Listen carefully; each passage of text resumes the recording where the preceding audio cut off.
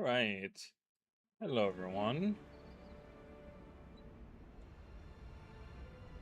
We're gonna hang out and do some more of this.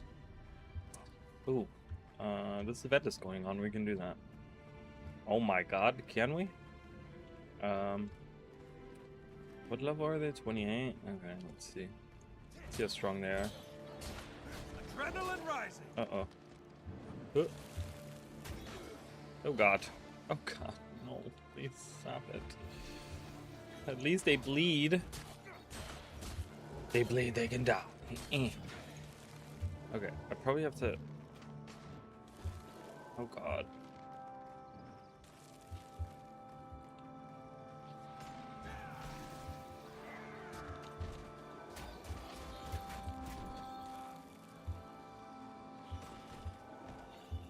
Okay, this is really bad. This is really bad. Oh, okay. Gotcha.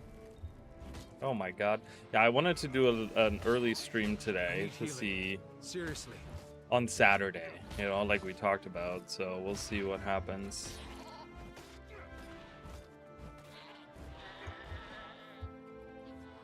I mean, I gotta say, like, one thing, I feel like I probably need to stream more in general, because I still, I mean, not that I'm close, but I still get, like, payouts from Twitch and stuff. So it's like, that's kind of money in my pocket, too, so... I kind of feel like maybe I just need to do it more. It's not, you know...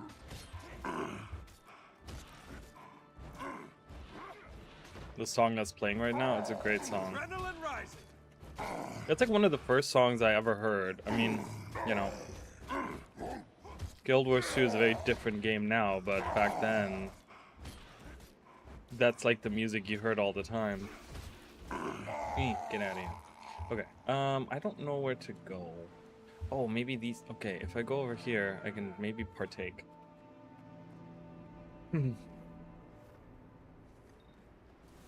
I can't wait to hear Guild Wars 3 music, though. I have a feeling they're gonna maybe try to, like, do a different, like, make it sound different, I feel like.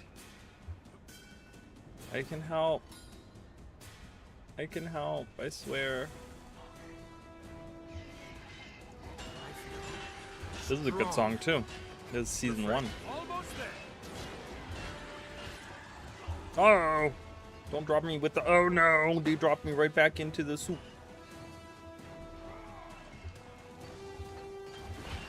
This is scary, I tell you. Oh my God, it's a big one. It's that big one right there.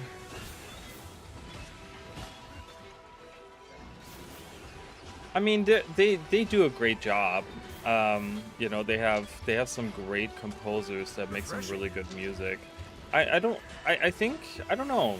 I don't know what they're gonna do, but I'm gonna be very curious to hear more of it. Like I always say, I think music is such a very important part in games, and they've been doing a really good job, and the composers they have are, I mean, they're great, so I think they're going to do a good job, but I want them to do like a, not necessarily like different feel, but I want it to, I don't know, sound different to Guild Wars 2. Like, I don't want it to be like, oh, this could be a song in Guild Wars 2. Like, I want it to be different. Running out of endurance. Maybe they could even do a little bit of like, because we talked about how like all the ore names are very Arabic, and so maybe they could do some like Arabian Nights or something kind of inspired stuff. While that wouldn't necessarily go with what ore looks like, it would be kind of interesting to do something like that. Okay, you guys are all here to help, so I'm gonna utilize the people that are with me and revive this guy. We leveled up. Oh, we got a gift from Scarlet. Always good to get a gift from Scarlet.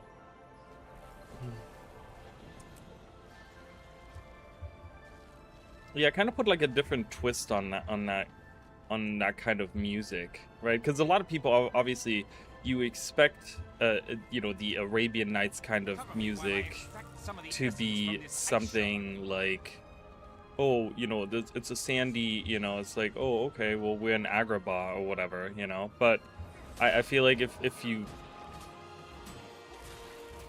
what is that called? There's like a specific term for it.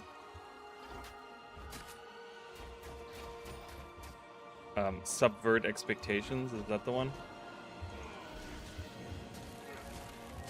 I think that would be really cool, but I don't know. We'll have to see. I mean, we don't even know. Like, that's the thing. I saw a really good post about Guild Wars, or a comment on a post about Guild Wars 3, and I completely agree. And it's something that I have kind of said myself. But it's so weird to, you know, it's kind of hard to get hyped for Guild Wars 3 because, or like even speculate on things because we don't even know what it is. And the poster put it in more of like a negative term where they were talking about, oh, you know, all these blog posts that they're bringing out is just them talking about, you know, all the things that every other company has done wrong and what they're trying to do better and blah, blah, blah, but not giving us any details on what Guild Wars 3 is. And it's like, it's really hard to even gauge, you know, at this point, they're just shit talking the whole MMO scene, but they're not giving us anything to really compare it to, you know, and really say, oh, okay, well, they're doing this, they're doing it, you know, better that way, because we don't know anything about it. I'm full on loot. I don't have any room. I need to get rid of this. This is dangerous. Oh, I got armor. Oh my god. Oh, I got gloves. Oh my god, I got all the things. Oh, I got a helmet. Oh my god, there is a god. Oh boy.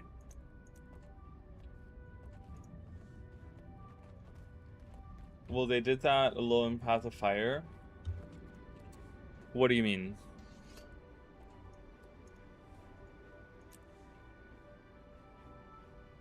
What did they do in Path of Fire? Okay, watchwork. I have so many watchwork sprockets. They sell for a lot, don't they? Oh my god, they do not. They used to sell for many silver. Oh, how times have changed. I'm not eating that. I'm not allowed to eat that. Gotta keep with the rule set.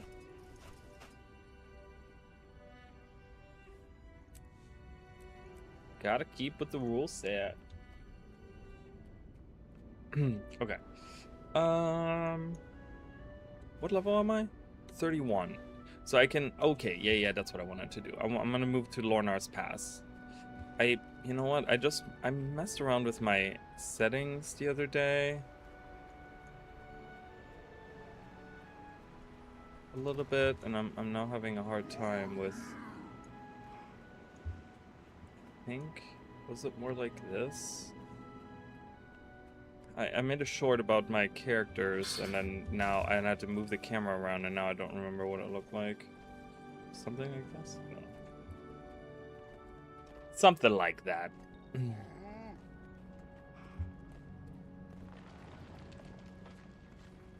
Eat my dust. But yeah, I made a fashion short recently. I'm gonna do a bunch more. I didn't realize it's so crazy when you don't think about. First of all, I have like 28 characters on this account, right? So that's already a shit ton of characters. But then on top of that, I didn't realize how much different fashion I really had on this account. Like my main character himself has like 8 different looks or something, or 7 different looks. It's like, oh my god, I didn't realize. So I want to do more, show off more of the fashion, because people love the fashion, you know? Want to do more of that.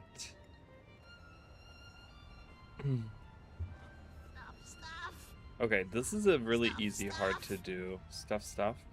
I need some help. Scrit for playable characters.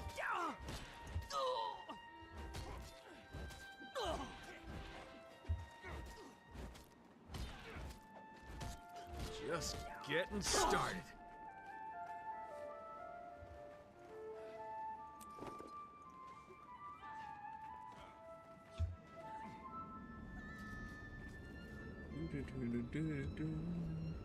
Some of the music and I think there's actually a specific song in Guild Wars 1. They did carry that over to Guild Wars 2. This is a Guild Wars 2 song.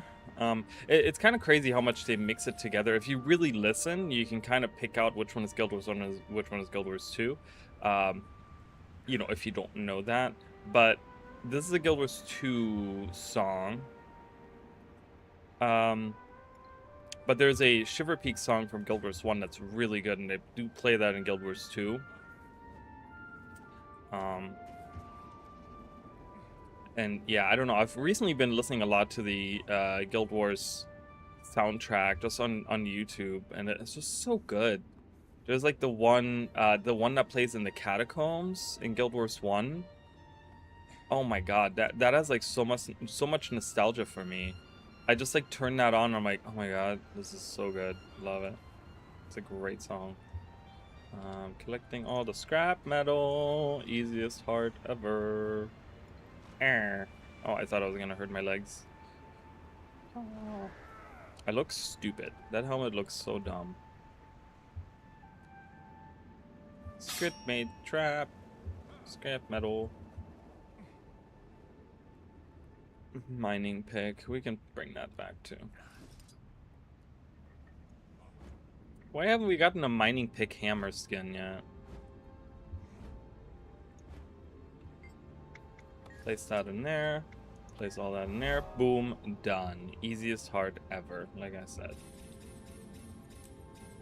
Okay. What level? I don't know what any of these levels are. Like the level of the hearts. But this is great. Lornar's Pass is an amazing area to level because it's humongous. It has 15 hearts, 9 hero challenges, 17 waypoints, 43 points of interest. 43. I wonder what the map. I wonder what the map with the most points of interest is. That would actually be interesting to know.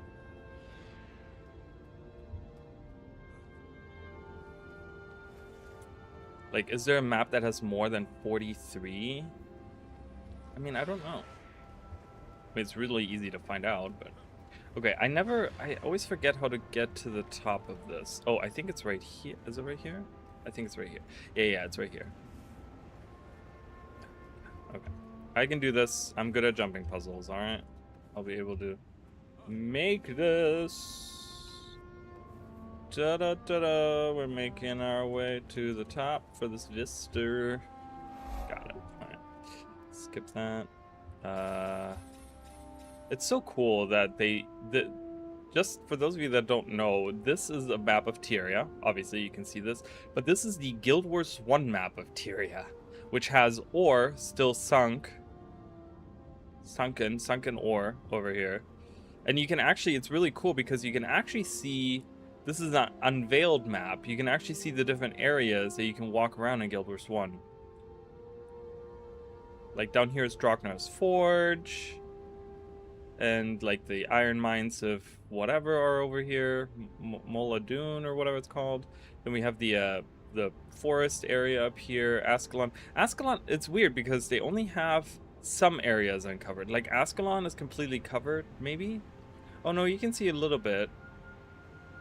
Like this is the Essa lowland over here. You can see a bunch of the Maguma areas. Like definitely down here, which is the falls area, I think it's called.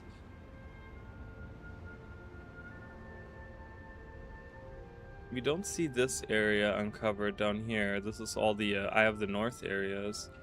Is this like early Guild Wars 1 map? It might be an early Guild Wars 1 map. I don't know. Alright. Going into the mines.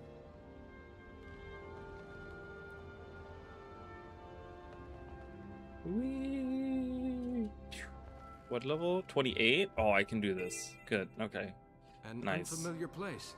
Ice Devil's Needle. Oh, this. I hope this event isn't popped. The event up there is really, really rough. To do alone. So I really hope that event isn't here. Squid Tunnel. Squid coming out. Get him. Gaining adrenaline.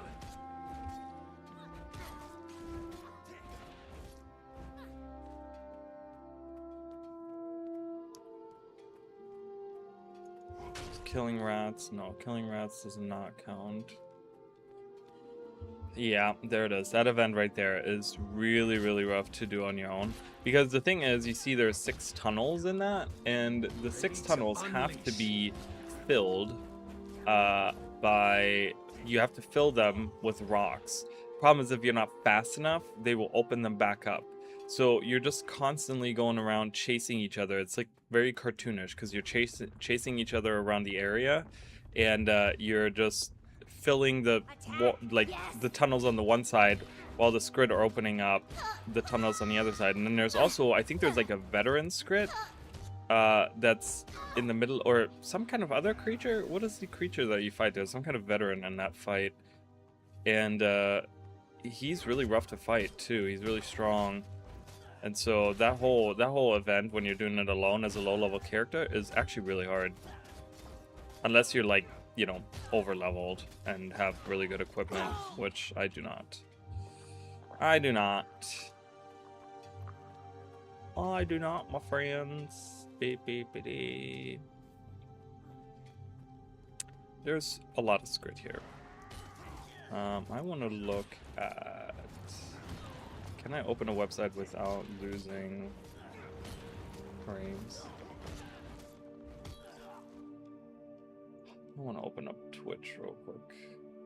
Back to Twitch. Creator dashboard. No, I really wanted to actually... Just want to make sure this is working fine on Twitch. It looks great. Bitrate looks fine. I like it.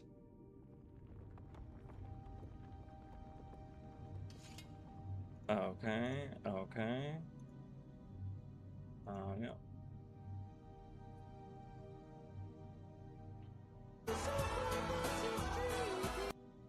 I hate how they're just like, I don't even know what that was. Well, Loranity is live, so I'm definitely not gonna get any viewers. I cannot compare with that. With like 300 people that she has watching. My god, there's so many people live right now with hundreds of viewers. Oh, I guess good. Muckluck is live too? What is he playing? Oh, he's trying... He's in the Guild Wars category, trying out Warframe. Okay, sure.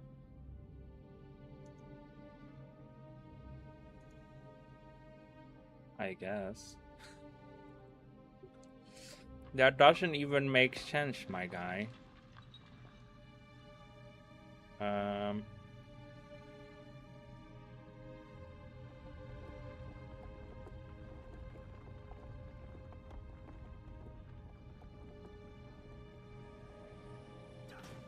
Hold on a minute. What is going on here?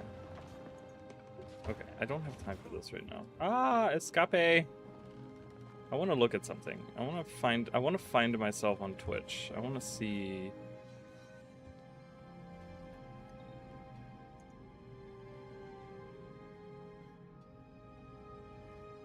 Okay. Let's see, where am I? See, I don't understand. I'm not even...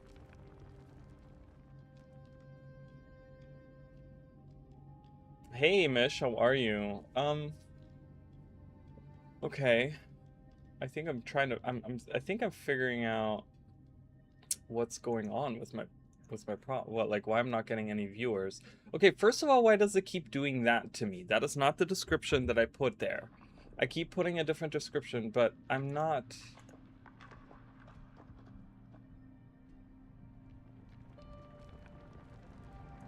I might have to restart the stream because I don't see myself on Twitch.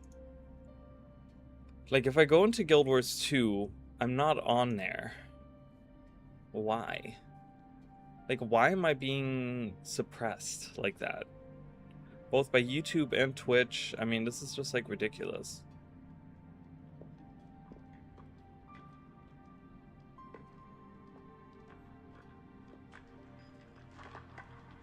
Where am I? I should be way on the bottom, right? Like that's clear as day. I should be way on the bottom.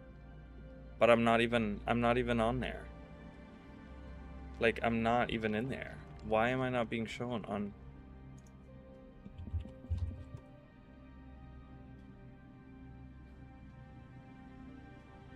That's crazy. That's okay. So Twitch has now, I almost just watched Harry Potter reunion for the 3rd time. Oh Jesus. They did a reunion.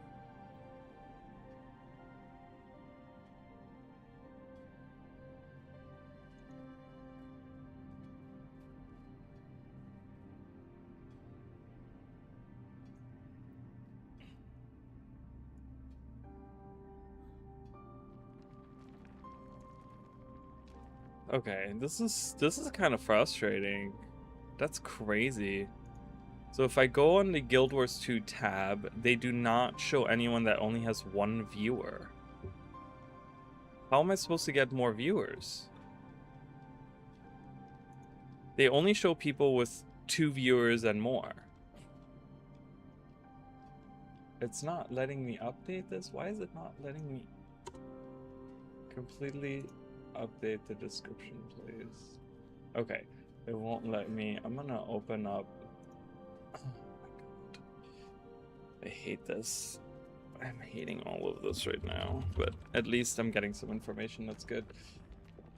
I've heard complaints about this before. YouTube and Twitch should promote smaller folks or newer. Well, here's the thing. It's not that they don't promote me, it's that they completely erased me from existence. I do not, unless you're specifically searching for my name right now on Twitch, I do not exist on Twitch. Like, that's fucked up. That is, like, a whole new level of fucked up. Like, okay, let me read. Okay, I took out the description because for whatever reason, hold on, let me see if I can. I'm trying to get this description situation figured out. So let me put that as the description, update it, and let me see if that pops up on the, because that's only for YouTube anyways. So let me see if that changes that. Yeah, I just, like, I look at the category, and of course I understand that for Guild Wars, I have to go, hello?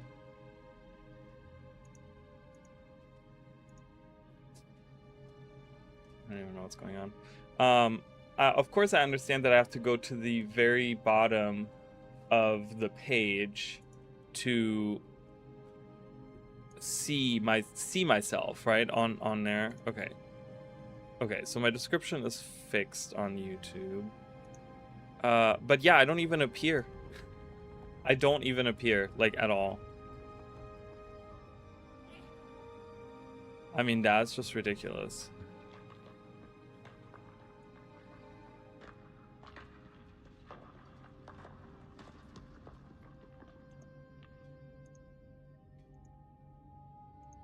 Okay, if I do English tag, so now it's all mixed up.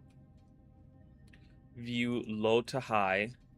Okay, so you have to do low to high. So where am I on here? Am I on here? Okay, I see myself now. If I do high to low, and I scroll all the way. Okay, here I am. So unless you specify which that you want the English language, I do not appear. Is that an option that I, like, I don't understand. No, there I am now. Now all the 1 viewers appear. What is going on? Now it's working? What the hell? I mean, obviously I'm buried. I'm never gonna get. Okay, so if I do recommended for you, I see.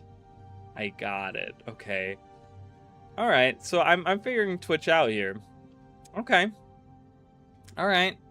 I'm figuring out Twitch. I got it. I understand. So I know what's going on now. So when you go into Twitch and you search for, or you go into Guild Wars, the section of Guild Wars, you want to watch someone playing Guild Wars or whatever, right?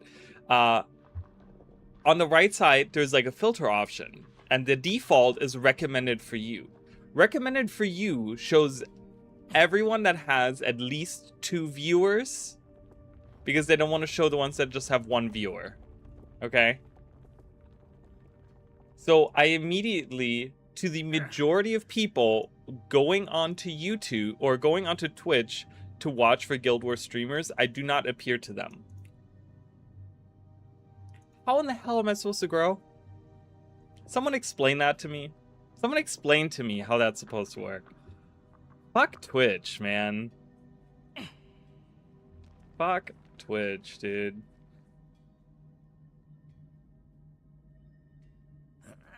So, anyways. Like, I wonder if I watch myself, if that counts as a viewer. At least 1 viewer? Can I have at least 1 viewer?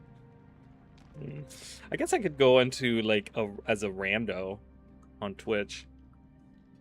Yeah, it's designed... I mean, it makes sense, because it's designed to only promote the people that are actually bringing people into Twitch, right? They only want to promote people, because if... You know, they have hundreds of thousands of people probably streaming that only have 1 viewer who is themselves, right? So they don't want to promote that. They don't want to promote people that don't bring in new people. And I get that, right? But it's like, then you have to incentivize other people. Like, you have to incentivize people to watch other people. Like, do you see what I'm saying?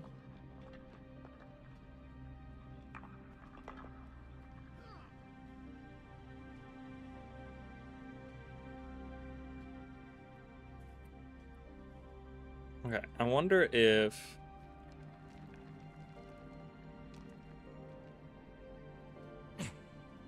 Okay, so the number has now changed. So let me check. Let me double check right now, because I really want to see. So let me go down to the recommended for you.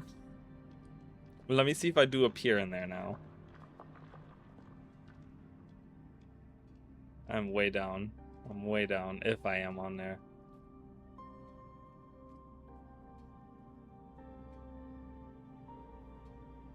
I appreciate that. I just, you know, it's not that I need you to, like, I just want to test it out. I opened it myself. Okay, I'm still not in there. Oh, wait, I had 3. I went to the 2 viewers. Hold on, am I on here somewhere? Did I miss myself? There's so many people streaming this. We're around, we should be around here somewhere. That's in German, that's really cool. There's a lot of German people that love Guild Wars. I still don't appear in there. Like, it's so suppressive. I still don't appear in there. I have more viewers than these down here. I have 1 more viewer than these guys down here. And they're still not showing me on here.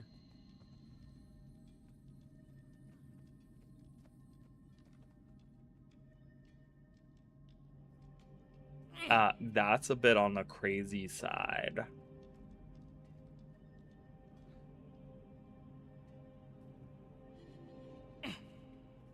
That's crazy. Dodge crazy. Okay, let me see if I... Need to bash some holograms? No, we're not bashing any holograms right now. Alright, let me double check here. Low to high. Okay, it's now saying I have 4 viewers on here. I also don't have any tags. So maybe if I... Okay, so let's go to Creator Dashboard and see, manage my stream, if I can add tags. How do I do that on here? Edit stream info. Audience, everyone. You do not meet them to use this feature. Okay, thanks. Letting me know that. Tags. Add a tag. What are some good tags to use?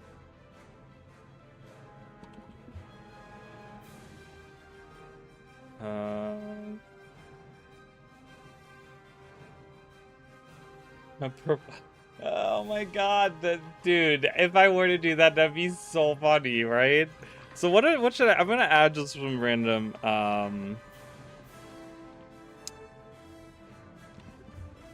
PvE? I can do PvE as a thing. I'm gonna add some random filters. Up to 10 tags. Each tag can have 25 characters? What tag has 25 characters? That's crazy. Okay, what else can we put in? Challenge run. We can do that, right? Challenge run. There we go. That's a good one.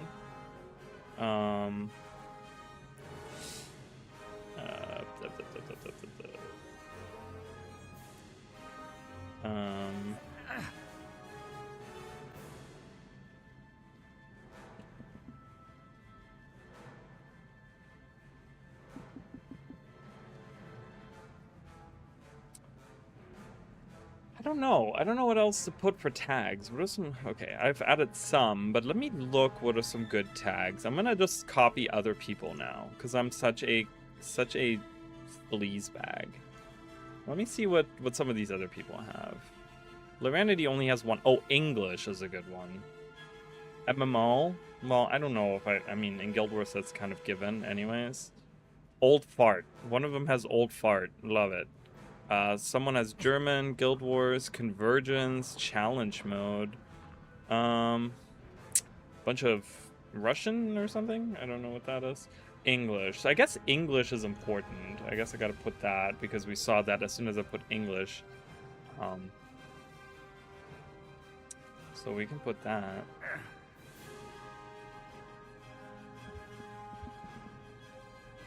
English. Alright, that's good. We'll do that.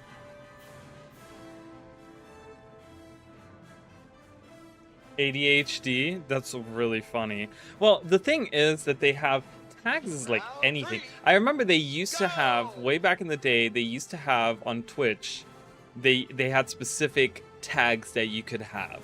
But then at some point they changed it to the point where they had any term could be then a tag, I guess. They like politics, drugs, gambling, sexual themes, violence. So much violence. No, I don't want any of that. Okay, we're done with this. Okay. Well, oh, I love that my phone just turned itself off. The screen. Okay, anyways. So I wanted to try that out. Well, that's fine. So, anywho, we're gonna continue with this now, finally. Sorry, you guys. I just really had to try that out. I really had to see what it meant. You know. I want to become one of the cool kids, okay? I want to be super popular and famous and all that.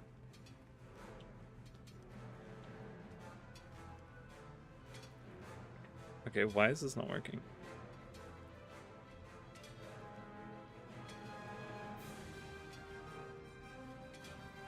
Okay.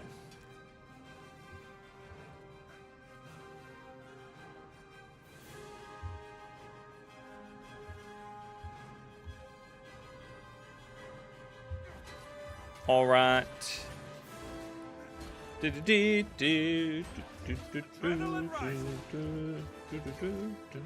Listen, all I can do is try, okay? And if I have to copy other people to do the right thing, to do the thing I'm meant to do, then I will do that. I was thinking, so just to change the subject and not talk about this stupid crap, because I'm over it, quite frankly, just really fucking over it. How does everyone? I really want to try out a controller for Guild Wars 2. I really want to try it out. I just don't know. I'm scared. I'm afraid. I'm a little scaredy cat. How do you do, Pelicans? Yeah, that's exactly right. I was just talking to someone about that yesterday where they were like, oh, you should stream on TikTok. And I'm like, I don't think TikTok is the place for Guild Wars 2, you know, to get like viewers and stuff. I mean, I could do that, but you know, I don't do the TikTok. And then they were like, yeah, I'm too old. I'm old for TikTok. I'm like, TikTok? I don't know. TikTok is for everyone, I feel like. And it's just shit. I think TikTok is just garbage. I mean, it's like, compared to Twitch, I think TikTok is even worse. But at least, like, the thing with that TikTok does, because my sister streams on TikTok, right? And they at least have, like, these, like, daily challenges that you can do, and like there's like different ways that you can engage with your like. I mean, there's different ways you can engage with people too on Twitch too. But like she tells me some of the stuff. She's like, oh yeah, we have like these daily goals you go for, and then you get like these points, and you can earn money from doing these things. And I'm like, what? I want that. That's cool. I mean, unless Twitch has that, and I'm just an idiot, which is very, very plausible. Oh my god, everyone's here. But yeah, I kind of want to try controller. I want to see what it feels like. Yeah, just run by. It's fine. I got it. Don't you worry. Don't you worry about a thing. Bam, bam. All right, I want to go get that. I'm just gonna run. Oh, I got a new thing. Oh my god, it's so strong. Nope, I pressed the wrong button. And it's condition damage, and it has some healing in there. Oh my god. Oh my god, and as soon as and it's disgusting mold, just a bot comes in here and gives me the news of I can get AI bots to watch my stream. Thanks, moldy. What is it? Disgusting mold. Appreciate that. Thanks so much for that. I hope you rot in hell. Deepest inner circle of hell. Just wherever the fire burns the brightest. I hope that's where you go when you die, my friend. Can I? Oh, I'm not logged in. Can I? Hold on. I can report them. I have to log in. Okay. Well, oh, go. Stop it. Watch it. Watch it. Watch it. Hello?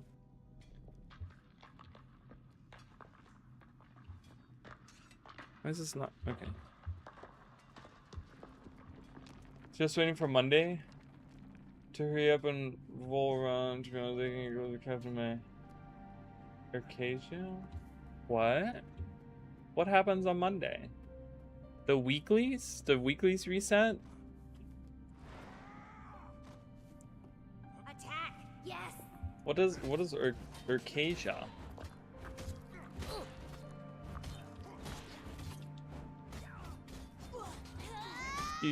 Oh my god. Oh my god, the way they scream. I just want to level up. Just give me level up, bruh. You give me level up. No level up? Brood as hell.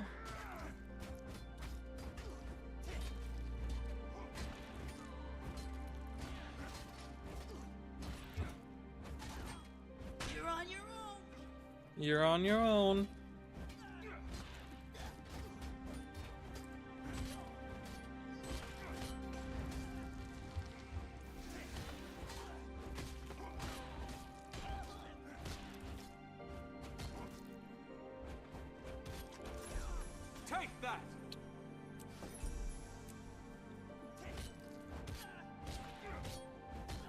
Oh, the legendary gloves. You know, I didn't know their names. I didn't know the names of those gloves.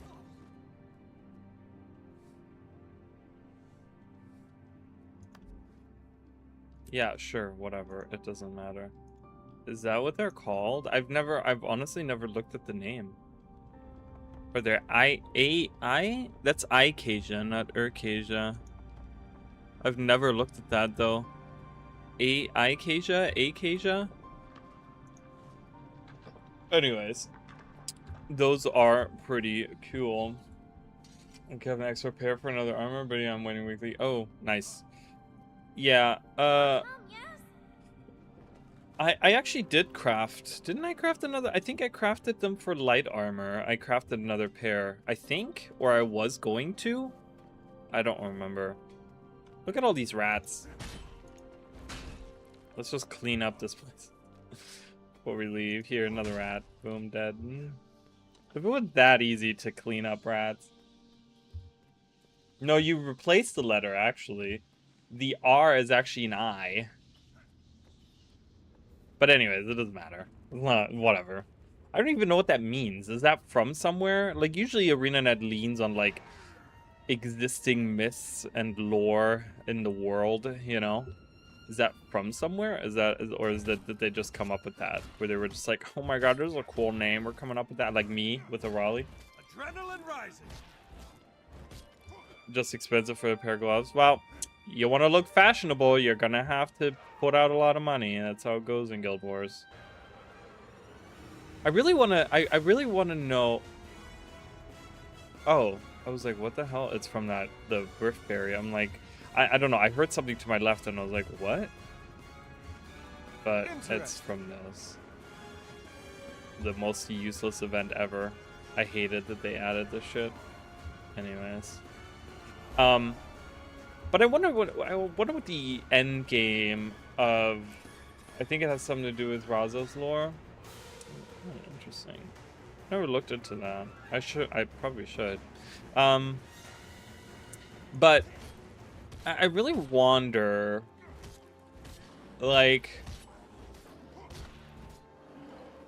what the end game for Guild Wars 3 is gonna look like, right? Like, are they? Because the way that they make it sound, like, the way they make it sound is having the way that Guild Wars 2 is right now is the way that they kind of want it to be, which is not a bad idea. It's not necessarily Adrenaline rising.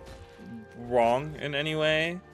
Like, but is this gonna work? Is the Guild Wars 2 the fashion, the, like, you know, level 80s max level, and we never increase that, you know, and we just have like masteries? Like, is that gonna work for something like Guild Wars 3?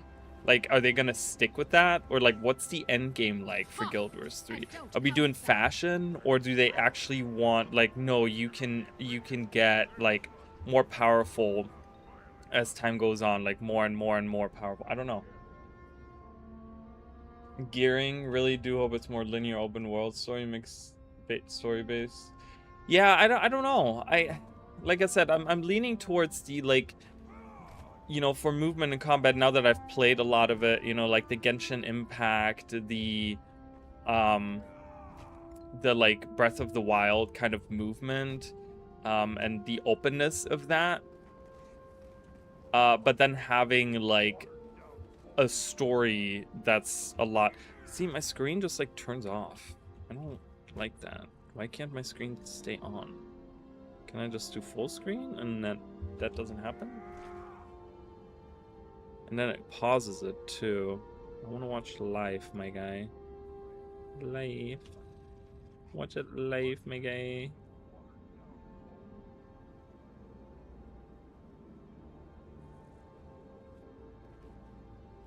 Anyways.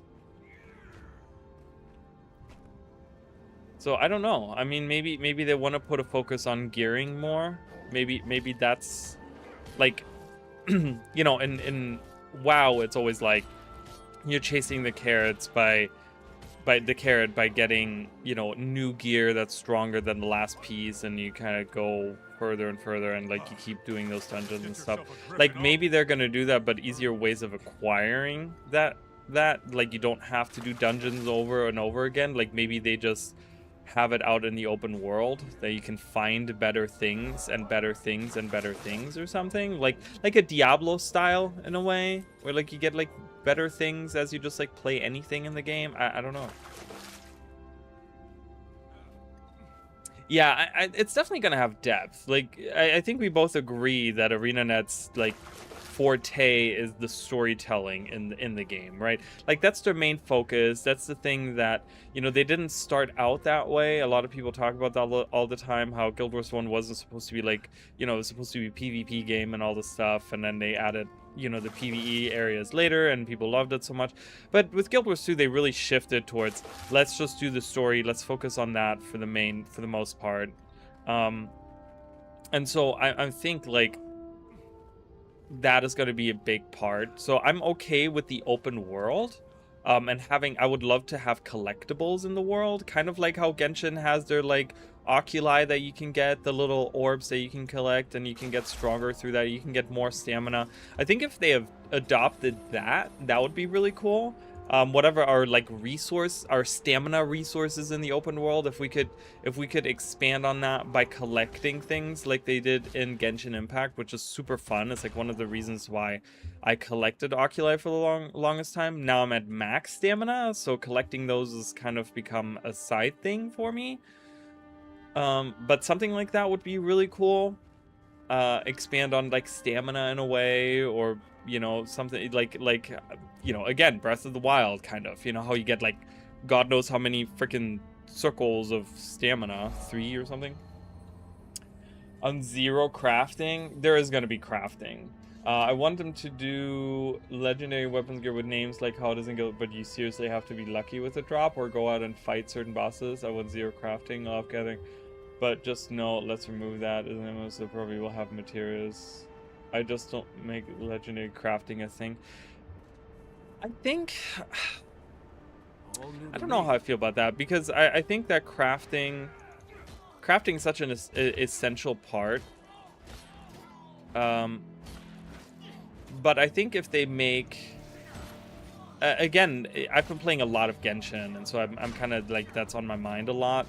But if they can make it the material, the problem is not necessarily the crafting part itself, is the amount of time that it takes. So in Genshin, for example, when I cook, right? So the first 15 times that I make a specific course, I have to time it myself, right? And make it perfect for 15 times. After that, I can auto cook it, where it just automatically does it. Or like when you refine like a material, you can do that in the background. You can say, hey, I want to refine these materials, and then you go off adventuring and it does it in the background. Like if they do that kind of crafting where, you know, where I don't have to sit there for 300 hours and like I want to craft 250, you know, like there's items, for example, I just crafted the fiery gladius or whatever it's called. That's what it was called in Guild Wars 1. It's called something else in Guild Wars 2. It's actually, I can actually look at it because it's in here. It's Honor of Humanity is the one that doesn't have the fire on it. What's the one with the actual fire on it? This one, the Firebringer, right? I just crafted that, and it needs like 250 of the orichalcum like sword hilts or something, or sword blades or something like that, right? And so I had to sit there and wait for it for 250 times for that thing to ding, right? Like, let me just say, okay, you know, I want to craft 250, you move the bar to 250 and it just does it immediately, or it does like all in one batch in a matter of 10 seconds, right? Like, I don't want crafting to be a time investment, because I don't want to have to sit there and stare at the screen for 20 minutes. Like, sometimes I do that when I have to like refine all my mithril that I have, because like when you look at something like, oh, look at this. When you look at something like my mithril that I have so many of those. So when I have to refine it, it takes like 20 minutes to go through all of that, like to make it into ingots. You know, and I don't want that. Like, I want crafting to be quick. I want crafting to be like, okay, I want to craft this, boom, done. Okay, I just crafted 250 in 10 seconds, boom, I'm moving on. Like, I want the main part of crafting to be having to collect the materials, going around the world, doing specific events, doing specific areas, going to specific areas of the world, doing specific dungeons or something like that. That's what I would want it to be. Or at least let us queue it up and leave it. Yeah, or that, you know, I mean, I still don't see the reason to have that. Like, why even make that? You know, because again, the important part and the hardest part, even in Guild Wars 2, is getting the materials, right? That is the hardest part. But then sitting there and having for that bar, waiting for that bar to move, it's just so stupid. It's just so dumb. Like, if it was instantaneous crafting, I'd be like, okay, cool. Like, I feel like that's how it should be. You know what I mean? I really think that it should be instant. And many other games have it too. I mean, you look at something like, you know, again, any of the Dark Souls games, Elden Ring, any of that, right? You wanna improve your weapon, you go to the smith and you talk to him and you say, hey, I want to improve this, boom, you have the materials, you improve it immediately, right? That's what I want. That's what I want. If we have like equipment that we improve at a weaponsmith, I don't want to have to sit there and watch this bar go up. I don't. There's no value that I get out of that as a gamer. Like, oh my god, that bar is almost full. Ah! Like, no, what? Just give the thing to me. Like, I just don't care. You know, it's lame. Lost our shrine. We must kneel. Prowl. Okay, we're leaving. We're getting attacked by Griffin. By Griffonus. That is, I think that would be a really, really important thing for me. I think would be really the idea of, hey, I want crafting, but make it about the material, collecting the materials for it, right? Like, that should be the most important part about crafting, rather than sitting there and saying, okay, well, I have to refine 3,000 mithril ingots. And sometimes I tell you guys what, like, when I do those, that's when I, like, make lunch. I'm not even kidding. Like, I'll set up, like, okay, well, I have 3,000 ingots, my storage is full, right? That's the max I can have right now. So I gotta make, or I have 3,000 ore, and I gotta make that into ingots, right? That's the thing, right? So I gotta make 3,000 ingots, or not, you don't get 3,000, but you see what I'm saying. Like, make ingots out of the 3,000 ore that I have. So I'll set it up, and it takes like a good 10 minutes to go through, because it's just so many. And I'll just go and go and go. And I know that they have made it faster over the years, but there's still no enjoyment in that. Like, what's the fun in that? So I think that would really, if they do it that way, that would really, really improve the way that crafting in general just works. I'm gonna see how much experience I get from this one sheep here. Probably a ton, right? Gaining adrenaline. They're so weak, but they just give so many juicy. Oh, that wasn't a lot. Someone must have killed us recently. So that's what I would like to see for crafting, at least. I don't know if because I want to be able to just go around and focus on the gathering. I also want them, you know, I know that that's money for them in their pocket, and just I get that. Like, I want them to move away from having gathering tools. Again, another thing in Genshin is just so nice that I can just run up to a plant and collect it as I'm running. I don't have to stop and wait for an animation. I don't know if maybe I'm just like jaded by having played so many MMOs, and that it's like one of the things that kind of bothers me. But I really just want to be able to go in and get the thing. Again, I don't have to wait on it. You know, I mean, I always make sure that I've actually had to, I look this up, and I now equip the gathering tools that are the fastest, so that I have less time to wait every time I gather. Not that I gather a lot, but I'm saying it's just, ugh, it's just not fun. I just don't enjoy that, you know what I mean? Because again, games that are about that also don't have that, right? Like, you have, I mean, if you take something like Minecraft, for example, right? It's all about getting faster with it, right? But the whole game is about collecting those materials and digging for, you know, the ore, and digging for those things to get like better equipment. Like, that's one of the main parts of the game, you know, getting better equipment and getting better things like that, and getting faster in the digging, and in the being able to get those materials, right? That's the main gameplay loop. The one in MMOs is you fight monsters to level up to get stronger and stronger and stronger.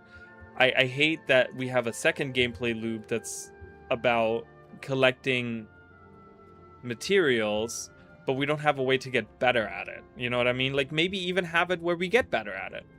That would be kind of cool. I could see that being another thing. Maybe another thing that we can level up is the ability to like collect materials faster and faster and faster. Have that be like, that would have been a really cool mastery to have, I think, in the game, like in Guild Wars 2, because we talk about like how the mastery system failed, and how I think it's one of the greatest failures for ArenaNet ever.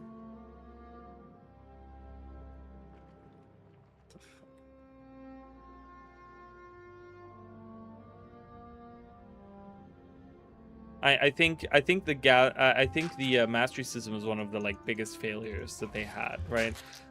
They don't want to talk about it. Again, ArenaNet doesn't like talking about their failures ever. I mean, who does, right? No one wants to talk about their failures, you know? I mean, I talk about my failures all the time because I relish my failures. I live in them. For real. But you know, and my entire life is pretty much a failure. But yeah, they don't like talking about it. So I think that is not from level up, so I can actually use that. No, I can't equip it because I got attacked. I'm running away. There's too many of them. I'm leaving. But yeah, anyways, I think that would have been really cool to have a core Tyrian mastery that helps with making collection faster or something. Instead, they added things like the glyphs, and I think the glyph system is a little uninspired. It's just, you know, again, it's the same as the relic system, where you have, you know, best in slot shit that everyone goes for, and the rest no one gives a shit about, you know? Like, it's like, ugh, god, could have been so much better.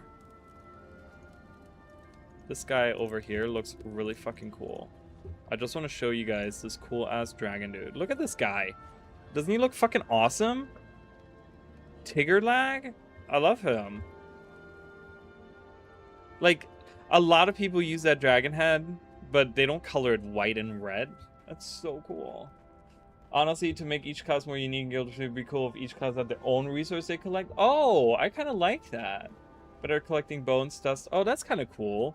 Or also have maybe, again, talk about it a lot because I've been playing a lot of it, but in Genshin you have, when you upgrade characters, they use specific materials that are more specific to them, right? So you have, for example, like to upgrade, I don't know, if we have, let's say, upgradable skills, for example, right? And so you have a necromancer in Guild Wars 3 that uses, maybe this necromancer uses bones and dust and ectoplasm to upgrade their skills, you know? And so you can still get those materials out in the world, but they're only used on these other professions. So if we, for example, have, like I said, what I would like to see is have a character, or have a what's it called, have a class system where we can change classes. You collect all of these materials out in the world, but then, you know, you might not be able to use bones and dust unless you actually level up your necromancer. But you can technically, in a way, so let's say I play through the whole game as a warrior, right? And I collect, like, I don't know, like plate armor or metal pieces to upgrade my armor or something like that, right?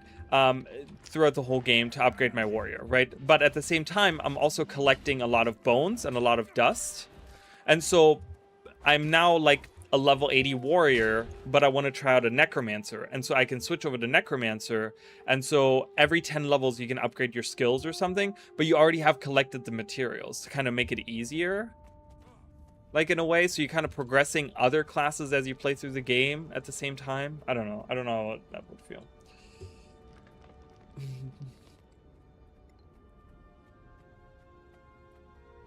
Being able to gather everything on your main helps out alls. Yeah, that kind of thing, right? So that you have an easier time, so that you don't get punished for only playing your main character, right? You're still helping your other characters by playing your main character, right? Because you're playing your main character, and they are gathering materials to level up your other characters, right? Like, that would be really cool. But you just, you know, but you don't have a use necessarily for that on a warrior or something like that, you know? I think that would be really cool. I mean, they could still be better at maybe collecting those. Like, maybe they could have where, you know, you could still kind of have that same idea of, like, for example, you have a necromancer that uses bones to upgrade their abilities and their skills, but any source that gives you bones, if you collect that source as a necromancer, instead of just getting one bone, you actually get 2 bones, right? So the materials that you need for yourself as your main class you actually get a bonus of like an extra one every time you collect them or something, right? So that you actually have an easier time leveling that character that you're playing because you're getting extra resources playing that character or something like that. You know, I could see that being a really interesting system. And they could do a lot of really cool stuff with it if they involve it in like the skills and the armors and things like that. You know, I also want, I'm gonna be honest, I want them to do what, okay, and I want to hear how you guys feel about this. How would you guys feel if they went back to what they did in Guild Wars 1, where they did class specific armors? I'm gonna be honest with you. I think one of the worst things they ever did was the weight specific armors. I hate that. I hate it because one of the things that was really unique in Guild Wars 1 was having the different armor sets that were unique to each class. And like having these really cool like armors that, you know, on Necromancer they looked really dark and evil and stuff. We don't have that on Necromancer here because we have to have everything is light armored and everything looks the same and everything is, you know, every light armor character wears the same armor, so we got to have it look all, it looks all very monotonous, right? It's a mage look, right? And then it took years for us to get like unique pieces to actually make some dark looking necromancers, right? Like until they released more and more, you know. Class unique thing to me that's cool that WoW did is quests. Like only necromancer you can talk to ghosts, and yeah, I like that too. I mean, they have interactions like that in the real world. I've talked about like Roshena's Grave, for example, in one of the shorts, where you have to be a necromancer to actually get Roshena's ghost to pop up. And you can talk to her, and she's an NPC from Guild Wars 1, and you kind of have that, right? I think that would be really cool too. Only warrior can challenge a dude in an arena for an arena quest chain. Yeah, that would be really cool. Like class, I want them to go more towards, instead of having this like everyone does everything kind of thing, I really want them to go with like class specific things, like you said. Like we had in Guild Wars 1, for example, there is quests that you can do as specific classes to give you skills, and so there's only like certain quests that warriors can pick up because it gives them more warrior skills, right? And like it's specific to the warrior profession, and I feel like it gives the classes more identity. It makes you really go into that fantasy of like, yeah, I did that quest because I'm a warrior and I'm the only one that can do it. And you can kind of cater that way. People have different experiences in the game as well, rather than going through the same world doing the same quests over and over and over again, you know, with their different alt characters. You get a different experience because now you have quests that you can do on, you know, an elementalist that only an elementalist can do, and you get like different lore based on that. You interact with different NPCs that you couldn't interact with before because you're an elementalist and not a warrior. You know, that would be really cool. Cultural armor for races, but light, medium, heavy is so annoying. Yeah, I just, you know, cultural would be fine too. I think if they did cultural armors more so than class armors, I think I would be fine with that as well. But yeah, the light heavy, it just makes it so Ready to unleash. It feels so like arcadey in a way. It feels very like it doesn't feel personal enough on a character. Right, you're just like, oh, I'm a light armor wearing character, cool. Like, and I think it also I think it also created a lot of, you know, the problem also was that like that is one of the reasons why Elementalist is like the hardest class to play, because it's a light armor class that has the lowest amount of health, right? Because they did each armor weight had. Each armor weight, for those of you that don't know, each armor weight has 3 classes in them, right? And each class has the highest HP, the middle of the road, and then the lowest HP, right? And so the one that got the shitty end of the whole deal was Elementalist, because they're not only light armor, but they're also the lowest HP from the light armor classes, where Necromancer was the highest. and then Mesmer was the middle of the road. And so, you know, it just, you know, I don't like that system. I don't like that system, and I don't like the light heavy armor thing. Like, I want them to do class specific armors again, like in Guild Wars 1. It was so cool because they could really design some really cool looking stuff, and there's some really amazing armors in Guild Wars 1 that I think they can't really create in Guild Wars 2. Like, they can, but then everyone can wear it. You know what I mean? Like, I can wear it on my war. Like, I can make this amazing looking, you know, you look at something like the Astral Ward armor. I can wear the Astral Ward armor on my warrior. Why? Why is that a thing?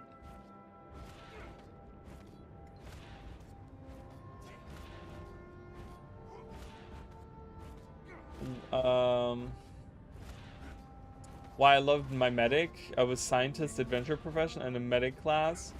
So I was able to hack computers and find hidden labs and do stuff catering to my medic class. You know, I never really played WildStar. I think I made a character and I played about an hour of it, and then I never played more of it. And I don't know. I'm sad that I didn't get to and play that and enjoy that. Because a lot of people talk very fondly of it. Guardian's the lowest HP, but they have Aegis, and that's the thing. Mesmer has illusions, yeah, and Elementalist.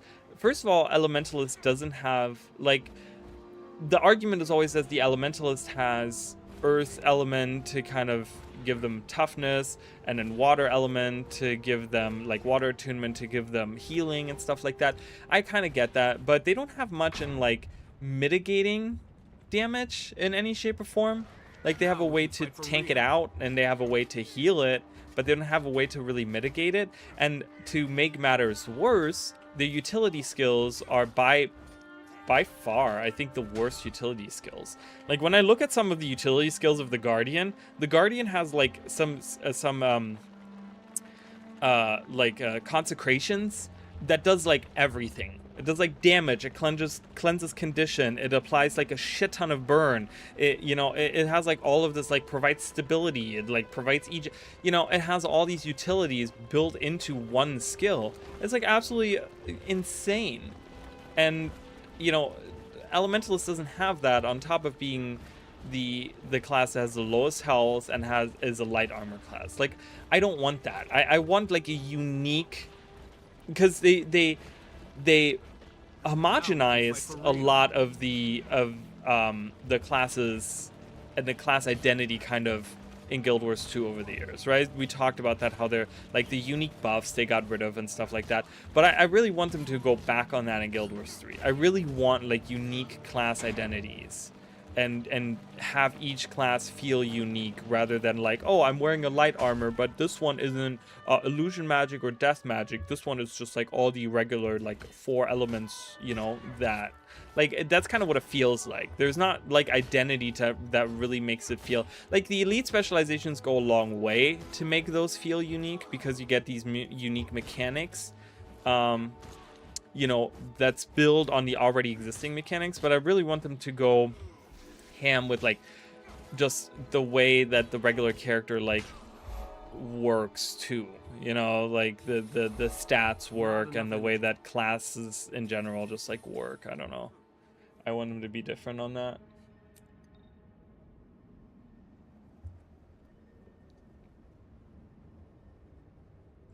Rachel, then please don't be pussies with Guild Wars 3. And that's the thing, there's no reason for them to not have, like, I always hated the argument. They're like, well, they don't want to do, the argument always was that people made for ArenaNet not doing the specific the racial skills, not making those good, is because they didn't want one race to be stronger than the other. But it's like, you already have that with classes, right? You already have like Virtuoso, that is your baby, that you have been making incredibly OP, and then when you went around and you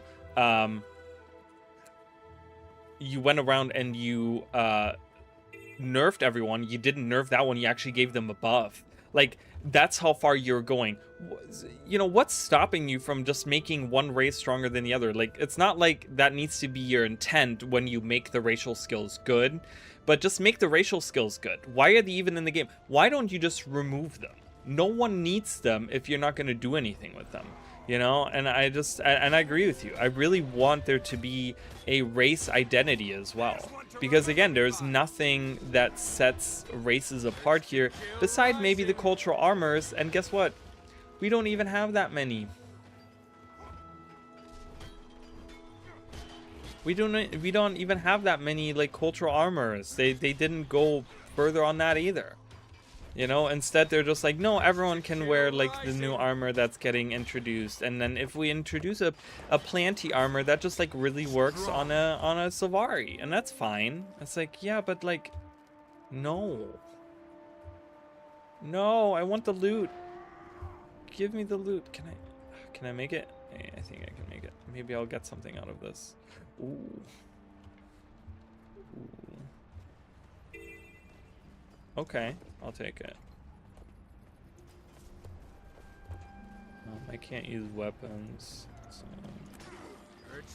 Really, my guy?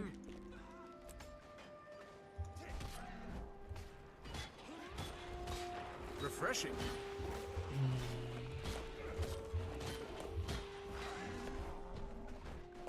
What is an Azure? Right, that's the question.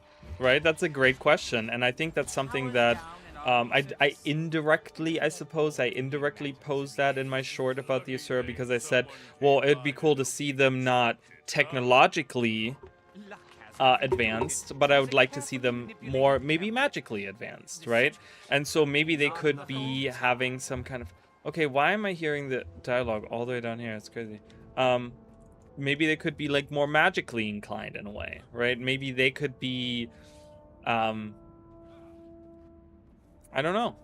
I mean, I guess maybe they have some kind of way to access magic that like the humans don't or something, and the humans are, I don't know. Well, we'll really have to see, because anything and everything that I say I feel like could be completely wrong too. Because what I was gonna say is like, oh, maybe they have more access to magic versus the Orions that have to depend on the spirits and the gods to give them magic. But then it's like, I don't know. That just sounds stupid to me. So I don't know if I like that idea.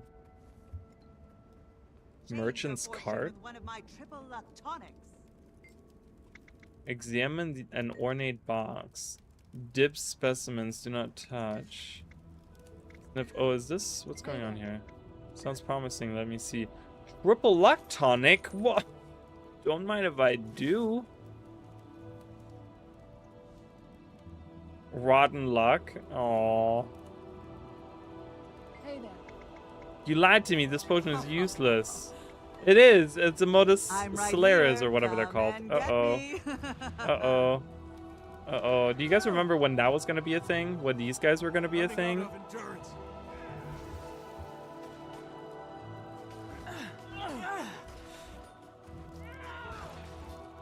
Frickin' mesmers, dude.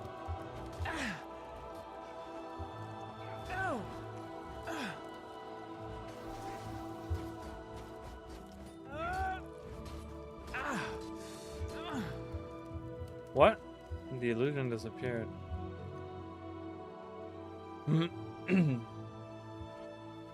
Hold on, I'll read all that in a second.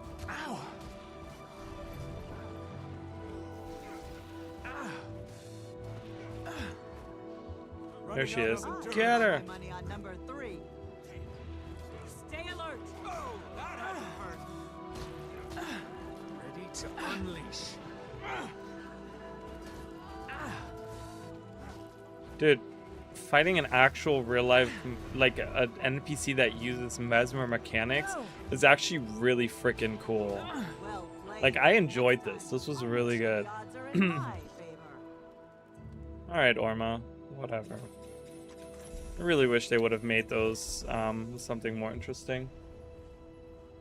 It'd be cool to see them as the military type instead of Char, Kodan, or the magically nature inclined. The art showing the Sura. Oh, that's true. You're not wrong. Maybe they're so primitive with technology back then that they're like the ones that are just like bashing everything. That they're the ones that like are the bashers. and that they have like that they maybe had like a massive a massive shift once like the whole thing with ore happened, like, you know, whatever maybe we experienced in Guild Wars 3 that set them on a path to become these technologically advanced things, or maybe there's some kind of mass realization that they actually are super intelligent as a race, right? There is a really interesting, not connection, but there's this weird, like, and I don't know how to describe it. Really? I can't throw that away? Oh my god. I can't even spell right now. Strength booster. Okay. Hitting enter didn't do it. Okay. Because, so, and I'm just throwing this out, right? So we talk about talk about Asura.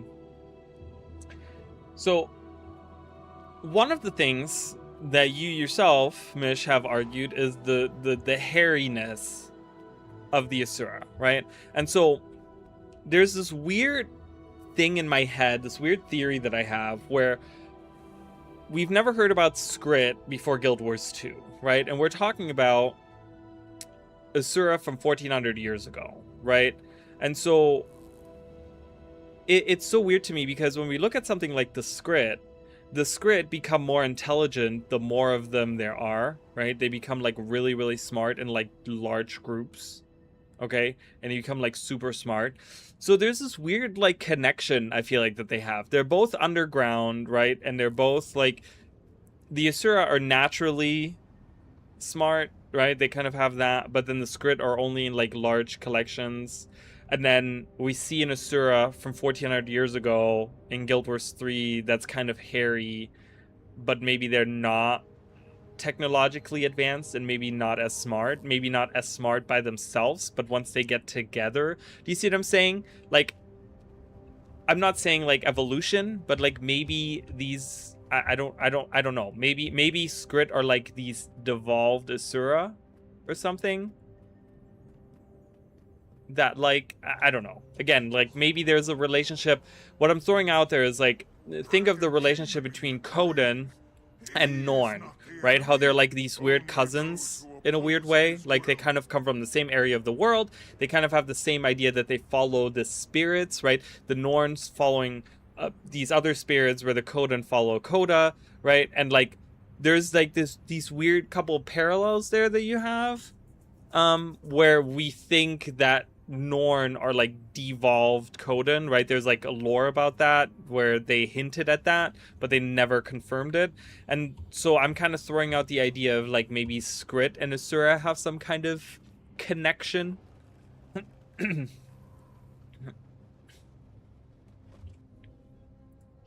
There's an intention to know tactics in battlefields and war, so they can utilize that. Then when they're forced underground for good, they learn to adapt and build based on survival and expansion. I mean, I guess that makes sense, right? And find maybe technology underground, like find a way to utilize like the thermal energies to further their technology, and they realize how much they can really make happen for themselves or whatever, you know. But yeah, I don't know. I'm just throwing out the whole thing with this Skrit. I don't know if there's any connection there specifically. I don't know if there's something where we can say, oh yeah, okay, well, you know, that could be a thing. But it's kind of strange to me that we have these Asura that don't seem to be technologically advanced in Guild Wars 3, and they're all of a sudden they look like they're hairier than they were before, and they're also underground, and then like I don't know. I don't know.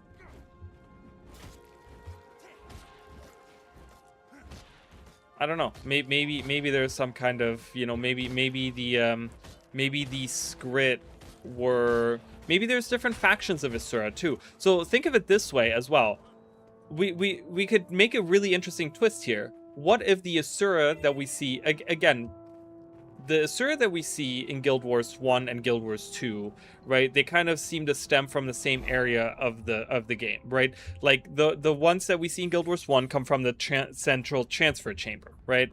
And so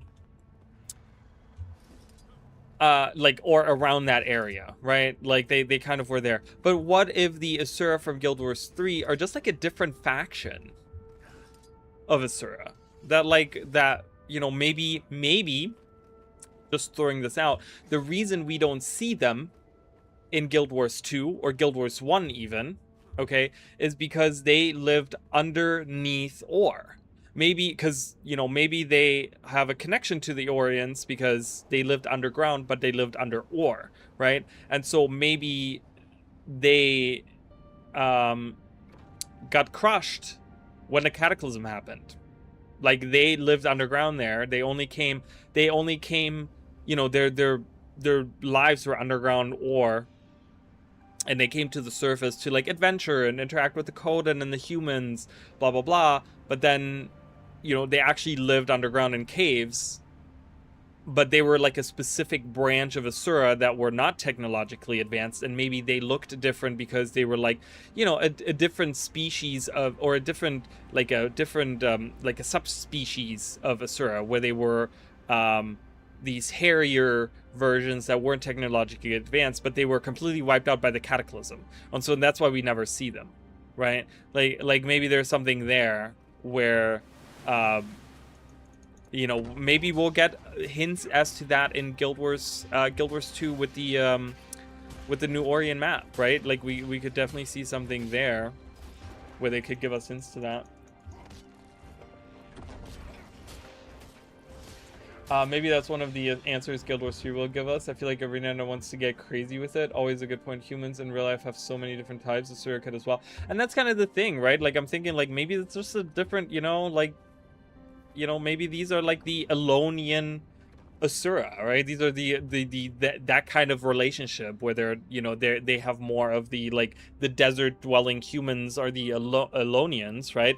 But versus the like Crichtons or whatever, right? That are just the regular white, you know, people or whatever, you know, the regular whatever. Canthan, Orient, Crichton, Elonian. Yeah, exactly. So we could have many types of Sura. Same with your philosophy on tropical jungle Norn. And that's kind of the thing. That's what I wanted to see as well, right? I wanted to see like a different, which is still, mind you, that's still a possibility that they could show us in Guild Wars 2, right? They could still show us these tropical Norn that that worship more tropical spirits of the wild, right? And like maybe that don't, maybe they're not like about the moods and the drinking, but they're more about, you know, they lean really heavily on the hunt, and maybe they're more inclined to not gather in large armies, which the Norn of today in Guild Wars 2, they do that, right? They like hunting in groups now, which wasn't a thing early on, but now it is, right? Like in Guild Wars 1 that wasn't a thing, but certainly became a thing late in Guild Wars 2. Shiver Exchange kind of gave us some beach dwelling Norn. Yeah, that's the thing, but they lost their identity there because they get thrown in with all the other castaways as just castaways, right? You can make any of those NPCs look like anything. None of them have anything unique that is specific to their race. And that's what I kind of want, right? Like, I want them to have something that's unique to their race. Like, I want them to be like, no, we're Norn settlement of Norn, and we still have the Norn ideal of like worshiping spirits, but we worship different spirits because we're not in the mountains, and we can't hear snow leopard, raven, wolf, and bear anymore, but we can hear, you know, tiger and snake and monkey, you know, and those are the spirits that we follow here. Right, like, because we hear them, they answer our call here, right? Whereas in the mountains, they follow that. Like, I want something like that, where they have like a specific identity, you know, like the Omicron, right? The Omicron for the Char, they were very unique. They were Char, but they were not Char, right? And they were like very, like, you know, distinct in their way. And I really like that because they highlighted in many different ways how they were different. And I really like that. But with the castaways, they're just like, oh yeah, we're any race, any whatever, we're just stranded on this island, and that's it. And there's nothing more to them, you know. And I kind of, not that I dislike them, but I just feel like there's nothing really that deep or interesting about them. where we could really be like, oh man, that's kind of cool. I really like that. You know, they're just like, oh, well, they're castaways that have been living on this island forever. You know, it's just whatever. Nothing unique or special about it. Nothing really just, you know, that's what I wanted for a long time. That's what I wanted to see in Prospect. If anyone, I think that was the city, the village of Prospect, or the I think that's what it was called. What was it called? Oh my god, I can't think of it. Over here in Dry Top. In Dry Top, you see the village of miners, right? And I remember that I created a Norn way back when that was like, I had in my head this lore that she was from this town, that she wasn't following the spirits of the wild, because it was crazy. It was the first time that we had ever seen a Norn that wasn't from the mountains, right? We had these miners that were living in this town far away that weren't associated with whatever their actual race in the game, like what we had been made to believe, right? And the thing about that, though, was that nothing really ever happened. Again, they were kind of like the castaways. They were just a random group of miners, and there was no interesting lore behind them. They were just like, oh yeah, you know, this is like a village of people that have, you know, wanted to escape society, and they just live out here, and they, you know, they're just a bunch of miners living in this faraway town. But there was nothing interesting about them, you know.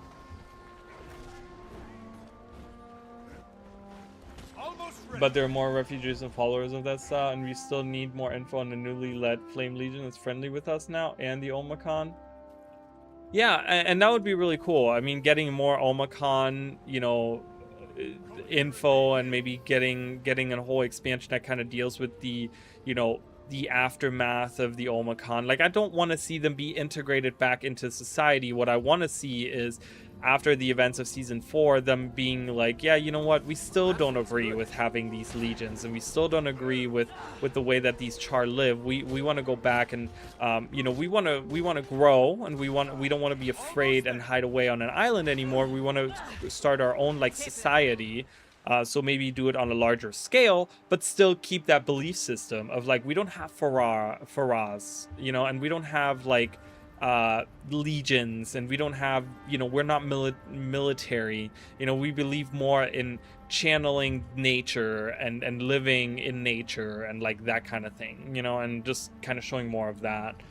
I don't know, I that's kind of what I want to see ArenaNet do, is like take some of these races that we already have and do something with them, do something interesting with them. You know, let us find a, you know, it was so cool to see Rox going into the Omicron and really having her eyes opened and having this like moment of realization where she's like, you know what, I don't need to be a part of I don't need to have my own war band. Like, I don't need to be in a war band. Like, I can live like the Omicron, right? And that's what she ends up doing. That's her character arc, is like, in the end, she like goes with the Omicron and wants to live with them and do that lifestyle. And that's so cool to me, because it's like, oh my god, there's like a character arc, and there's, you know, something interesting that, you know, we have known this for a long time, but then now you know, we're getting a different side to things, and we see like how other societies live with the same races. We don't have to introduce new races, you know, we can use the same races, but they just live differently. Yeah. Honestly, I'd love the conflict still. Like, I'd like to be like, yeah, we're friendly now, but we think we're superior, so let us be in charge. Go. Turn on the device and get. I don't know about that. I don't know. That's the thing, is like, I don't know if I would want to see that. I don't know if I'd want to see because the Omicron are all about peace. So I wouldn't want to see the Omicron actually go into that, you know? I don't know if I would like that.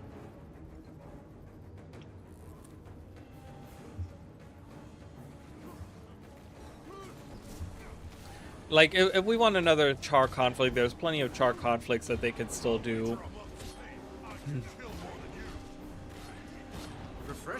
But I think one Char war Like, the whole Iceberg Saga was about the Char War, and I think one is enough. We don't really need that. You know, so I don't know. Oh, you mean the Flame Legion? Oh, I see what you're saying. Yeah, I don't know. I still don't want to see a, I don't know.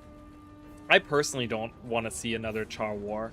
Like, we've already done that. Like, what could they introduce there that would be new and unique? It would, like, everyone would be like, well, this is like Iceberg Saga 2.0. You're doing the same, you're using the same narrative of like, oh, we're better than the rest and we want to take control kind of thing. You know, because that's pretty much what it boiled down to. You know, Bangar was like, well, I'm better than everyone else, and I can subjugate a dragon just like the commander, and then we are the best, right? And it's just kind of like, I don't know.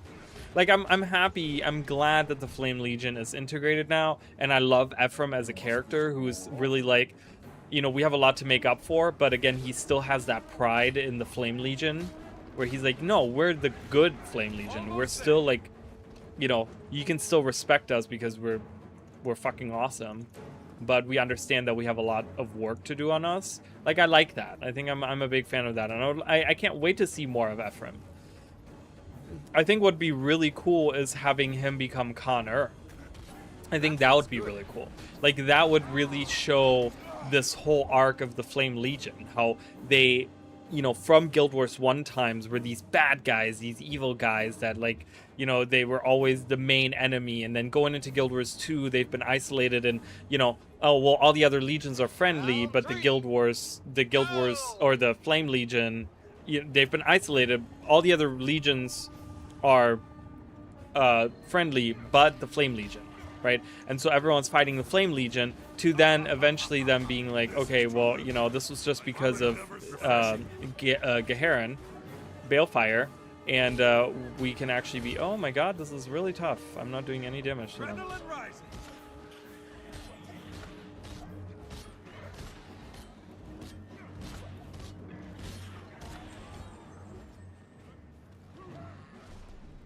Alright, that event just finished. And I leveled up to 35, baby! 35! Where are all these people doing the hologram thing? We could play it very differently since now we ain't dealing with the whole dragon part, and it gets a fight over. Yeah, I don't know though, because the dragon part was really toward the end more, like when Bangar was taken out.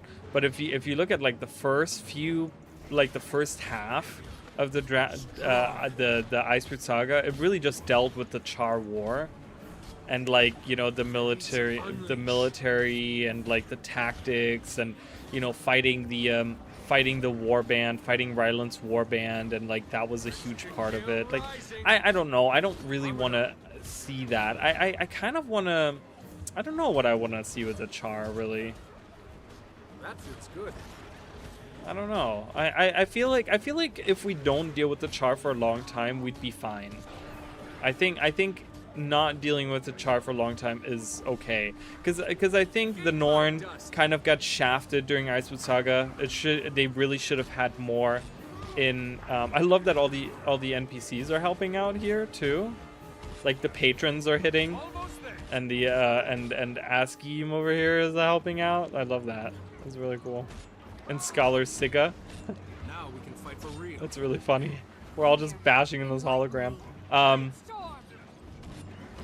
So, you know, the Norn got shafted. I think the Asura are getting a little bit now, but again, the Visions of Eternity thing, you know, ArenaNet realized, hey, we need to do something with Asura, right? And so they were like, okay, let's do some of the Inquest. We haven't really resolved any of the things with the Inquest, so they added that into Visions of Eternity, but it still doesn't feel like we're dealing with the Asura.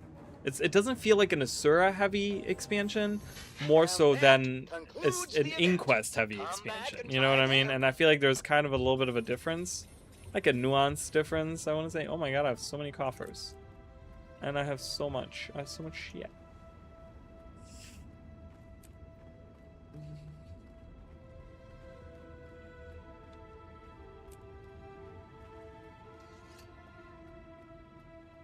Was from the very get Get out.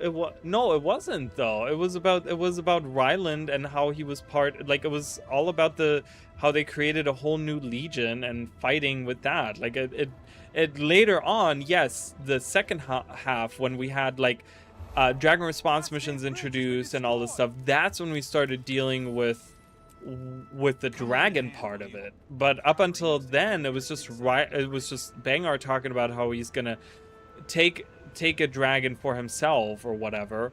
But up until that point, I mean, you do any of the first half of the thing, it, you know, what, like the open world stuff itself doesn't really deal with the military. Like the military stuff is very obvious in Drizzlewood, right? There's like a huge, you know, that's the infighting of the Char and all that, you know. Not so much in Biora Marches, but the story itself kind of deals still with a lot of that. And it's kind of like Biora Marches is a little bit of a sidetrack, I feel like.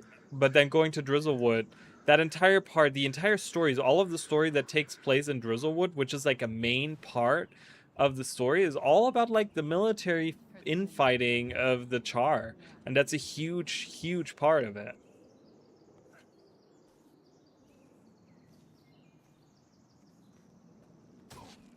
Oh no, for sure, and you can see it the whole time. You're not wrong. Like Ryland had a pretty interesting like journey himself, right? Because he went from like being the sneaky guy that and I know what you're talking about, right? Like where he is pretty much in the background, like doing all these sneaky things and whatever, blah blah blah. But I just don't. I think one of the parts that many people remember, like if you ask anyone about Icefruit Saga and what they remember about it, they will say that they remember probably Dragonstorm, right?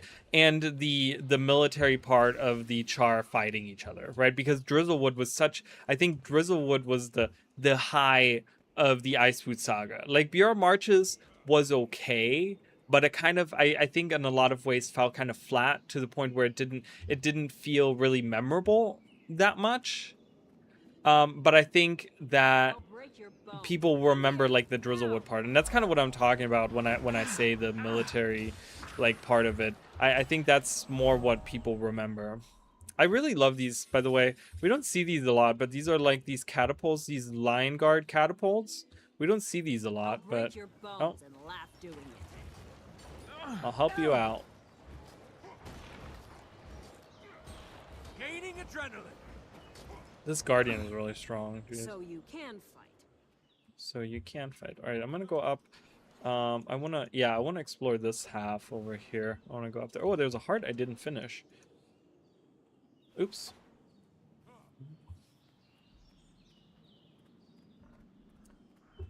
He had this planned. Well, he kind of, I don't know. He kind of talks about how he didn't really have this planned. I think specifically during the like, what is it called? It's a strike, right? The raid encounter where you go with his warband and they talk a little bit about, you know, he kind of talks about it, and he talks about like following orders and following Bangar and stuff like that. I don't think he really meant to take, like, I think he was a sneaky bastard in the beginning to further Bangar and, you know, his warband and, you know, Bangar's ambition. And I think he was taken a little by surprise when Jormak picked him to be his champion. I think there was like a genuine surprise there. But nonetheless, he was a sneaky fuck. I mean, for whatever reason he was being like that, you know, whichever reason it was. Like I said, I think at the beginning it was really just to further the Char, and you know, he was kind of playing the long game, and he was you know, he tricked Bram and stuff because he wanted that he still had that ideal of, and I think that's why he agreed so much with Bangar, was because he had in his mind the Char above all, like, you know, we're superior. Like, he had that same idea in his head, and that's why he was so all about following Bangar, because he's like, yeah, you know, this guy has the same belief system that I do, right? And so I want to follow this guy. And like, he wanted to be a leader, but I don't know if he right from the get-go wanted to replace Bangar, you know? Low on endurance. Besides another war. I mean, it could be something a little bit more, you know, it could be maybe a little bit more about the CORSAIR situation, right? Going to the Blood Legion homelands doesn't all have to be about war, but it could be about, well, you know, I mean, there could be plenty of things. They could have, for example, like, they want us to be there when they do, like, we don't know what it means to be CORSAIR, right? And they talked about, I think there's like, is there a trial? What was the lore behind that again?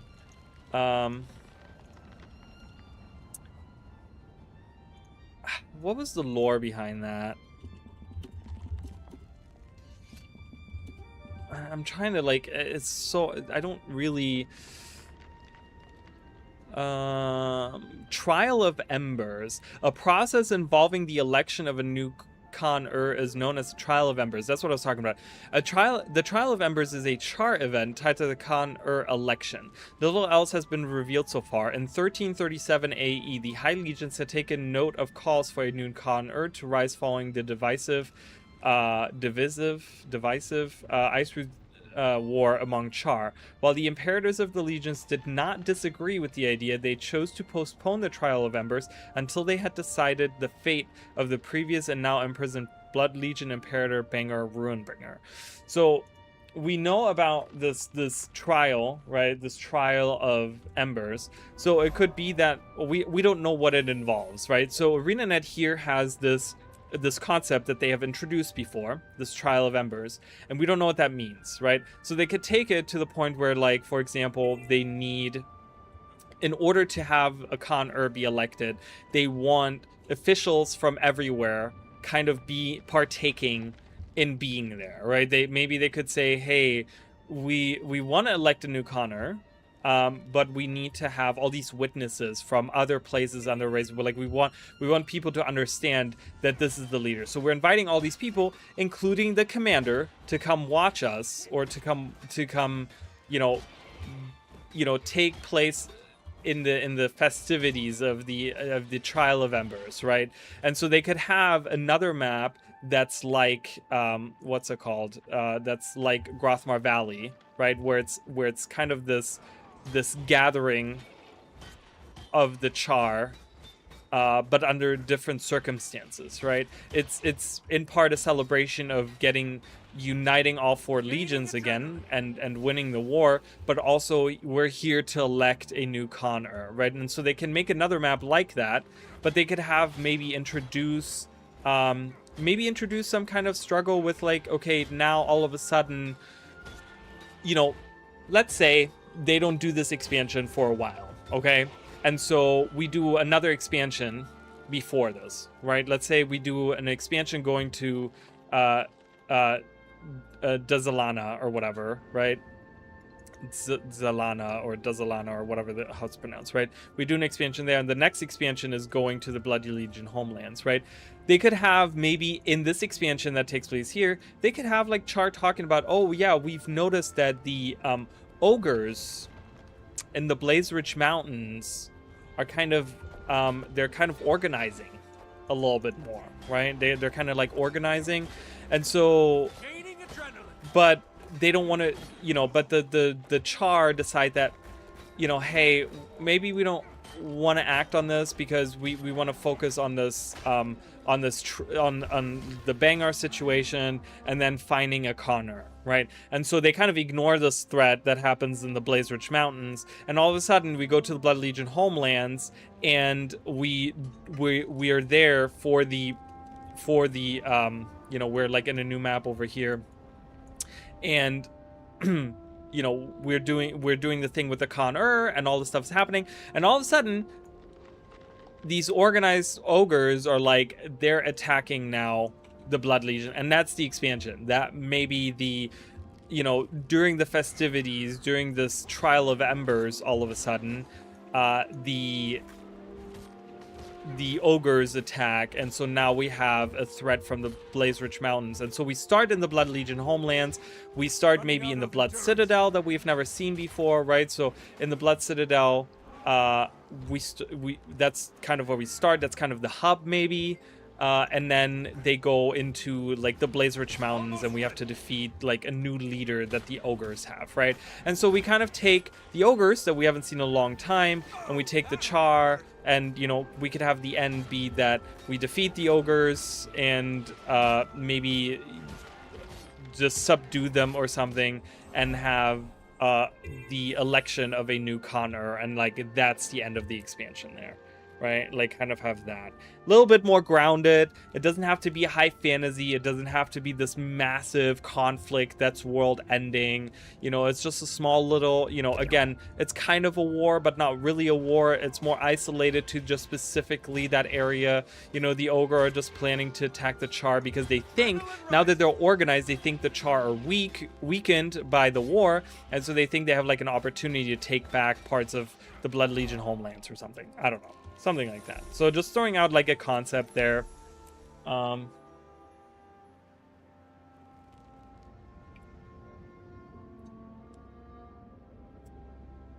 just remember 1337 date. Yeah. Heavily spiritual and shows the true origins of Char Flame Legion. We find out the spirit involving the trial of embers is corrupt from leftover void, and we have to have how. Or we can go with yours or mix out. Well, okay, so it's actually interesting that you say that. Well, the thing is, we kind of know the origin of the Flame Legion stuff, right? It was the Titans, which again leads into Abaddon.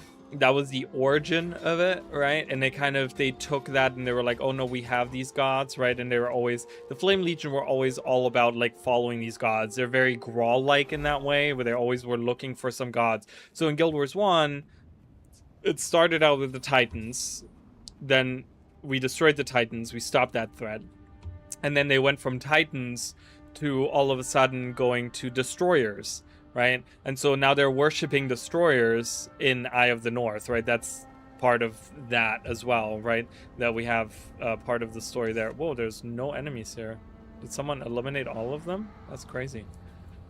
And so we have the we have another Modus Solaris. So close, I can almost touch you. Almost. That's so cool. I love that we have all this Modus Solaris stuff. That's really, really cool. He says, finally, after following you for so long, you're so close I can almost touch you. Almost. Oh, he's summoning rats. Oh, he's summoning rats. Oh, he's a rat himself. Oh my god, it's the armies of the damned. It's the plague. I'm about to die. This is really cool. Is that why there's no enemies here? Because of this event? Oh my god, and they explode into poison? They explode into poison, you guys. That is super cool.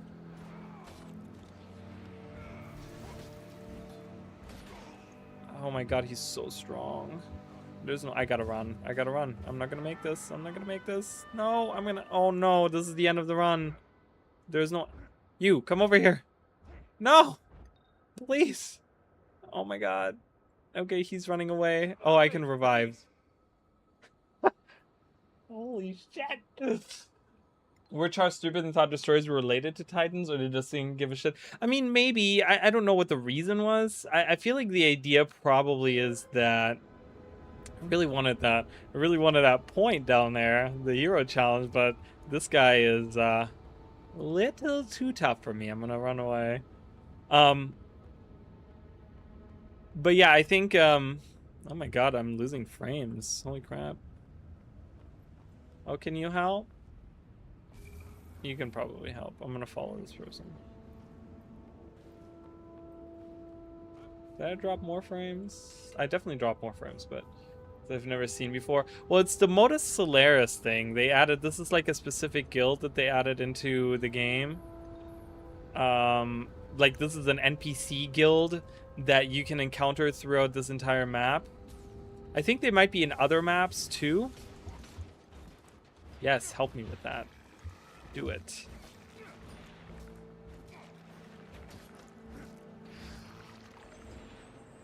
And you can actually, what we're gonna see, I'm gonna go to their they have a, isn't done with you yet.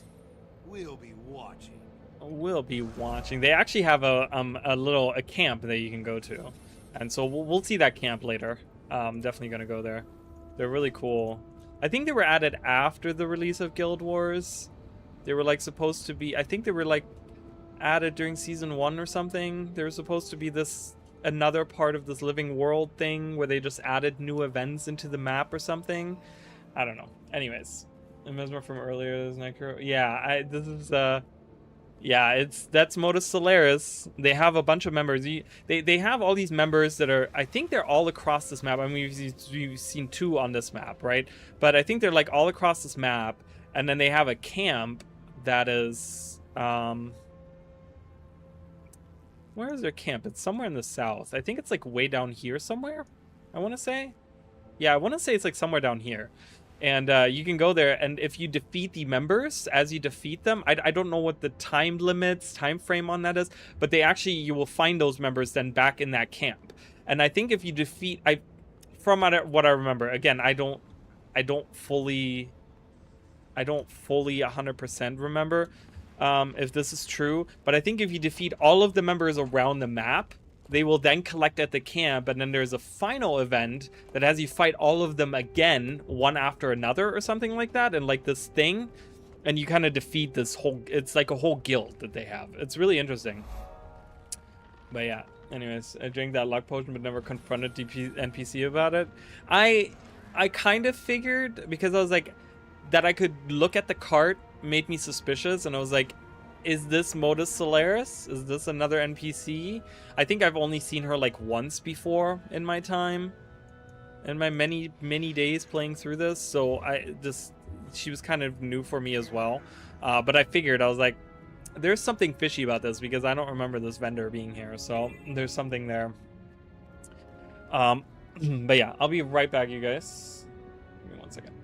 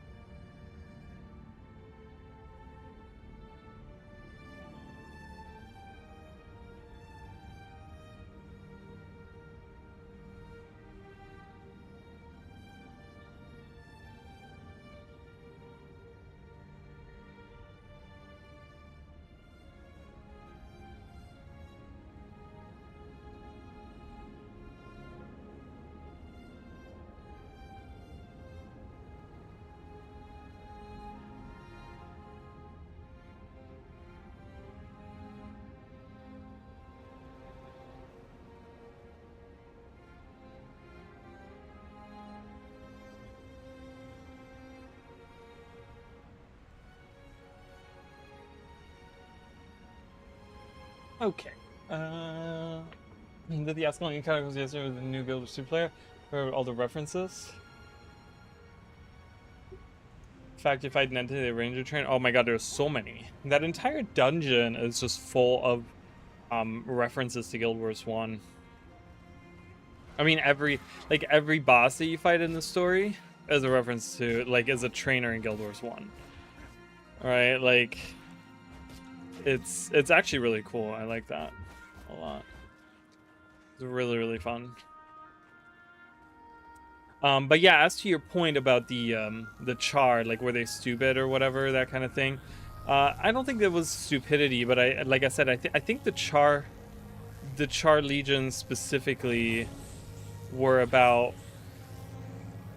the Flame Legion specifically was about, like I said, they were a lot like the Grawl, I feel like, where they always wanted someone to worship, always wanted something or someone to worship.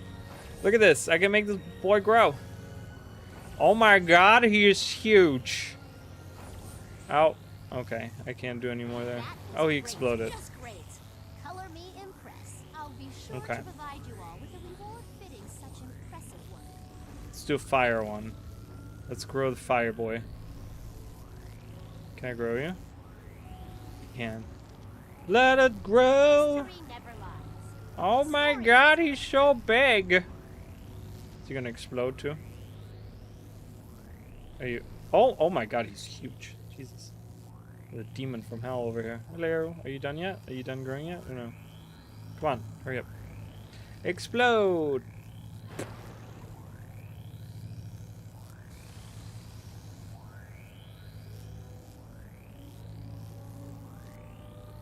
What? What happened? Bring that in there. Bring me an egg. Bring me an egg! Or whatever that is.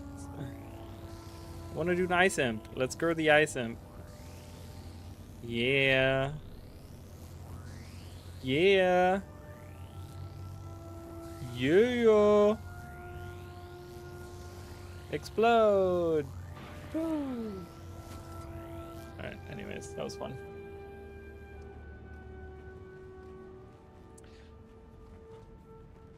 But yeah, so I don't know how much spiritual we'll get out of the char in that sense, because again, I think the Flame Legion is all about kind of moving on from that, moving on from these old beliefs that they have, and you know, I mean, I guess they could have, I don't know, I feel, I'm trying to remember, there was something about the Flame Legion that I feel like I'm forgetting. There's something about, but maybe I'm misremembering. I feel like I just recently read something about the char and like the Flame Legion and where they like got their belief. No, it's all Titan related, right? It's all like related to the Titans and that, and Abaddon, you know. So I don't know.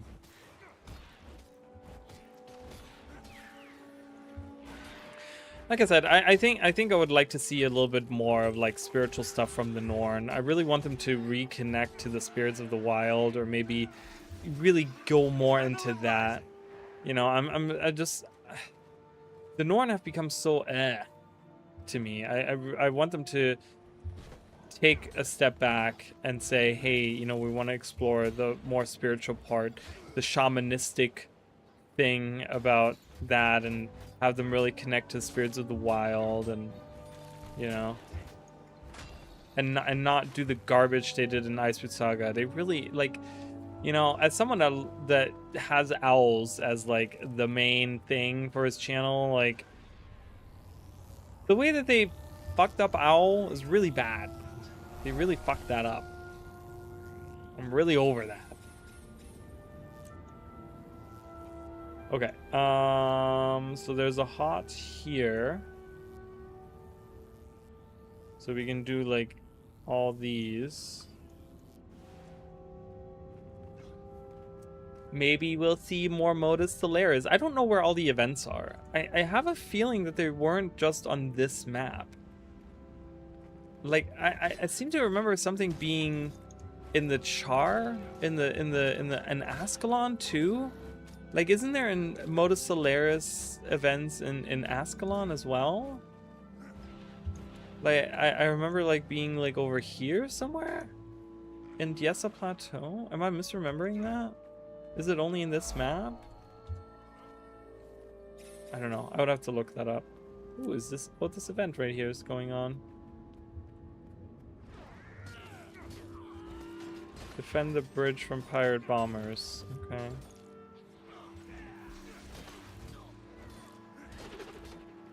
Just choked on my own saliva. Getting started. Oh my god. Yeah, I have that happen. No, the bomber! I can't stop him. Oh my god, I'm gonna die. I'm leaving. I don't care if this gets destroyed. I want to go across the bridge, so I went the wrong way.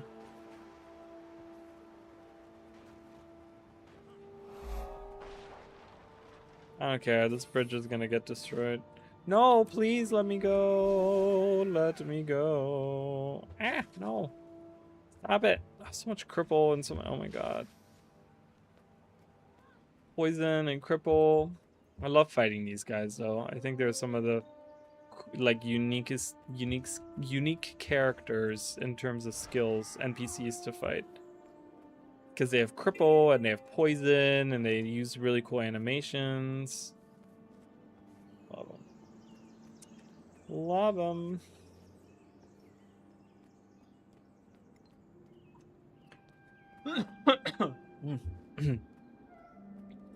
Okay, let's do this hard.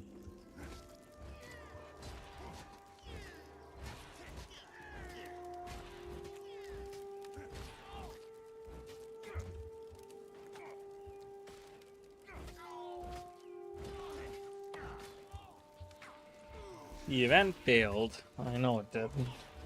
I was all by myself. Excuse me?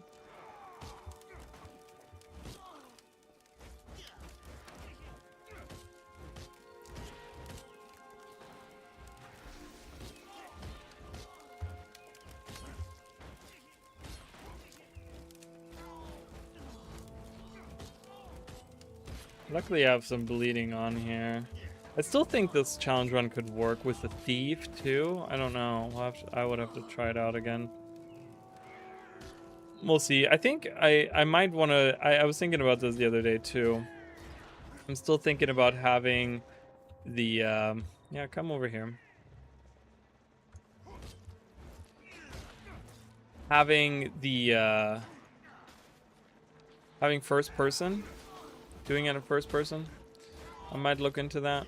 Maybe next time when I do it with Thief, we'll do it in first person. I think there's like a level of challenge there still that makes it a lot harder. Ooh, buried relic. I'll get that.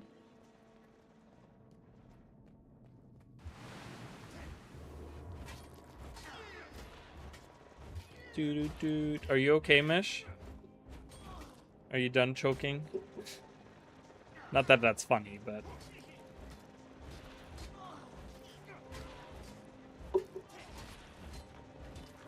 it does suck indeed, though.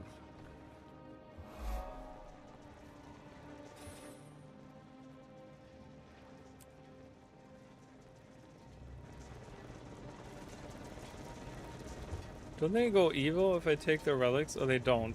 There's some hearts where... oh, powder keg? I don't want that.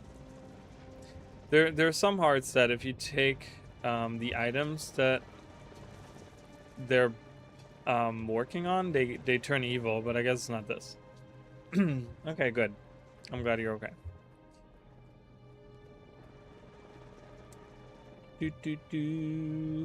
Alright, let's give Leandra these relics here. Knowledge is the greatest treasure. Ah, it's not quite enough.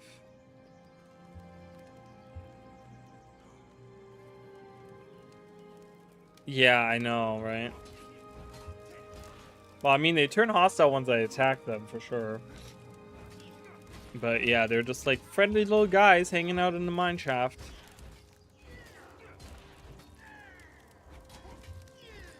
Okay, that should finish the hard, yeah? Okay, perfect. All right.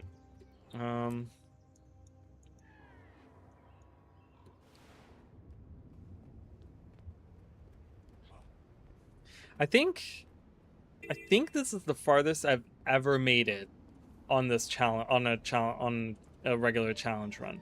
So I think having the armors, being able to use found armors, is probably a good rule.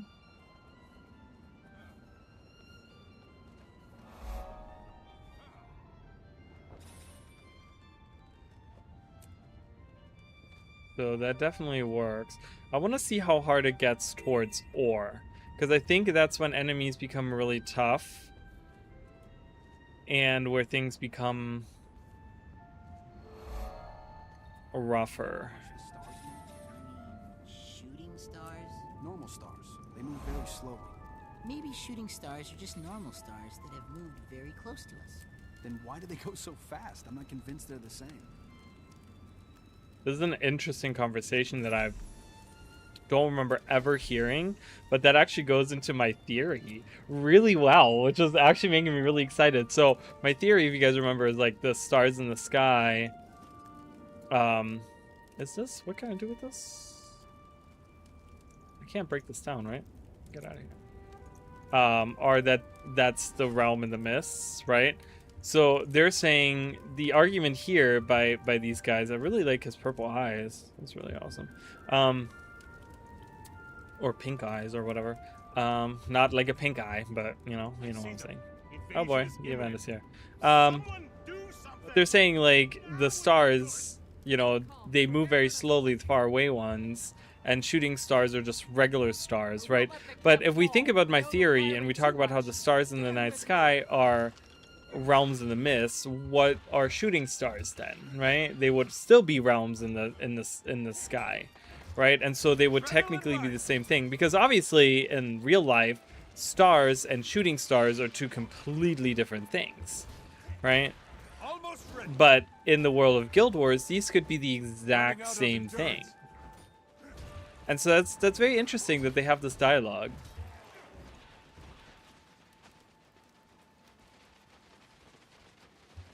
The hero main character we play just goes and wrecks shop in neutral. Yeah, oh, 100%. Again, like I said, I was playing Genshin Impact today, and I've been kind of going through the story because I've been wanting to like unlock the rest of the world to like level up some of these characters that I have and stuff. And like there's one part where we just, you know, there's this peaceful area, and we're just like, yeah, okay, let's just destroy this whole thing, this whole setup that they have there. And I'm just like, why are we doing all of this? Like, there's no actual reason for this to happen. It's just kind of weird. I'm like, okay. Oh, that had to hurt. Hold on, I'll read that in a second. Oh my god, I got the heart done. Oh, this is great. And we're gonna get a bunch of experience from this event. This is good.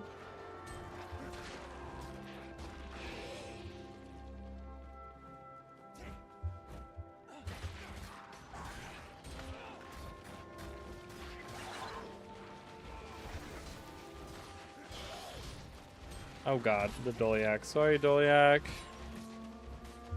Crossfire. Crossfire Dolyak. Almost ready. I love the destroyer designs though. I think they did really well with those. Alright, perfect. Take inventory and find out if we lost any research in the attack. After that, we'll bring the fight to them. Is there a merchant here? Didn't have a merchant? What's that? What is that thing? It's disgusting. Gaining adrenaline. The gods were a shooting star meteor from the planet they were abandoning to the interior. I really hope Guildford goes into explaining, talking about that. This is really good as level. Fields of Ruin for 40. Well, Fields of Ruin is 30 to 40, right? But you mean it's good to level in that? Because Fields of Ruin is 30 to 40. Focus your attacks. We gotta bring this thing down. Yeah. But yeah, there are definitely good areas to level around this. It's just Lornar's Pass is so good because it's so huge. Mess with the research put it to action. We did it! That's what makes it so good. From attacking again. Hit the books. Point in general, yeah.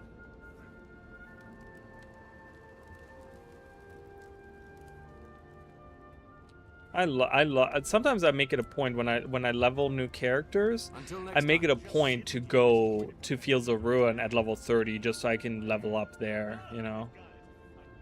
Okay, I think there's a cave. Yeah. So he's gonna be doing an event. Stay alive long enough to complete the incantation. Someone will have to go with me. Because of all the events. That's true, they have a ton of events in that map. Yeah, there's a lot. Don't run away, there's an event happening, you crazy? All these noobs that don't know to stick Our odds around. against the destroyers are better together. Stay close. I love how he goes here and then goes to the left instead of just exiting through that. It's very stupid, but anywho. We'll protect this guy. Yeah.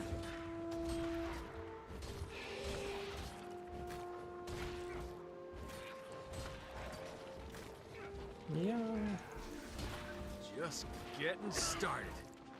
I need help. I wish they had an outfit that's like all rags and stuff. To really hammer home the like survival thing. A special price. Oh, they're selling all these outfits? Jeez. Almost Oh my ready. god, I forgot they added this. Oh my god. Why are we Fortnite? Like that is so Fortnite, you know what I mean? Come on, ArenaNet, you're better than that. Venom Bite. Like you cannot tell me that this is not a that's like a Power Rangers villain, right? Like I've always said that outfit right here, it's a Power Rangers villain. There's no doubt about it. You know, his name would even be like Venom Bite. You know? I've recently been watching a lot of Power Rangers just off on the side. And yeah, 100%. That is, Did he die? He died. Stupid. Now we can fight for real. My god, these guys are so strong. Get out of here. Foxfire.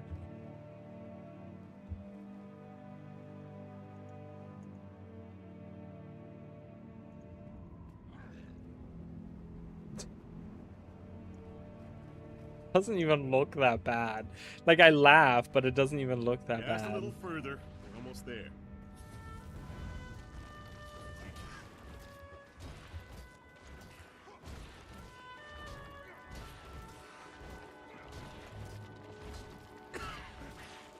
I need help. Almost there. Just getting started. I want ArenaNet to not do outfits too. In Guild Wars 3. Do not do outfits, or ArenaNet.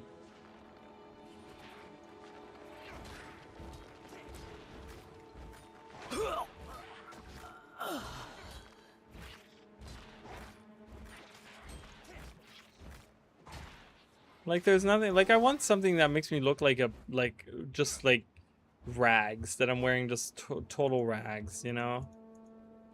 But like none of these, I mean, I have a lot of outfits, but none of these. I don't even know why I have that.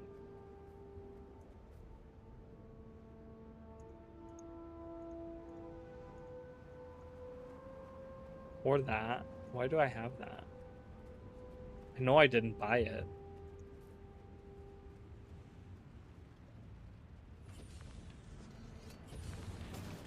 Oh god. I need help. He dies so fast, too. Ugh. Eh. I'm in bad shape here.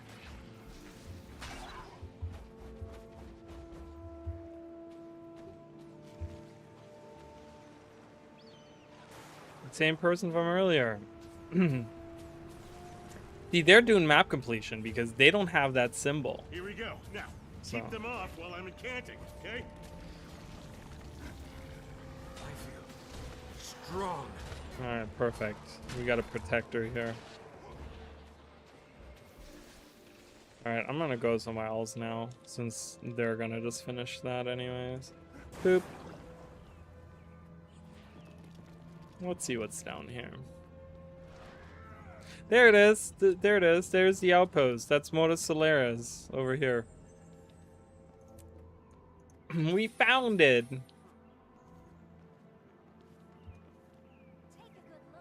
So there's Orma. Take a good look. You can't even begin to handle this. So there's Orma.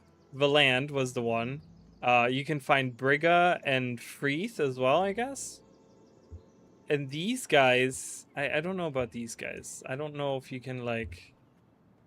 Hi. Hi, he says.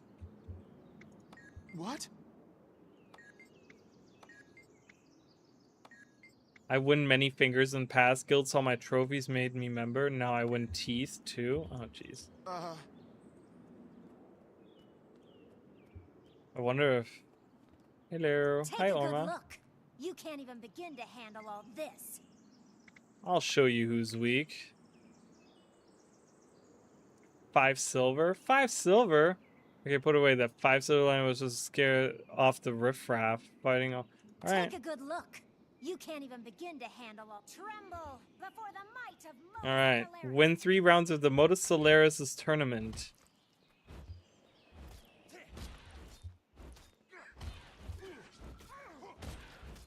Oh boy.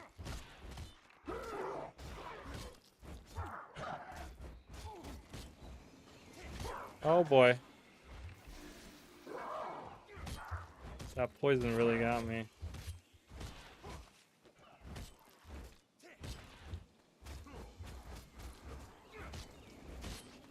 Oh, come on. This is so tough. Okay, I got one. Gaining adrenaline. Let's do that. Okay, this guy doing his little traps and shit, not gonna work for me.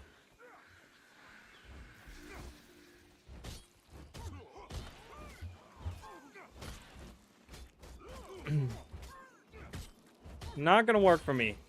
Die. See, I think mobs, trash mobs aren't gonna be a thing. What do you mean? Who do we fight in the open world then?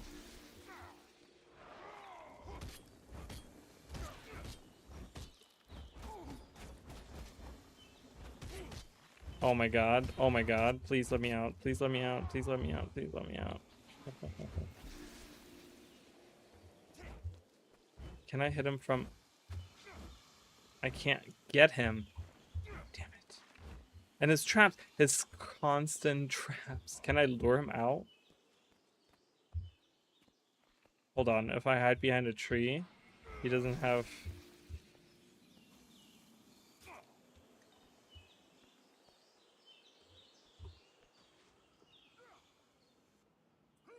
Look at that. Works like a charm. Yeah, you use your traps, it's fine. I can heal, and then I can run away again. I'm gonna hide behind this tree.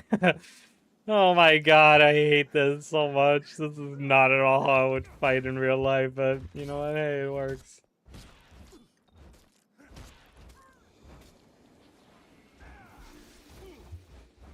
Okay. Oh god, there's more traps there. Oh, why is he running after me already? Okay, we can end this. Okay, we got the first round. Alright, Freeth, let's go. Moda Solaris is going down today. Oh boy, what is he doing? Why is he jumping like that? Oh, there's too many things! He summons all these things. What is all these? Oh my god, no! Oh, that is not cool. The run is ending, you guys. Oh, I'm so sad. Is there a way out? I'm trying to think of a way out. Ready for action. Yeah, I rallied, but that doesn't... I'm not surviving. I'm gonna die. I'm gonna die in like 3 seconds. There's no one here to help.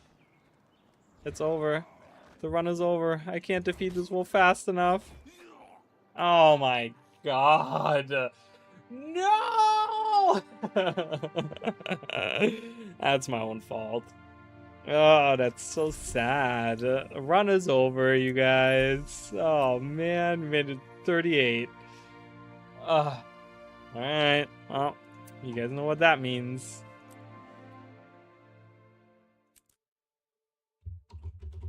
Oh, you know what? I'm gonna what I'm gonna do at least, I'm not gonna revive him or I'm not gonna do anything with him, but I at least want to collect the boxes. I'm gonna at least collect those. At least collect those. You know, that has nothing to do with the run, and I'm not gonna continue with this guy. But yeah, it's over.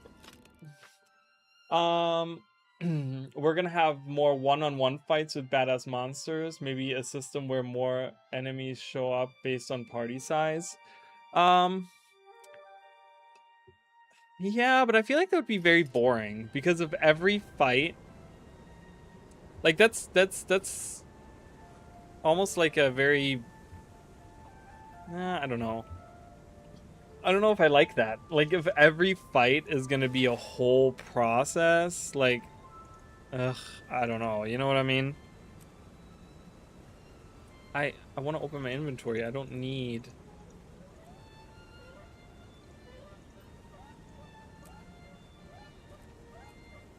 Okay, I'm gonna just sell everything I have in my inventory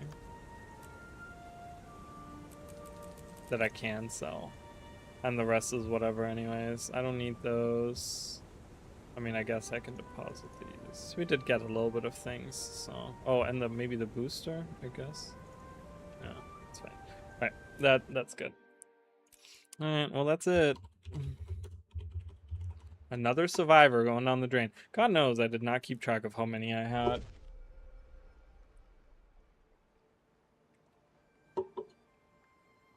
Yeah, but people want to feel... People want to feel powerful.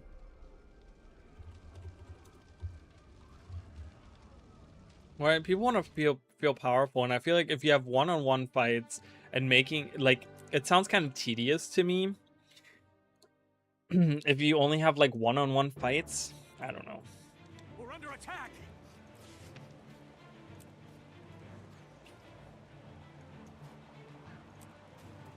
I mean, maybe it could work. All right, I'm gonna do first person. First of all, I gotta get rid of. Yeah, I don't care. No, don't do it. Don't do it. Take off all your clothes. And keep that sword. Alright. Gotta be smarter next time. Smarter, not harder, all that. I'm gonna do first person just to give myself a little even more hardness. Even more hardness. More difficulty. Yeah. Ugh, enemies are so weak now. I could just stay in this area and just level to 80.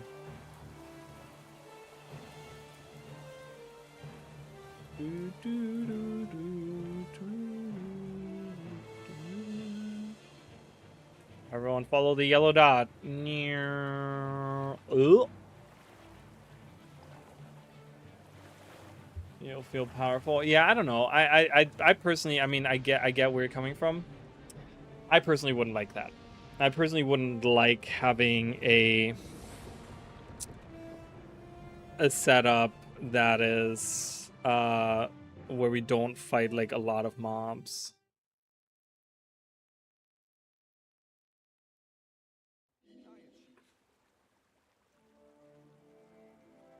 Where am I? Naked man. What happened? What happened? We died is what happened, my guy. That is what happened. We died. We have to restart the whole run because you died. You didn't keep your promise to me that you weren't gonna die. Alright, I want to buy bags. Oh, it's a chicken. It's a chocobo chicken.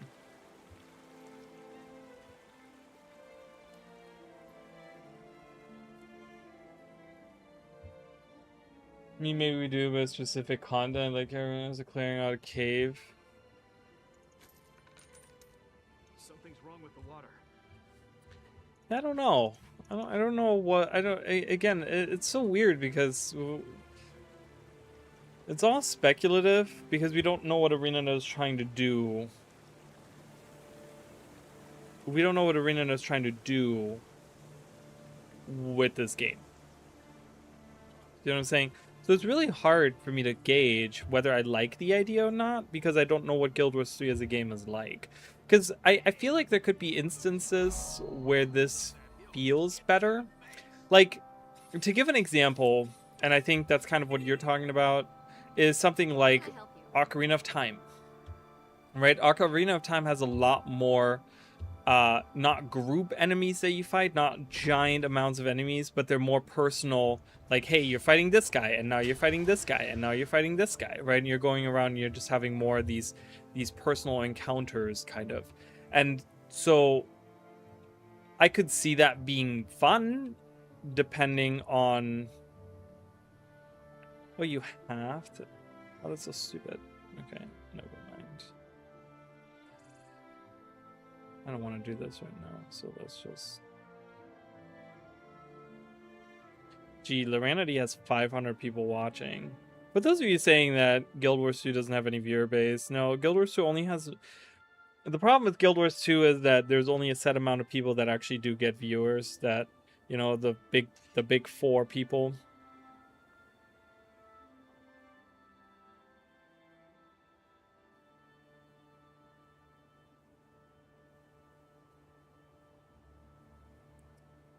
The big four of the content creation in Guild Wars. That's all we really ever get. Did you see what is a video with the devs about Guild Wars? They hinted at the end of what the new content coming is going to be like, or lean towards. I did not see that. I heard about it. I didn't see the video though. I didn't know how long it was, and I didn't watch it. I might watch it at some point. I don't know.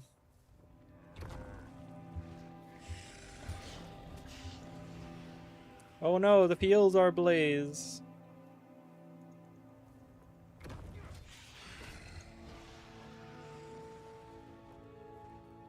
So what was the hint? What were they actually hinting at? Did they give any specifics? ArenaNet loves being vague. Like, if a company could get awards for being vague, ArenaNet would win. They would win all of them every year. They absolutely love not giving specifics. Where every other company, they're like, we're going to add this with this system in this time frame. Here you go. Where Arena is like, well, we have this kind of thing in the works, but we're not going to really talk about what it is until it's ready. Okay, what does that mean? Well, you're going to find out later. And then they're like, later comes and they're like, okay, well, here's a little, this system could look like this. Is that not what it looks like? Well, we don't know. We're being very vague about it. It's like, oh my god, Arena, just fucking stop. Seriously. It's like, it's almost like a game to them, I feel like.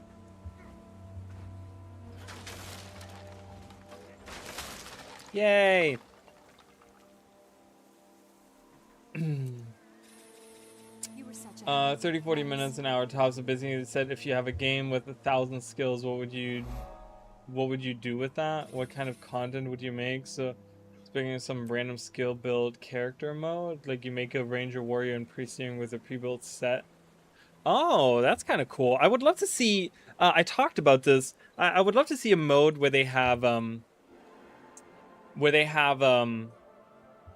procedurally generated dungeons, and it would be really cool to have maybe this dungeon that you go through.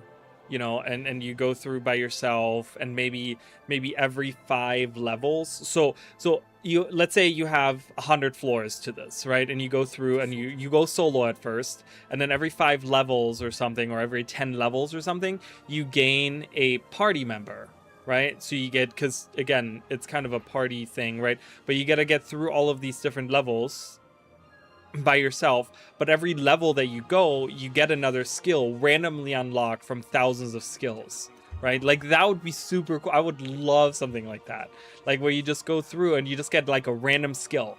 And so every level that you complete, you get a random, or you can find random skills maybe. Like maybe there's chests that you open and boom, you unlock a new skill. And so, and then you can put any class together that you want to do. And you kind of have to use the skills that you unlock that are like randomly unlocked. You don't know what you're going to get. You know, elite skills have like a lower chance of dropping, right? Because they're stronger. And so they could have like this random thing. Also tossed some ideas, thoughts at them, said, bet that can't be done. And just actually turned it around on him and said they now have the tech to be able to do quite a bit.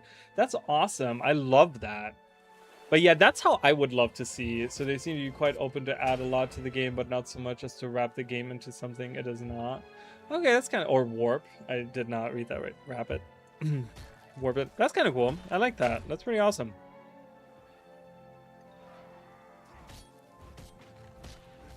Yeah, I might watch that at some point just to kind of see what they say.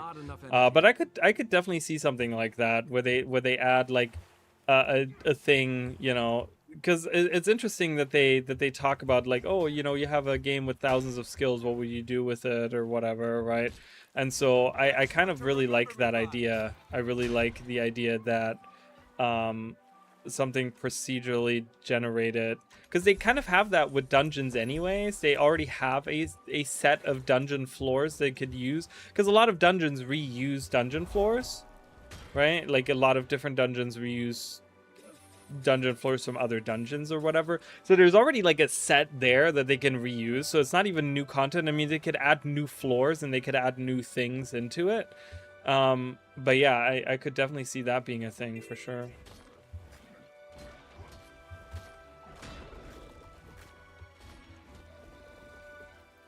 The harpies are coming. Herpes will be its own thing. Guild Wars its own thing. Guild Wars 3. Future looking bright. It is. I think it's looking really, really bright. With the amount of new people that we have coming into the game and stuff, it's looking really, really good. Not enough energy. I can't wait.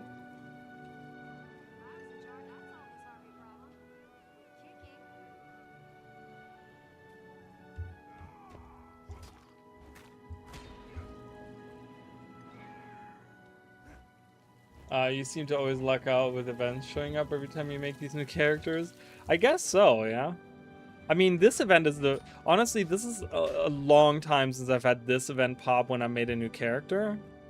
I sometimes get the Elder Earth Elemental event that pops up sometimes, but other than that, sometimes I'm kind of on my own when I go.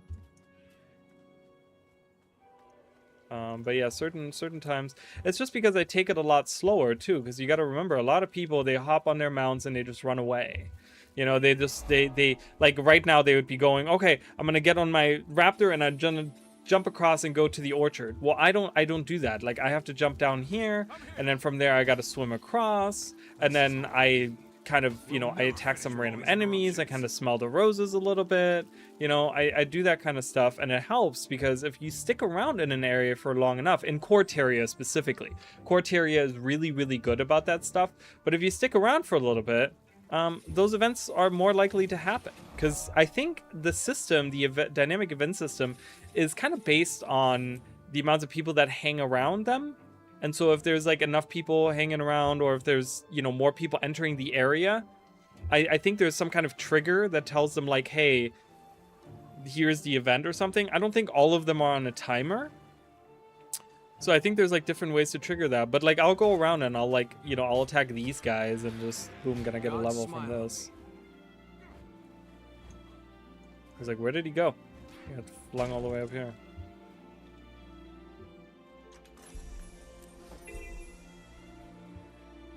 But I can't play her yet. She's for Hall of Monuments too. Yeah, I might have to get a new character slot either, or I might have to delete some. There's a couple of characters that I'm not super happy with, and I might just like make new characters and just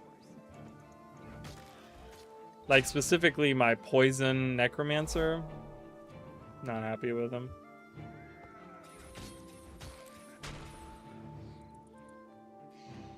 He looks cool, but I don't know.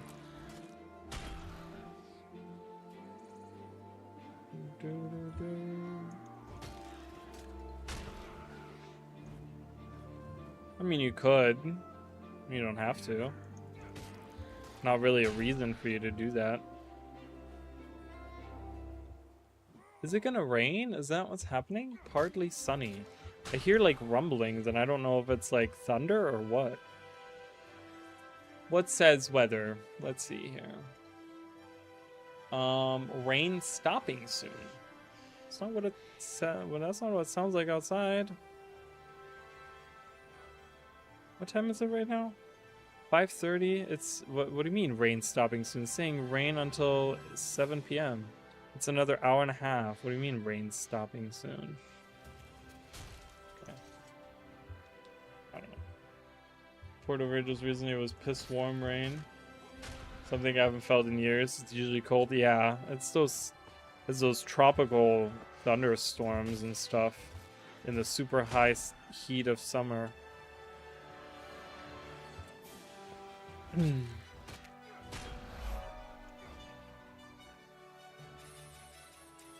See, I got this time around, as you saw, I didn't get a single event here. Usually I have some kind of event happening, but I'm moving away from the orchard now. And I didn't get any events there. I achieve things. I'm an achiever. I'm an achiever. Alright, I can put those on. What just happened? Oh, I didn't even... Hello. I didn't realize I walked by. Oops. Oh my god, what is going on? Did I just get another pair? Oh no, that's the same. What is going on? Please, out of combat. Can I just, for 2 seconds, stop something? Just 2 seconds. I just need 2 seconds. Oh, I could have probably broken that down. Okay, let's just do that. Go. Yeah, it's usually cold.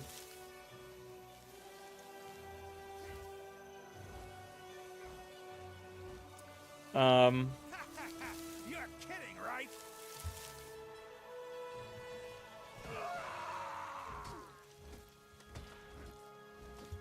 If only I could. But yeah, what was I saying earlier? I keep trying to, when I was like perfecting Utopia, which arena net could make we have our own personal instance of a map and events time perfectly for when you're going around doing it.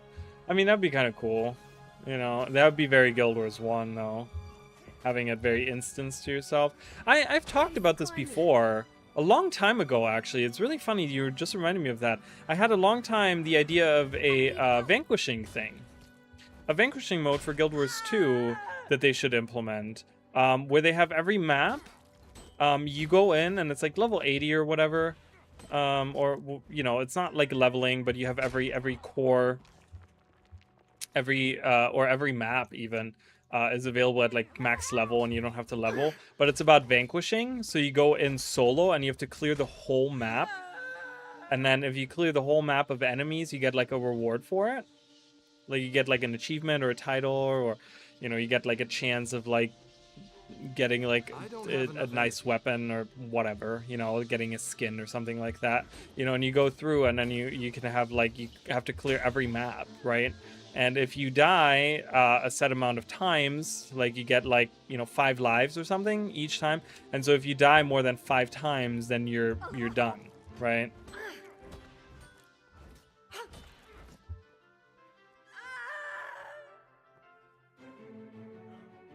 So no enemies. Yeah, exactly. So you have to clear out the whole map. And so, because that's the cool part in Guild Wars 1. A lot of people really like vanquishing in Guild Wars 1, where vanquishing, you know, you go around and you clear all the enemies in hard mode off of a map, and then you get like a cleared thing or whatever. You get like money and you get like points, and you get, you know, you can, if you do it in the whole region, you do all of them, you get like a big achievement that you can put in the Hall of Monuments and stuff like that. So it would be the same thing. You get your own instance of Queensdale that you go through, and you have to completely clear it out of all enemies by yourself. You know, they could maybe even have like a mercenary system where maybe you can take like an NPC with you or something like that. Maybe that can help you. Or something like that. I don't know, you know?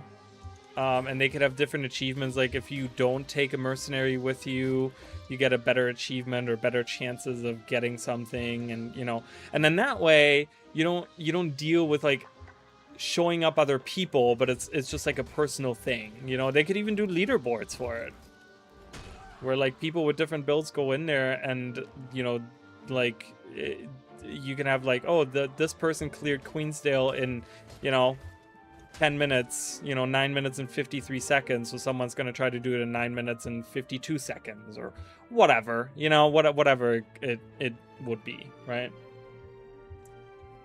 And the events wouldn't scale. Yeah, and then you have like random events that happen where if you go around the map, you just have like random events that could happen. And you could, yeah, and you just, there are no dungeons in the expansions. Well, that's true. There are not.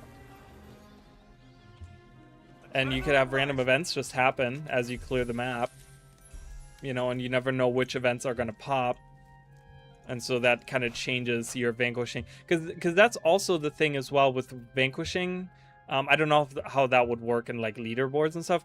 But vanquishing in Guild Wars 1, you have, depending on what events, or not events, but quests you have on you, they change the spawns of enemies too. So there are certain events that certain quests that you want to take because they have less enemies spawning, so it's easier to complete the areas, right? So there's that kind of aspect to it as well. The poisoner.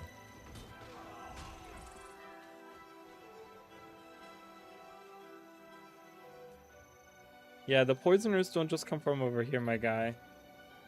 They come from other areas, so pay attention to that. Hold on, I'll read that in just a second. I want to get to... look at all these new people. This is great. Oh, there's a world boss starting. Oh, poisoner. Different group of people these days making requests, by the way, when it comes to their section on forums. Nobody asking for a bestiary. I wouldn't ask for a bestiary in Hall of Monuments. Why? Make my own post, feel like it'll be drowned out. I don't know what the Hall of Monuments has to do with bestiary. Or are you just talking about like changes in general? I don't know if I would want them to put effort into that right now. I don't think that is what the game needs right now. Oh, it's a whole yearly. I see. Yeah, I don't see how that would help the game right now. I'm right there with you. Like, I absolutely want to have a bestiary in the game, or bestiary. I guess it's bestiary. Right? The way that's actually spelled. Whatever. But yeah, I don't know. I don't think that is something that they should focus on right now. Like, I want to see that being added, but I want to see that added. You know how I want to see that added? I want to see that added as a feature for one of the expansions.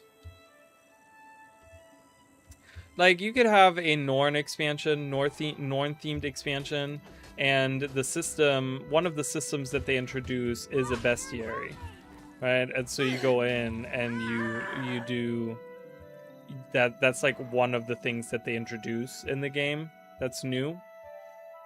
And they go in, like, you know, instead of like, they don't always have to revise old systems. Not every expansion now has to do that. They can still add new systems into the game if they're meaningful and if they're deep and if they're not just shallow, you know. But yeah, they could add, you know, a bestiary, but I just don't know if that fits into what they're trying to do right now, because I don't think that really improves the core game. I feel like there's more egregious things that they really need to work on right now, and the changes that they need to do in the game. Running out of endurance. But in fact, it's spelled bestiary is one of the silly language things. Yeah. Yeah, you know, and like I said, I would love one, absolutely. Like, I'm right there with you, you know that. I've talked about that, but I just don't think that is that is the time and place for it to be added, because again, we're adding a new system. Like the Hall of Monuments thing, you know, I guess they're kind of lopping it all together, but the Hall of Monuments thing together with the, yeah, it's thundering outside really bad. The Hall of Monuments thing together with the, you know, the bug fixes and all of that stuff, that really, like, I had a point and I lost it. I lost my train of thought. I fought through a dozen of those animals to reach safety. Lost so much blood, I Gaining adrenaline. What? Oh, I was like, how did I level up? An event finished.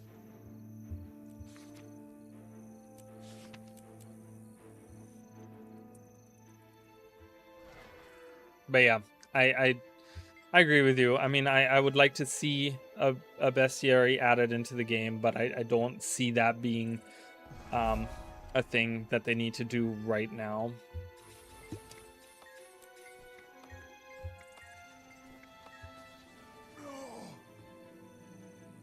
Hi, how are you? Welcome in, Gwenokami. Welcome, welcome. We're just discussing all things Guild Wars 1, 2, and 3. Because we're so cool, we can discuss 3 different games now. Get that chieftain. Get that chieftain. Get him. Where did he go? Hey, thank you so much for following. I appreciate it. Speaking of expansions, I wonder if ArenaNet would ever add an entirely new class.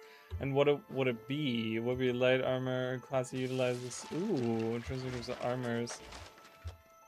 Would ever add an entirely new class. You know, race, I'm at the point where, you know, I've completely written off adding new races into the game. I don't think they'll ever put that effort into the game. But with classes, that's actually interesting. I don't know. I don't know if they would do that, if they would dare to.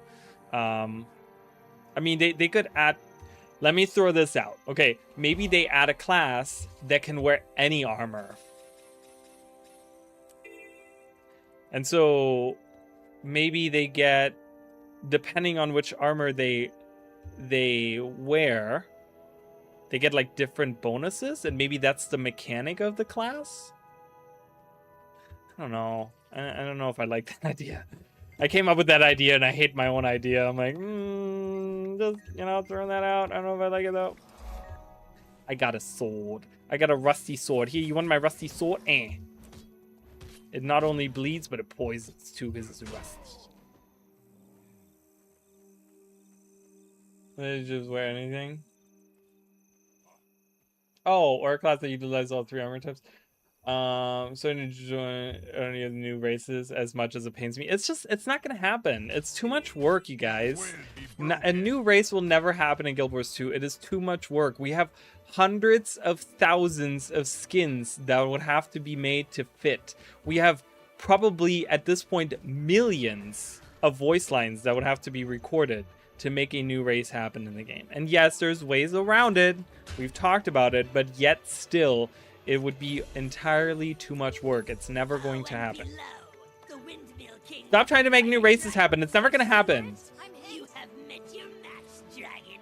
You've matched your... So they actually referenced the whole... This line... the magpie line that he uses actually is referenced in the antiquary. They actually talk about the magpie. This is the only time that we hear about a magpie, right? Evil magpie, you're not a dragon. So that's the line that he says there. It's actually referenced in the antiquary. It's actually, I think it's the it's one of the minor trait point. It's something like magical magpie or something like that is what it's called, or something magpie. And it's actually referenced because it's a script that actually says it in Guild Wars 2. I don't know if anyone ever caught that. I don't know if that is such a obscure reference that no one even realizes that there actually indeed is a conversation, like a dialogue. Why are you stealing this rock? What are you doing with this rock, dude? Don't be taking rock. He knocked me down with the rock. Get out of here, rat. Rat on 2 feet. Two-footed rat. Guild Wars 2 is my new hope that new expansion DLC for that game will be new races, which has me worried. Guild Wars 2 might have less voice acting. Well, less voice acting from our main character, but plenty of acting from other characters, which could work out nicely. Yeah, I think I'm okay with that. I don't know. Interesting question. I think we're gonna get some decent voice acting. I think there's gonna be some decent amount of voice acting in Guild Wars 3 for sure. I think ArenaNet needs to not translate. I think it would make it easier for them to make voice acting if they don't translate it into 5 languages. Like other MMOs do it, but I think other games don't do that, right? Like other regular games, RPG games, they don't translate all of their.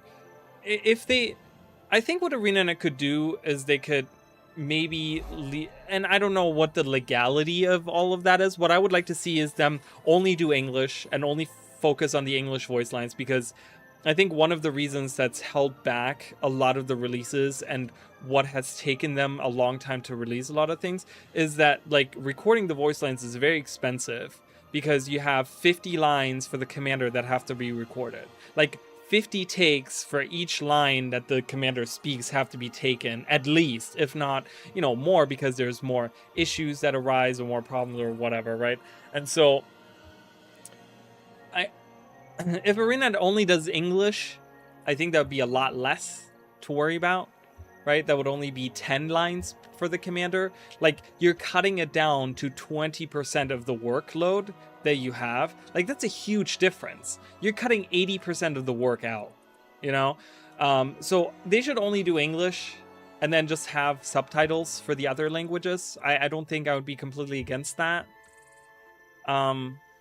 And if they wanted to, and again, this is where I go with the legality thing, is like if they wanted to maybe leave it up to some other companies to like translate it for them, but they don't have to like necessarily, like maybe some other publishing companies, they can do it like in other regions or something like that. I don't know how that works, but I really think we should just have English. Just have English, because honestly, and you know, we had this whole debacle with in German, how they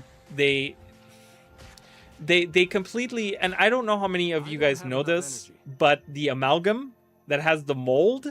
So there's 2 translations for the word mold in German, which is the mold that they talk about amalgam, which is like you're molding the ooze onto you.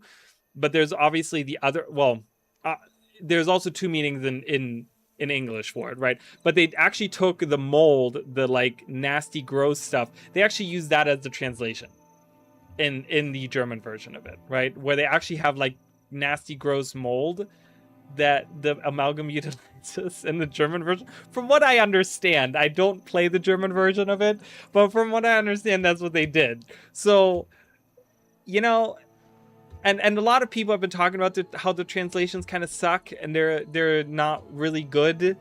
So why force yourself to do them when you're not going to do a good job with them anyways? Like, just do it in English. And, you know, many other games have it too. They're just in English and they don't have necessarily voice acting in other languages. You can still translate it, I guess, but I don't know. SWTOR translates to like 11 languages, but SWTOR had money, still has more money, maybe, I don't know. Well, the thing is that they might not necessarily have a lot of money, but they are definitely backed by huge companies, by massive publishing companies and massive like companies that are willing to kind of invest that kind of money because they can still make money out of it, kind of thing. You know what I mean? With Guild Wars, I think Guild Wars and ArenaNet, like they're kind of on their own in a lot of things. I don't think they want to let NCSoft take charge of too many things. Again, I don't know how all that works, but I kind of feel like they're kind of like, no, we're gonna do our own thing and we're okay, kind of just doing our own thing or whatever. So, leave the translation to AI. Yeah, I don't know. I don't know about that.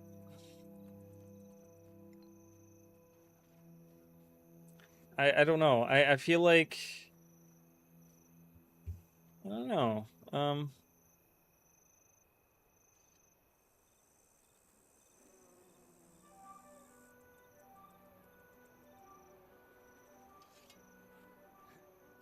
I keep losing frames every so often, and then it disconnects my stream. I don't know what's going on there, but yes. But yeah, I just do it in English. I think Arena needs to realize, like, I get they want to be all inclusive and be able to like reach all the corners of the world and It's just, you know, I think only translating it or only having it in English and then maybe doing some translate, like leaving the voice acting in just English, like I said, is already less work. But I think that leaves more money to be able to bring it to other nations, right? Like there's a huge demand of it for like Brazil, for example. I heard like people in Brazil really like there was something on one of the streams where like a lot of the Brazilians were like, oh my god, we want a game in Brazil, like release it here, you know. So use the money that you would have put into translating the stuff in voice acting and getting all these other voice actors from all these other languages and use that to release it in like other areas of the world. I think they'd make more money out of it, and I think that would be a much smarter decision, like I think overall to do. So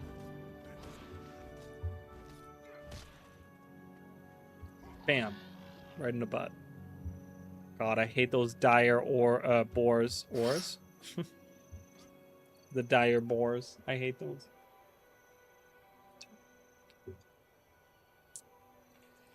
Ooh, look at this guy. Oh my god, I can see inside your eyeball.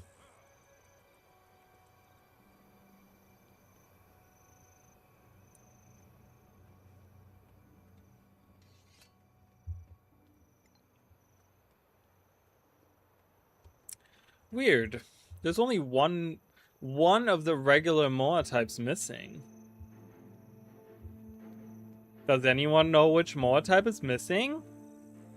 They're actually frequently found around here. In Kryda, in Queensdale. There's actually multiple places in Queensdale that I can think of where I can see them. Actually, there's one right next to here.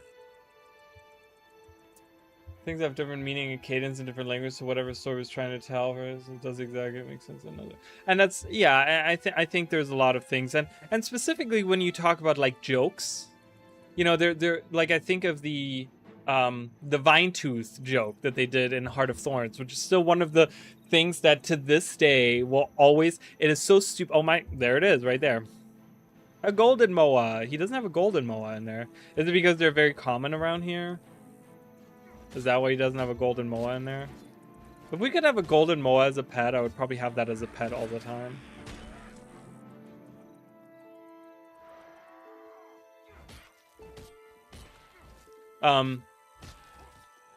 But yeah, the Vine Tooth thing, right? So the joke in Heart of Thorns, and again, I don't know how this translates to other languages, right? Probably doesn't very well, but it's Timey talking about, like, you know, that they encounter multiple vine tooths. Okay, and she's like, is it vine tooths or vine teeth? Well, I don't know, right? And it cracks me up every time I hear it. I think it's a funny piece of dialogue, but does it make sense in other languages? Probably not. So it's like, what is the joke that they made there? Was there a joke there, or was it just like, didn't I would name it Chocobo? Oh, I would love that, right? Oh my god, I love that. Why can't we have a golden one? I want a golden Chocobo, or a golden MOA, Chocobo MOA. I want that. ArenaNet added into the game. It was actually planned. It was one of the planned pets that they had for Guild Wars 2. They actually had that planned.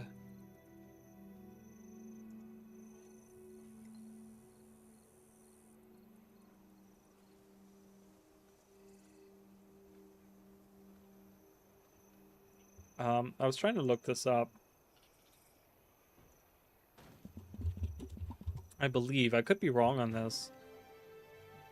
Yes, so before release, juvenile golden moas could be found in Chamber Fields or selected as the character's first pet as a human ranger. It was removed before the 3rd beta weekend. Why, ArenaNet? Why did you do that? I would love that as a pet. Was Panda planned? I believe Panda was planned. Maybe? Maybe not?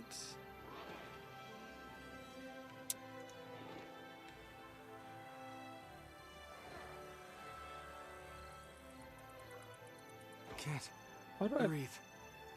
Uh-oh. I'm dying. Actively dying. Luckily, my character let me know he was dying. Thanks, my guy. Many a mighty beast has succumbed to my might. Did I tell you my wife is pregnant? How does that remind you of your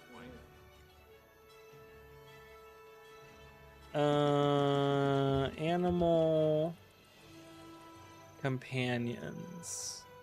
Where did I read about all the...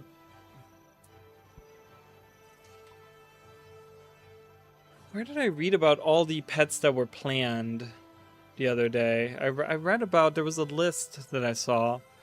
Where did I find that again? There was a list somewhere.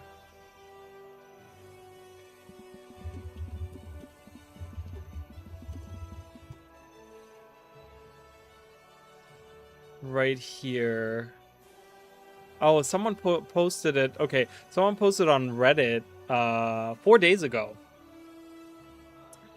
So they had a juvenile golden moa, a juvenile green jellyfish, a juvenile pocket raptor, a juvenile spike nose beetle, a juvenile sprayer beetle, a juvenile sand eel, juvenile sand shark, a juvenile shadhavar, those weird camel-looking creatures, and that's it.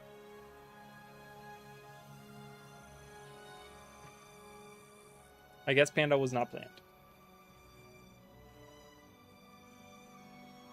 I guess Panda was not planned.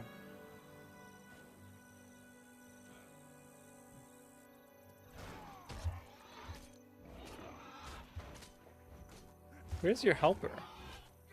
Where's the other lady? What was her name? Emmy or something? Where is she?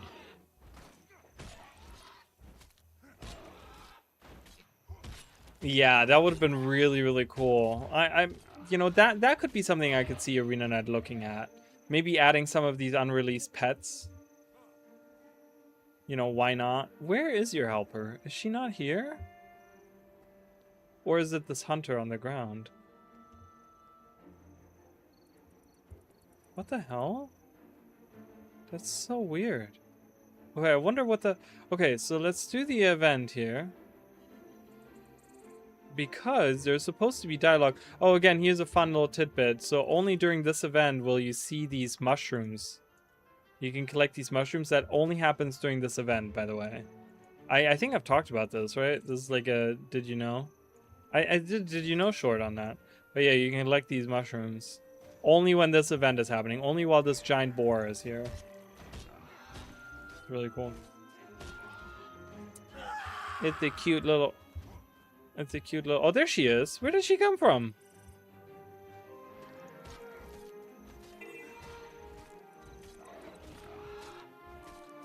I was really hoping to have, like, dialogue without her. Because they have dialogue about it. Die, boar. A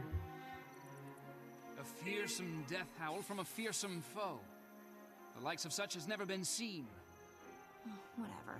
It was big, now it's dead. Show some respect. Now collect the head. Lord Beetlestone must have his newest trophy.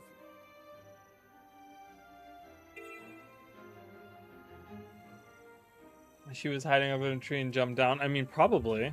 You're probably not wrong. She's probably glitched into some tree somewhere.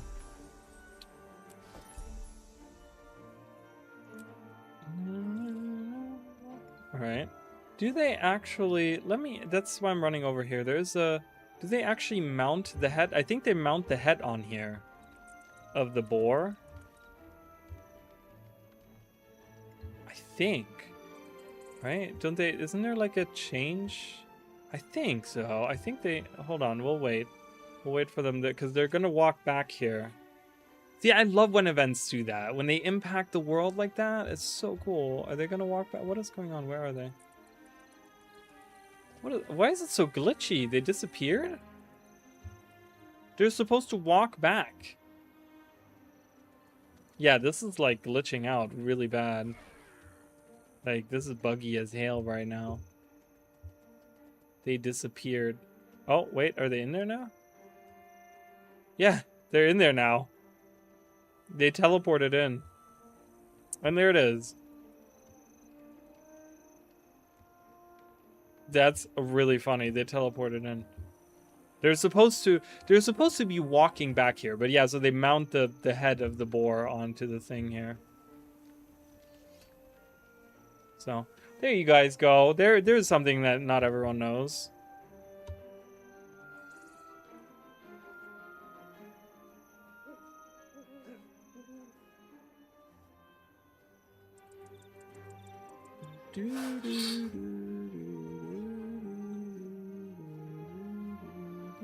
I hope Arena goes back to that, right?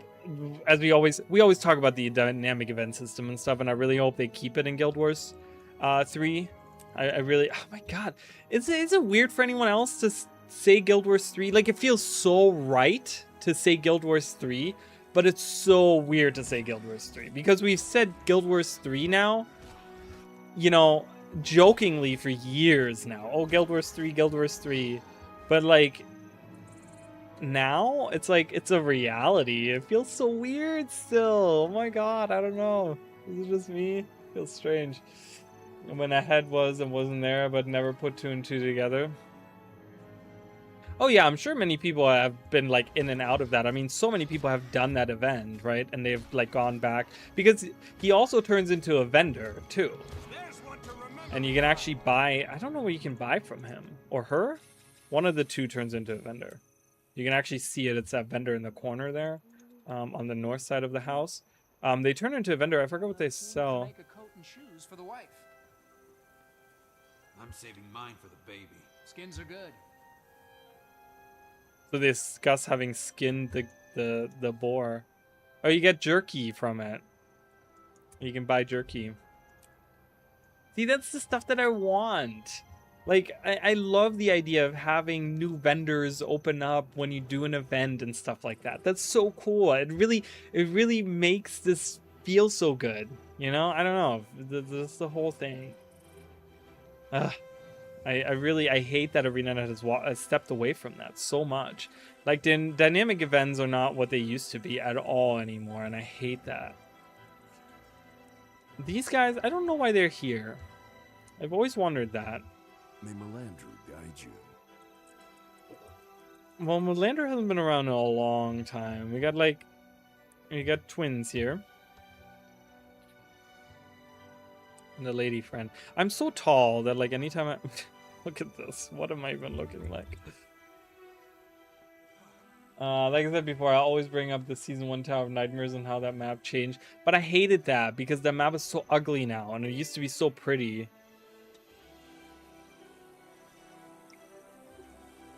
I don't like that. I mean, they tried to do it and the reception was really bad. I think people really hated the idea of changing. I don't really want to do this art. I can kind of cherry pick right now what events I want to do that kind of content and abandon it. Oh yeah, for sure. Oh, I know. Well, they did it a little bit with Lornar's Pass, which was more of like a retroactive thing. I feel like it's not quite what you're talking about, you know, so I can't really count it, but hello. Oh, that's the one you can't wipe away. I forgot. Good to meet you.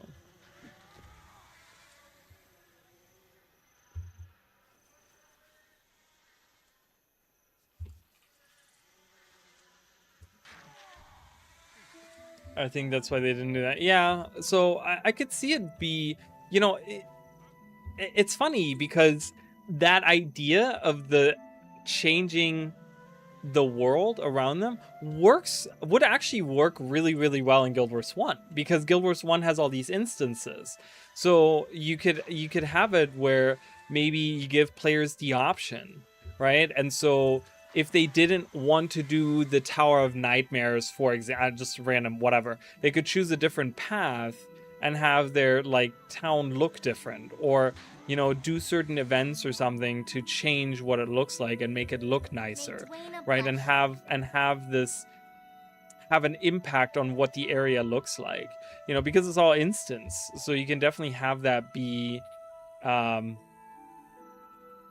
you know, that's very doable in Guild Wars 1. Have everyone have their own individual like instances or something, you know. But they have the perfect engine for it. Yeah, I don't know. It really, again, we don't know anything about Guild Wars 3.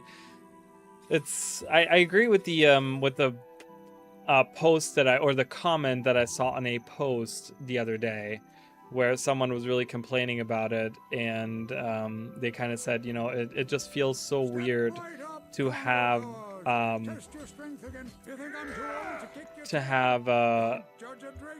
to talk about Guild Wars 3 and be hyped for Guild Wars 3, because we don't know anything about it, and all ArenaNet really does is they're shit talking all the other MMOs and talking about how all the MMOs are doing this wrong and that wrong and how we want to change it and blah blah blah blah blah. I don't fully agree with what people said in that thread that I read, because a lot of people said that ArenaNet does exactly the same thing that they're saying they're not going to try to do, which I don't really agree with. I don't think I think the post that they put out about the philosophy, right, that's kind of what they were talking about. And I think ArenaNet is really onto something with it, and I don't think ArenaNet is that type that would say, you know, say that stuff if it wasn't true for themselves kind of thing. Like, I don't know. Because a lot of people are like, you know, they're talking about this and that when they're doing it themselves. You know, they're shit talking all these other games and MMOs and whatever, but they're doing it themselves. That's the whole crux of Guild Wars 2 is like the you know, the main issue is exactly this, and they're saying that they're not doing it. And I was just like, I didn't fully agree with it, but there were certain points definitely in the post where you know, it's really hard. Like the thing that really spoke to me was just the idea that they want us to get hyped for Guild Wars 3, but we know nothing about it, right? We know absolutely nothing about it, and everything they're giving us is just vague ideas of what they want to do and what they improve, and not even like we want to do this, but it's like, here is this and we want to improve on this. And it's like, okay, but are you like, what does that mean for Guild Wars 3? Like, we don't know. And that's what bugs me the most, right? The vagueness that like everything is out in the open, and we or nothing is out in the open. We don't know anything, you know? Yeah, Force Gaming has done 2 videos so far where he basically saying stuff goes like it's definitive and it's pissing me off. I'm too tired to bitch about it in his comment section. Yeah, no, and that's the thing, is like, you don't want to argue. Well, it's, you know, people like that, and you know that that's what they do it, right? They do it for clout. They do it because they think that they're like, oh, I'm gonna get viewers if I tell them something is fact and I know more than other people. People are gonna, you know, want to listen to me more because they think that I know what I'm talking about and blah blah blah. You know how they are. You know, that's how the people are, whatever, you know. I think that's one of the reasons, again, why my channel doesn't really take off, because I don't go around, you know, spouting bullshit like that. Like, everything I do is all theoretical, and everything I do is like, we could see this, we might be able to see this, you know, they could do this, blah, blah, blah, blah, blah, you know.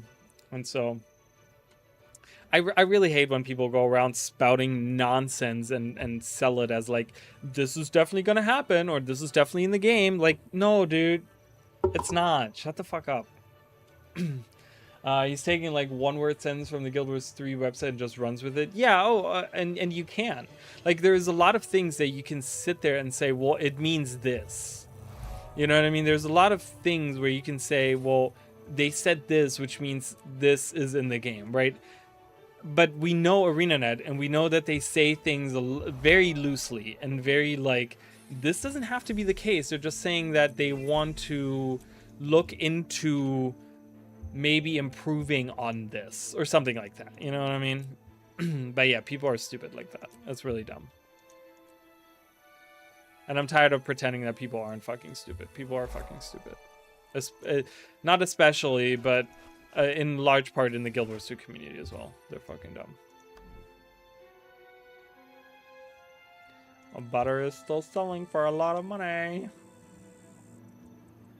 And I'm not saying the entirety of Guild Wars community is stupid. Obviously, that's not true because I'm part of the Guild Wars community and I'm not stupid. So, just kidding. No, but it's, you know, it's just, there's that vocal minority of people that just want to spout nonsense. And so we hear a lot from them. Too much.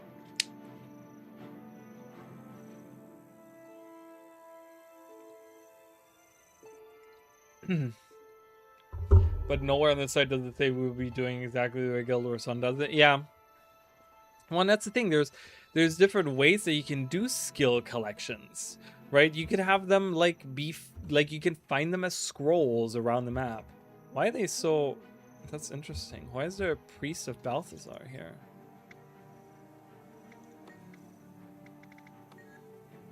Interesting. Interesting. Little observation here. But yeah, you can do skill collection in a lot of ways. You can find it in, you know, if you have like scrolls or text that you learn skills from, you can have those strewn everywhere. You can have them drop from enemies. You can have them like drop, not meaning that you have to capture them. You know, you can have them drop from chests. You can have them drop from events. You can have them drop from story things that you do, you know, where, oh, you complete the story, you gain this specific quest. What the fuck is going on here? What is with this lamp?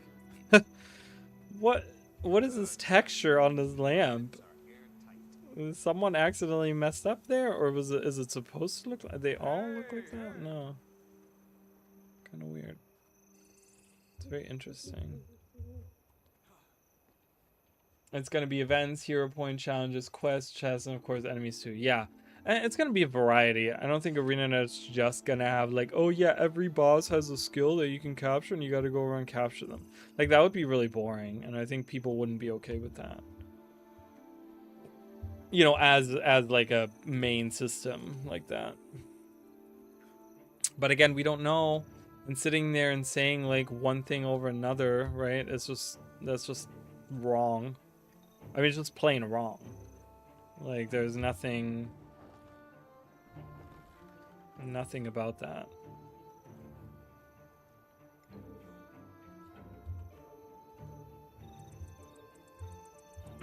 Yeah. Oh, for sure.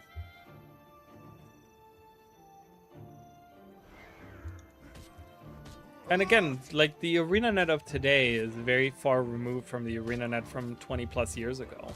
You know what I mean? I mean, it's just, yes, you have some senior people that did work on Guild Wars 1 still working there, but it's a completely different company. It's a completely different engine. It's a completely different game.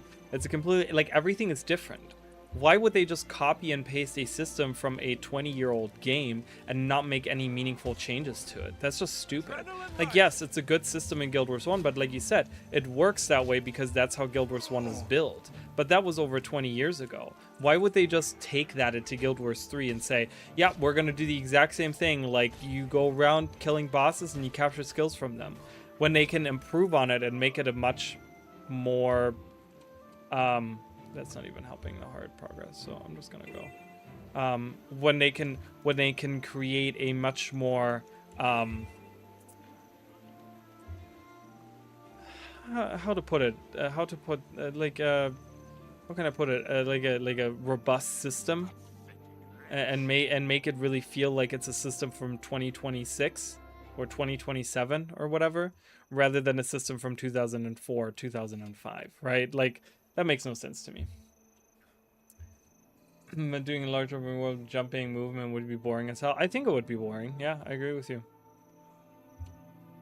I agree with you 100%. I think that would be really, really boring.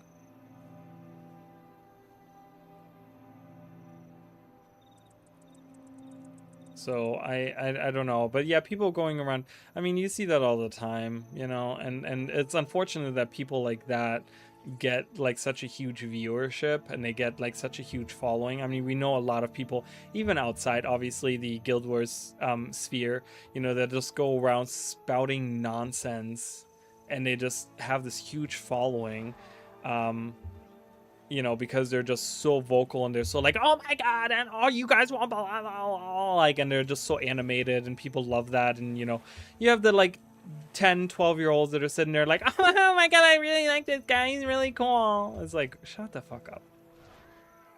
All of you as a collective, shut your fucking mouth.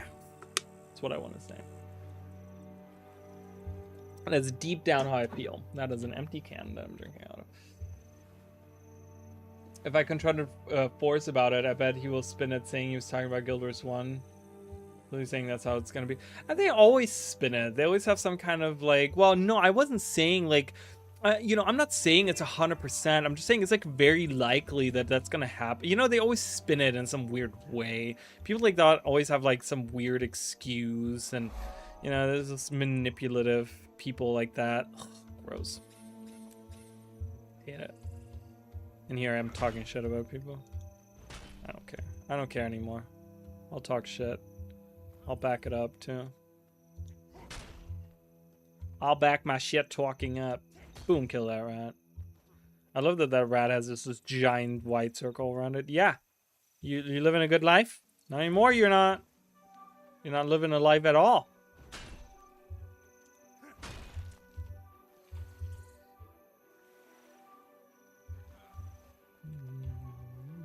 Oh. You actually have a texture inside of this bar, inside of this. That's kind of cool. It's like some vegetables and fruits in there. That's kind of cool. I never noticed that. That's kind of cool. Is there some rats up here that we can kill? Guess not. I guess not.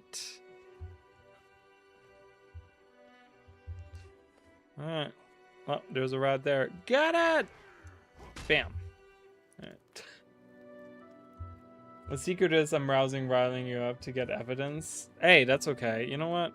Any publicity is good publicity. I don't give a shit. If people want to sit there and make clips of me saying shit and just taking it out of context, I'm okay.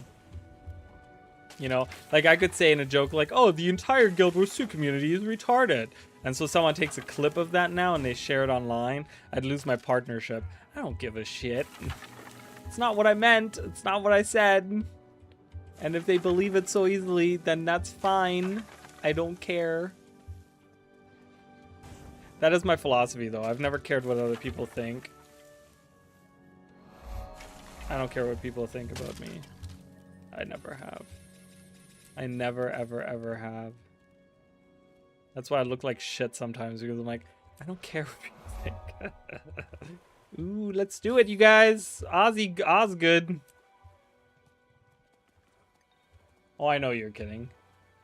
It's just funny because there are people out there. Well, that's the thing. There's genuinely people out there that want to go around and ruin people's day, right? By doing exactly that. Like they take clips and they take things. Luckily, I'm not like important enough or, you know, quote unquote famous enough, known enough for anyone to really want to do that and you know, ruin my day. Oh my god, there's so many of them. It's like an invasion. Tongues. This is what I'm paying you for. But yeah, I just think, you know, I guess I'm in a clear. I could technically say anything and nothing would happen to me because I don't have anyone that views my like I don't have a lot of people that view my content. I must rephrase myself. I must stop myself from saying the wrong thing there. People are so stop taking offense to words whether you're joking or not, so there's no room to breathe for context anymore. Well, obviously. You know, in the age of TikTok, where everyone has an attention span of about 20 seconds, you know, if you don't explain yourself in 20 seconds, you're done. You're going to internet jail, my friend.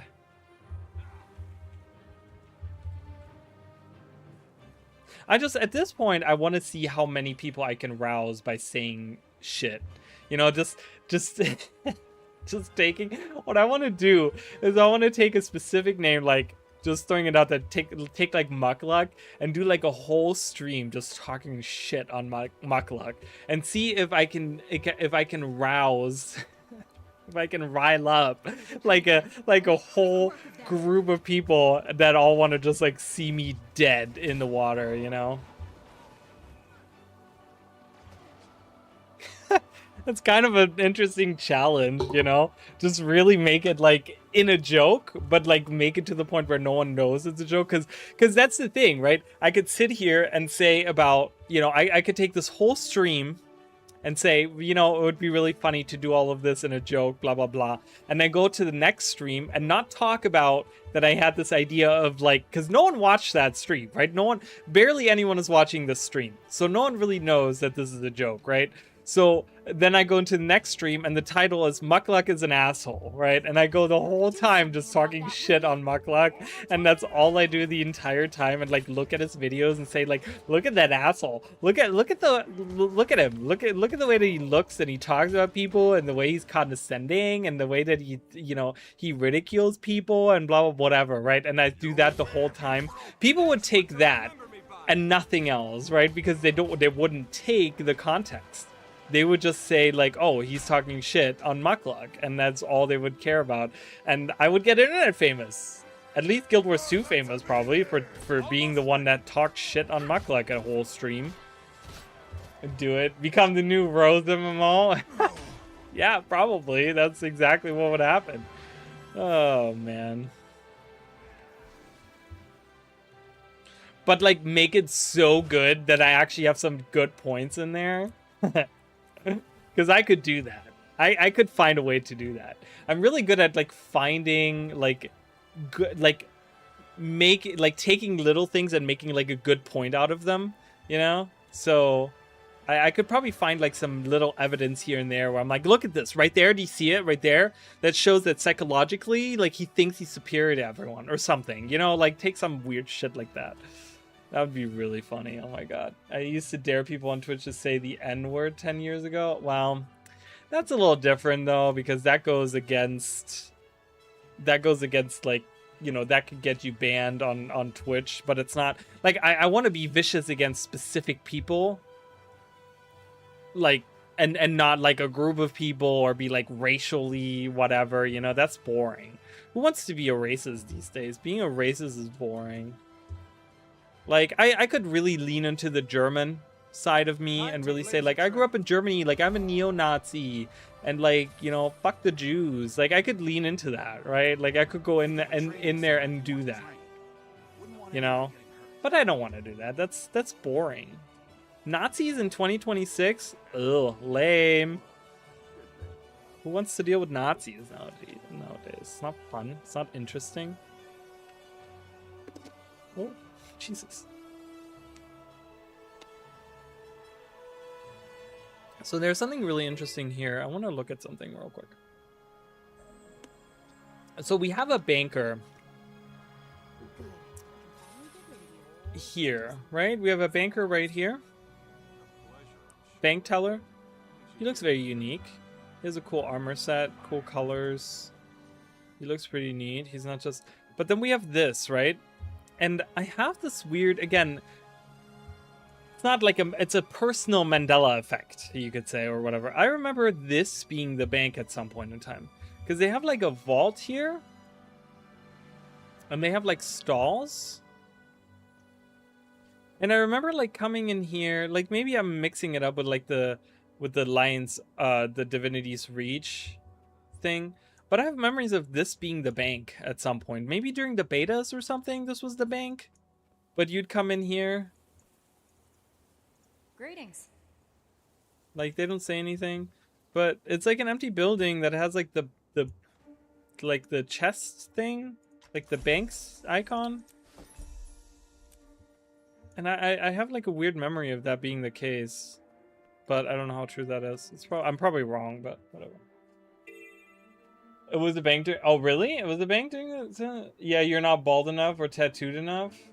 That's an easy fix. I can shave my head and I can get a tattoo. I can get a face tattoo. I can get... I can get a swastika right on my forehead. You think I'd get viewers then? You think I'd have people watch my stream then if I had a swastika right on my forehead? Wouldn't it be really funny if I actually went and I shaved my head and I got a swastika tattoo right here and I never say anything about it ever? Like, from what I look like now, all of a sudden I just like randomly go in, get a swastika tattooed on my forehead, shave my head, and just that's what I looked like. And that is what, like, I just go around doing, and I act the same way. I don't say anything different. I just like do that. That would be so messed up. I gotta go to the next map now. That would be crazy. I think that's a really fun idea. I should so do that. Oh, that's really funny. That cracks me up. And I just like never say anything about that. I do different voice as well, but that's me. I could have like a voice changer on. I could turn on a voice changer that makes my voice like all deep and demonic or something. And just I act the same way. Dude, for Halloween, so you have a backup excuse?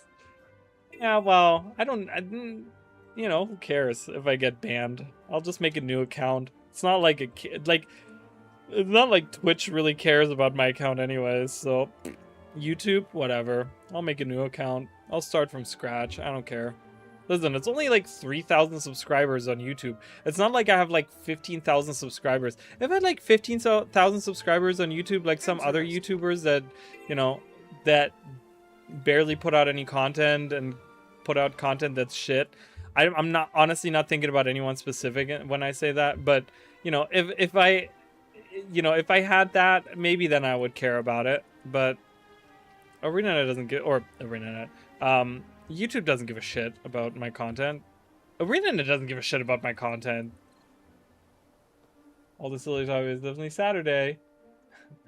That's today. Silly Saturday. I cannot stream next Saturday. I am working all day next Saturday. So I will not be here next Saturday. I never stream on Saturday anyways. I really wanted to take the opportunity because I'm not working today to see if I would get more viewership, but you know, it's the same as always, so I don't think it really matters which day I stream.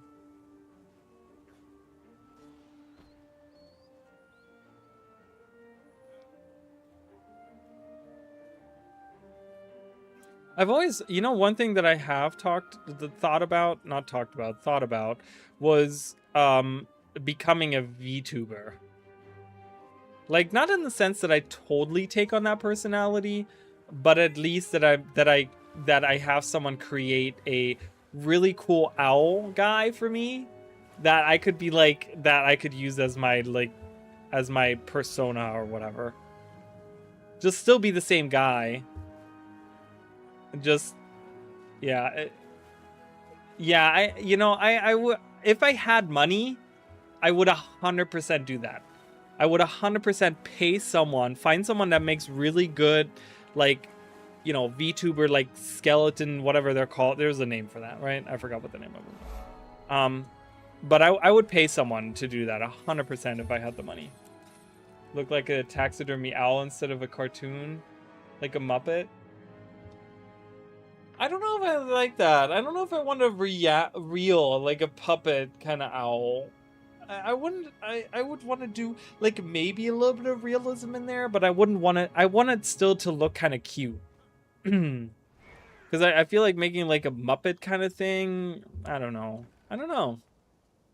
I have never really looked into it because I don't know how much it costs. Does anyone know how much it costs for someone? Like, does it depend? Do all people have like, is there like a going rate for making those is my question. Adrenaline rising. Yeah. Almost ready.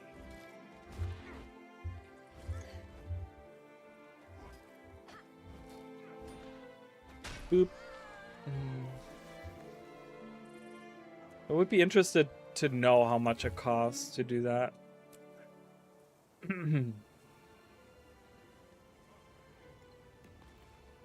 It can be from super cheap, 40 to 80 bucks. I mean, that's really nothing. I was expecting like hundreds of dollars.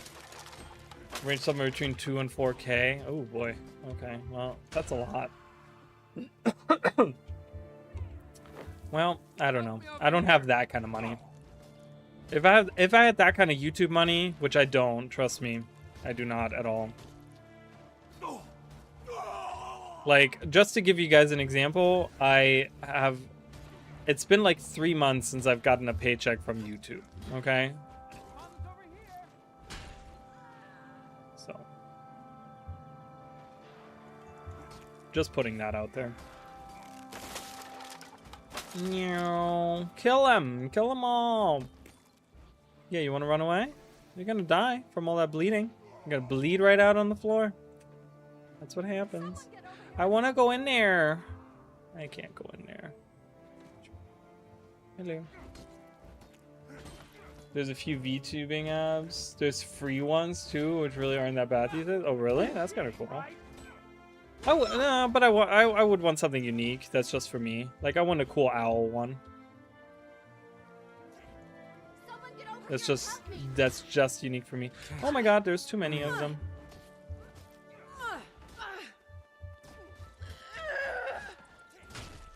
I don't have enough My energy. god, I gotta run away. I almost died there. Yeah, you wanna fight me still?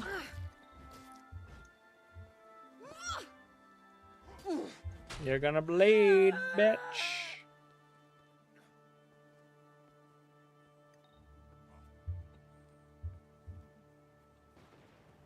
Oh, really? Can you really? No. I think I've only been in that area like twice in my life.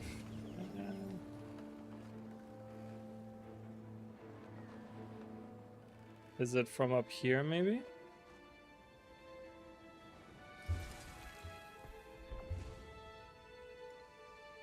Is it from over here, maybe?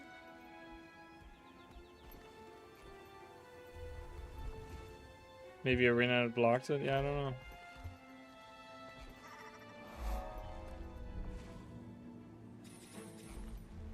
I'm on the gate.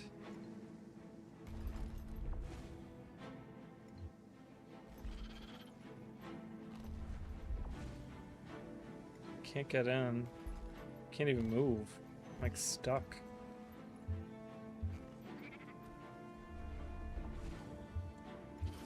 Yeah, definitely not. Definitely can't get in there. You drop. Oh, you drop down from the gate? Oh. Oh, really? Oh, so you can get on the gate and you drop through the gate?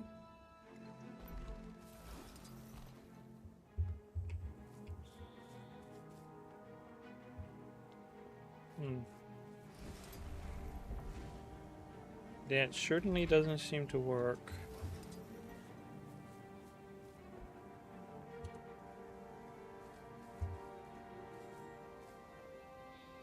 Yeah, I don't know. Can't get in.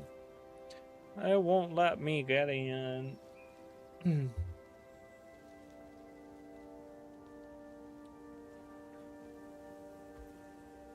Use the glider? What do you mean use the glider?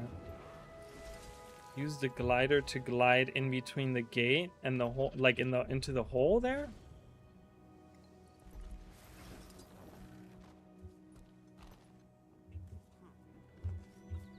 Oh. Oh.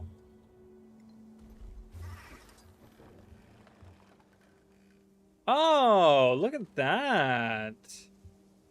Mishking to the rescue. Love it. It's a horsey. It's a horsey with a human on it. Oh my god, I love this. So cool.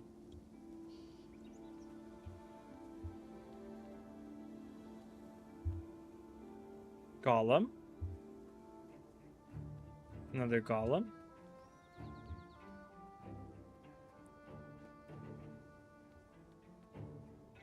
I got it. My puny brain figured it out with your help.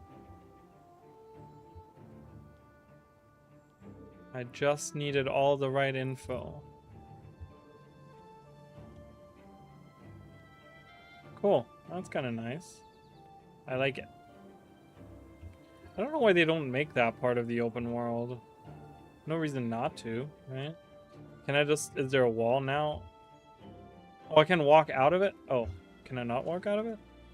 I cannot walk out of it. Okay. Please let me in. Please let me back up. Okay. Yaw, yaw. There we go. Got it. Goodbye. Well, that was a fun little excursion. Still gotta finish this heart. Take this.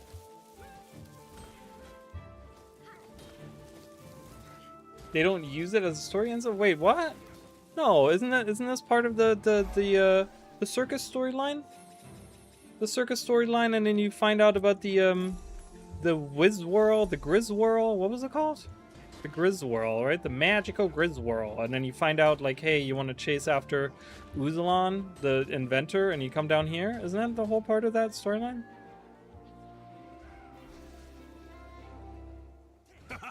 Hey, I like it. No, that was cool. That was a cool piece of, I didn't know that. I never knew how to get in there. Nobody doesn't have the same assets? Oh, really? Oh. Huh, interesting.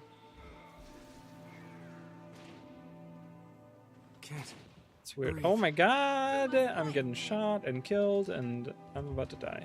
It's because I don't have any armor. I haven't gotten any armor. Level 6 armor.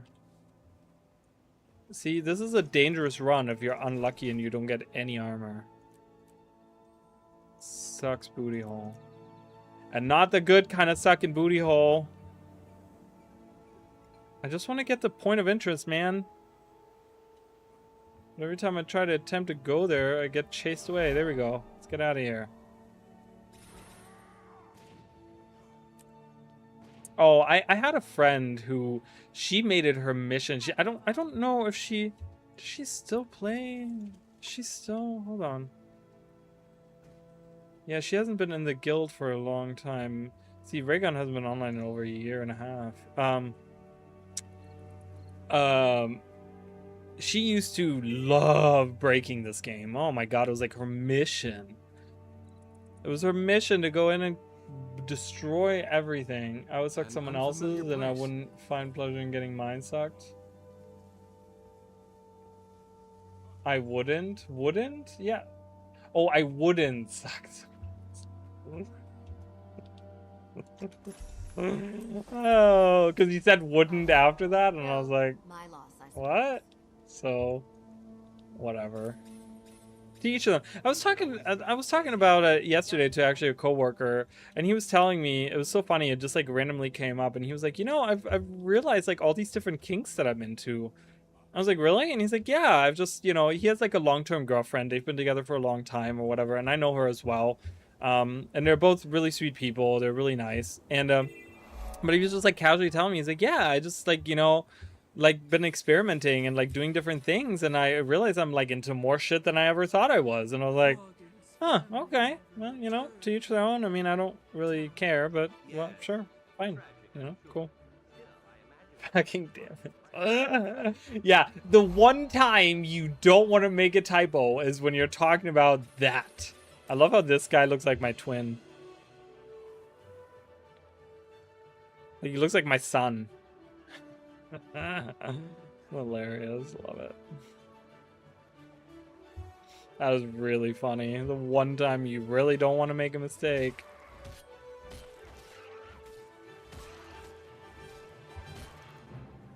Barf, do it. Come over here. I'm not gonna sit in your barf.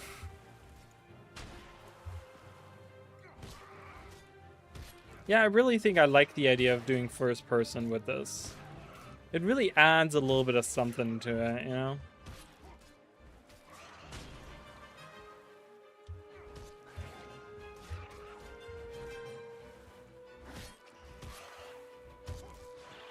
Oh boy.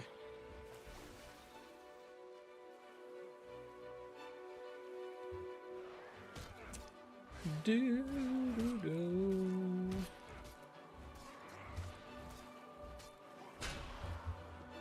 But yeah, I actually started writing on a script last night. I'm gonna be doing a video on ore. A little bit of like a speculation on the new map. I'm doing a video on that. And then I have a couple other videos that I'd like to do. I'm probably gonna do another couple fashion shorts. So all of that I'm gonna kind of be working on over the next few days. And then probably we're gonna get more info on Tuesday. I'm gonna be honest, I can't talk about what, and I can't talk about like what I know, but like we were supposed to get something this week, Guild Wars related. There was supposed to be a piece of news that was supposed to come out, and it hasn't come out. We were told it was gonna be later this week, and it's now Saturday, and we haven't heard this news, so I don't know. That's all I can say. My ACs ain't doing shit. My AC is just running non-stop right now. I have both the central AC and the one behind me just going non-stop. Like, anytime I turn the one behind me off, it's like immediately gets like swelteringly hot in here. I'm like, great, love it. Big fan. GG lore. What? Just getting started. GG lore.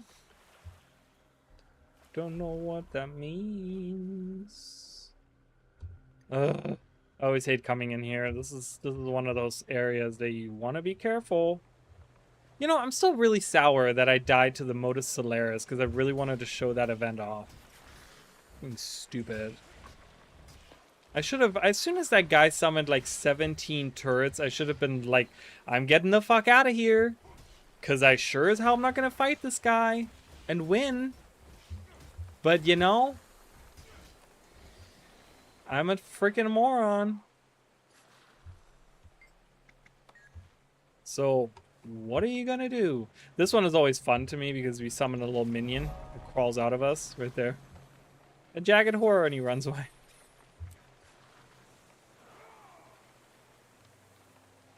Oh, script for video on lore.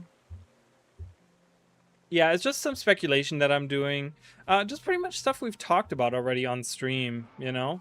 Kind of talking about where I could see this being, when I could see this taking place, you know, before the Zaitan fight, after the Zaitan fight, a couple speculations there, a couple speculations on what we could see, you know, with the spirits and the Coden involvement, maybe seeing some, like maybe, you know, talking about like getting some explanations for the Asura, some Coden explanation, you know, maybe seeing some of their structures, maybe, you know, and I kind of talk a little bit in the video about how I don't want to just see an ore map that's filled with like books to read about these things that happen, but I want to see more visual things. Like I want to see maybe one of these great spirits. Let us talk to one of them. You know what I mean? Like, let us have one lone surviving great spirit that can talk to, that we can talk to, and he gives us information on, you know, his kind, their kind, you know, and talking about like, oh, this is what it means to be a great spirit and why we're here and blah, blah, blah, you know, or maybe have some Coden spirits or something like that. You know, that's kind of where I'm at. It's nothing really too deep. It's nothing really, again, we don't really know what to expect, but I do want to tie it in a little bit, because it's not just it's the thing is, I think a lot of people miss the point that it's not just a Guild Wars, or it's a Guild Wars 2 map about Guild Wars to tie Guild Wars 3 together, right? But it's still a Guild Wars 2 map, meaning there's still Guild Wars 2 related things we could be seeing, and Guild Wars 2 related people that could appear, and stories to be told, you know, and so I kind of want to tie that into the a little bit into the Zaitan fight a little bit as well, you know. It's like kind of talking a little bit about the Zaitan fight, and again what it kind of means to, for the Zaitan fight to be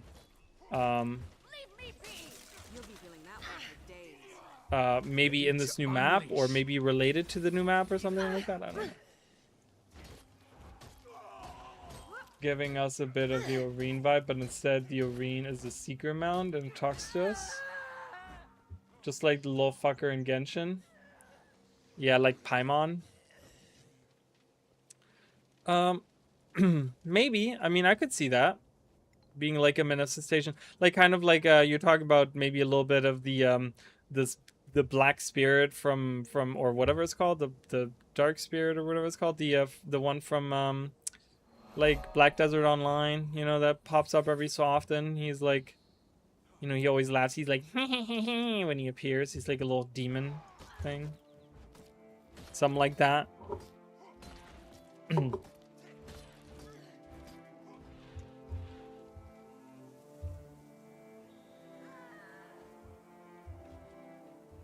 In the mount, yeah, like BDO. Then that, yeah, I think so too. I think instead of getting different mounts, we're gonna have the seeker take different forms. I think that's what's gonna happen, and I think that's maybe a little, maybe there will be a little speculation about that. Maybe a video that I'm gonna do as well, speculating a little bit on that, because I think that maybe, you know, maybe we could have this mount be, the seeker mount be, you know, you unlock it as like the War Claw one, right? But then you get, later on you get a form where it gets wings and you can fly on it, right? Or maybe, you know, it gets like these fins and has gills in this other form where it becomes an underwater mount, right? And so you can have this all-rounder. So I think maybe, you know, if they want to innovate on the mounting system of Guild Wars 2, which is already the best one in the MMO sphere, hands down, right? But if they want to innovate on that, the one issue is, I think, that you constantly switch between different mounts. That you have one mount that does a specific task, and so now we have a list of 17,000 mounts that all do their own specific thing, rather than one mount that can change on a whim to something that you need it to do, right? So, you know, it'd be really cool, instead of having like you mount up and instead of having a mount button where you summon a different mount, you change the functionality of your mount, and you go into the, you know, now I'm in the underwater form and now I'm in the flying form, and it just changes based on which you select. Or maybe when you go underwater, it automatically changes into the underwater one. Or if you hit like, you know, if you hit jumping twice or something, or you hit like these air currents, right, it turns into a flying mount or something like that, you know, and have it like transform at will kind of thing, and give us really just like one mount, but it changes in what it looks like based on the form that it's in or something. We're gonna unlock all forms, but we get a choice early on of what choices change the kind of content open to you, and then you gotta unlock the others. They combine the leveling mastery system. No more levels, just mastery level. Yeah, I don't know. People do enjoy the leveling part of gaming. So I don't know. But if we look at something again, if we look at something like, if we look at something like Tears of the Kingdom, Breath of the Wild, right? There's no leveling there. It's just you increase your armors, you find more armors, you can craft more armors as you go around the world. You find more things in treasure chests, and then you can improve it at the fairies, right? Like that's kind of the whole system there.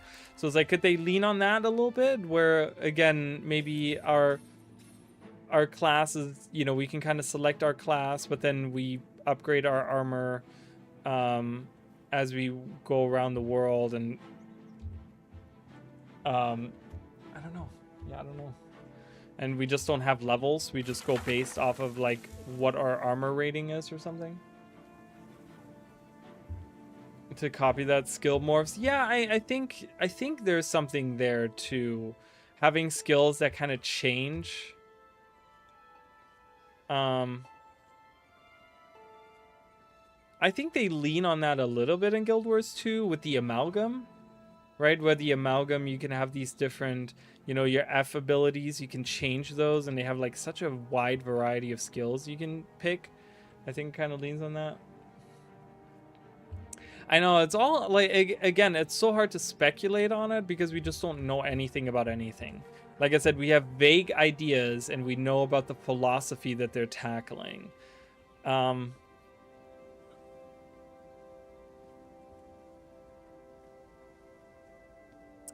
Like, okay, You know, we'll need a little bit more than that. So I'm hoping that maybe next week we'll get some more concrete things. I really want a blog post. I want at least one blog post that takes one aspect of the game and gives us a lot of details about it, right? Like, I would love that. I can't wait for those blog posts. Because, not that I don't like these blog posts that we're getting, but they kind of leave me with nothing, right? Those blog posts leave me with nothing. There's nothing to speculate on. There's nothing really, because we don't know. They could take the skill system, the mount system, the leveling system. They could take all of that in a billion different directions, right? They could do so many different things with it. And that's where I think we lose a lot of people too. It's just we don't know any specifics, and that just kind of sucks overall. I think it hurts. All new to me. I think it hurts the game in general, on a large. Pour the panini. I want a panini right now. Panini sounds delicious. All better. I feel Well fought, strong. everyone. But keep Need your eyes lore or open. combat, but I don't think they're anywhere near revealing that stuff yet. I think you will be surprised. That's all I'm gonna say. I need to look at something real quick.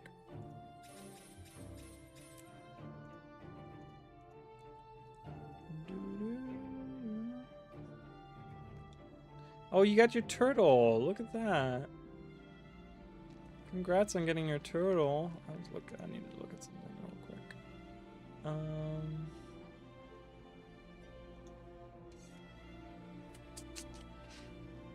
Okay.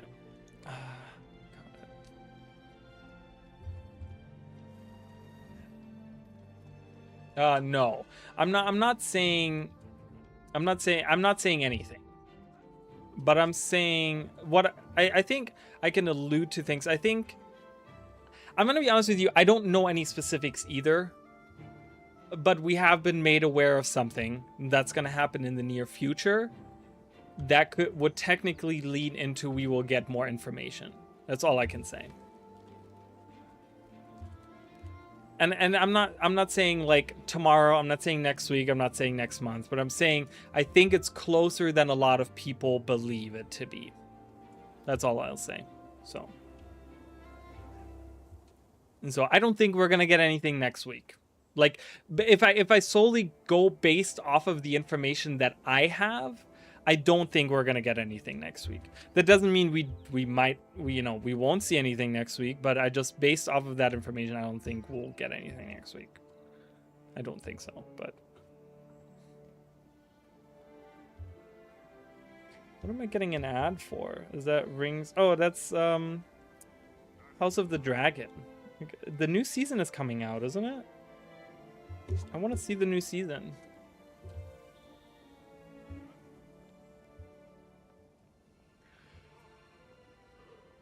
Well, soon TM. Yeah, pretty much. I mean, take it like that.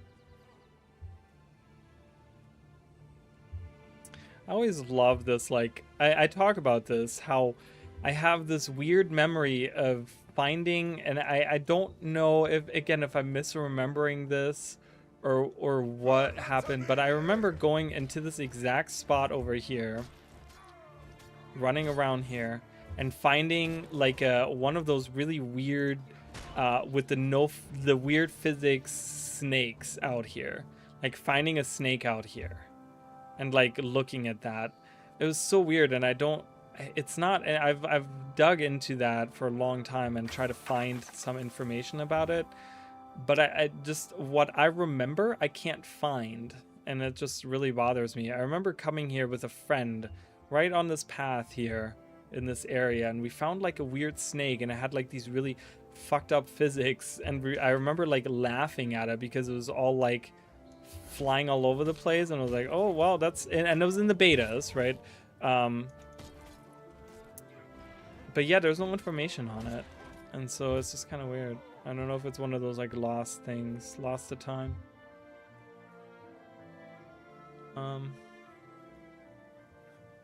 Do these warriors count? Are these too far away, or? Alert!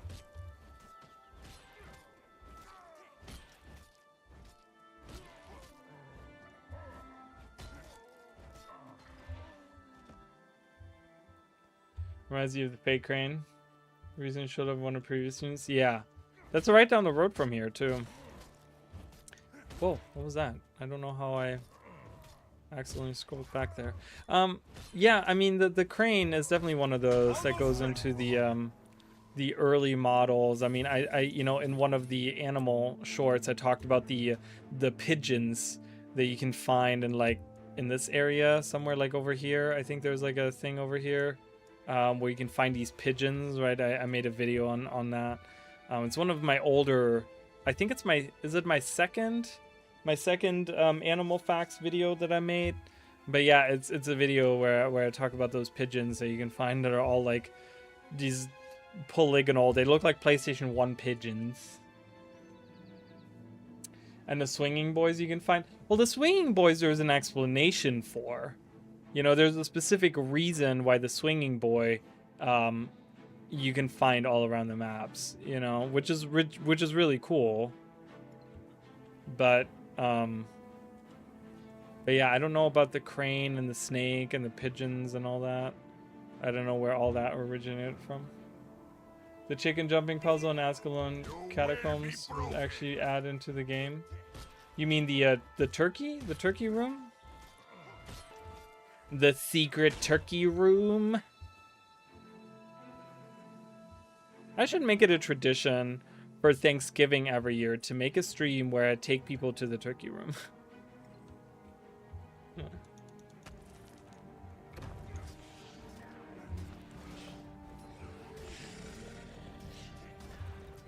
No, don't burrow. Ugh, always.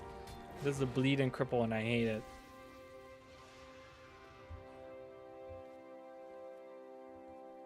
Yeah, that one's fun. It's really not that hard to get into either. Yeah. We all have a place in the eternal alchemy. Ah. That was scary.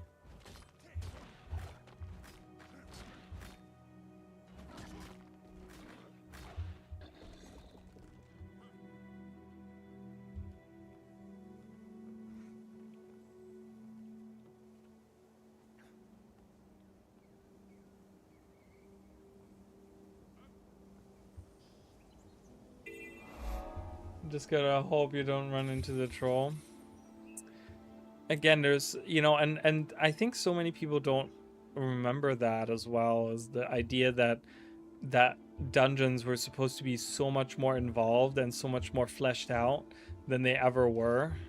And I don't know if you know, I've thought about it too, as like, is that going to be something that people ask for when they look at like the old you know, having the game, like the, you know, them changing things, are people gonna be asking for dungeons to be revised or to be fully fleshed out?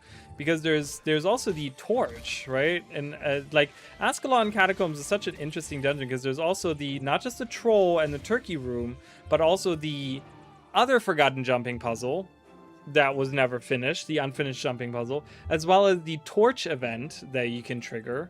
Like, there's so many little things in Ascalon Catacombs that makes it feel almost like an open world map, but it never became an open world map, you know?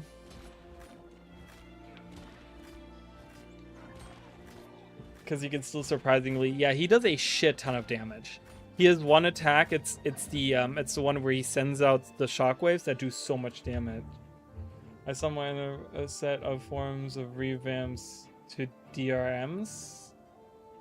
Nobody gives a shot. Yeah, no, but DRMs? Who cares about DRMs though? What would they revise on it too?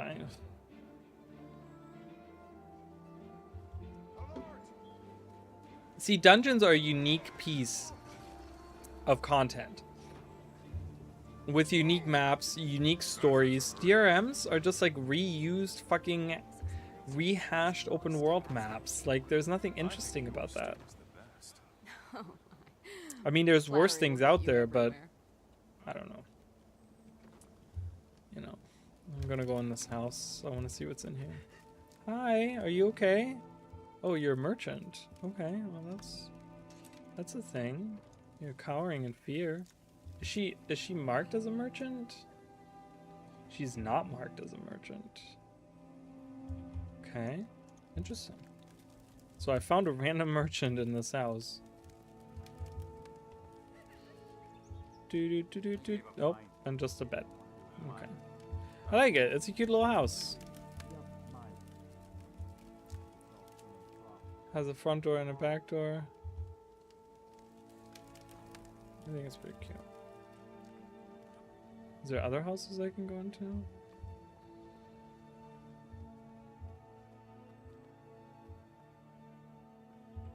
No, let's not look in there. No, that's it. It's the only house. Is that where they go into? No, Rundle is over there. Oh no, they walk over here. I mean, I can solo dungeons now, something I used to not be able to. But I've gotten better at the game.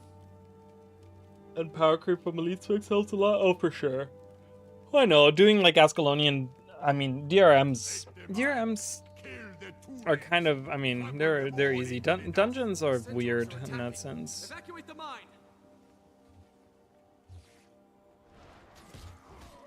Dungeons are weird, but yeah, I would love for them to fully implement both jumping puzzles and Ascalon catacombs, and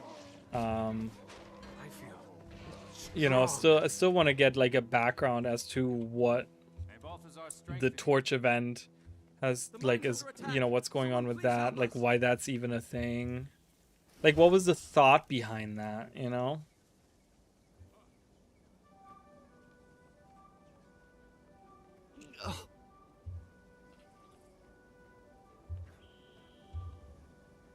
Just environmental damage traps. Yeah, oh yeah, for sure. For the most part, that is the hardest part. There are certain enemies too.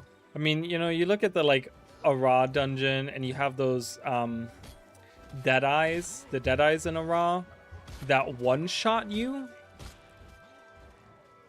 They literally one shot you.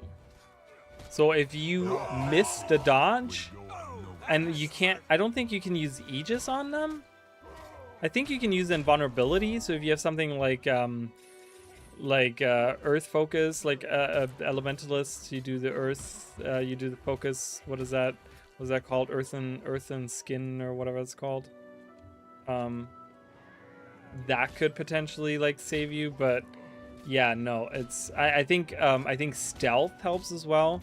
But yeah, if you don't have any of that, they one shot you. It's such a weird mechanic, and you have to go through like a whole row of them. Like, what? That's not fun. This is also not fun because I'm dying. Please. Please let me kill this guy. Okay, I can rally from this though. Okay, run away. All right, I'm gonna dance. One more thing for my list of accomplishments. I did it. Nothing can stop me.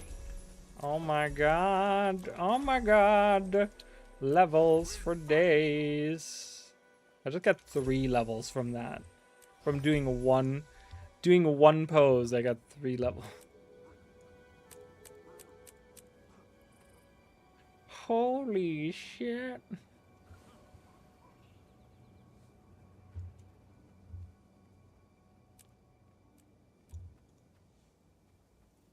You're supposed to CC in a raw dungeon gets easily dumbed down with condition damage, hilarious surveillance. Yeah, all of those things. I mean, I would love for them to look at that, but I don't know if that's on their list. I mean, you know, and we've talked about this too. They should really just make they should really just make the story dungeons like soloable. The story instance soloable. Like, just do that, and then have the explorables like be maybe all level 80, and not even. I mean, leave them at the level requirements that they are maybe, but definitely I think they should. The least they should do is make those be soloable.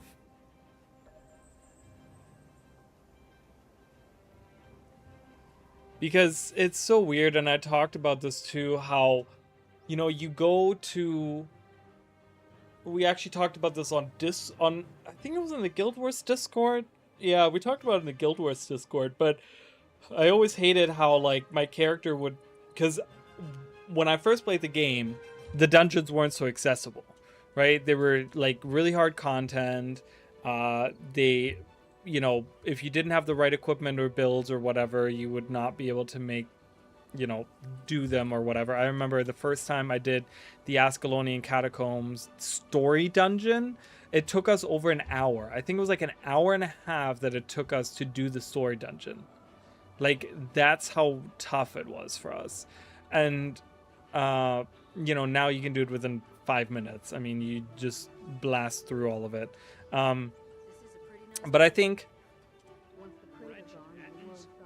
you know, now that they don't care about dungeons, but I always hated that when you went through, that's what the thought that I had is, you went through the dungeon, the final dungeon, you went through a raw, and they talk about all these events about like Destiny's Edge, and I'm like, well, I met these guys at level 30, but I didn't do, and it turns out that they had like a parallel storyline that happened in the dungeons, right? And then you go to the final dungeon in a raw, and all of a sudden you're supposed to have witnessed all of these events, all of these things, and I'm like, that didn't happen for me. Like, I didn't see any of that, and that really bothered me for many years.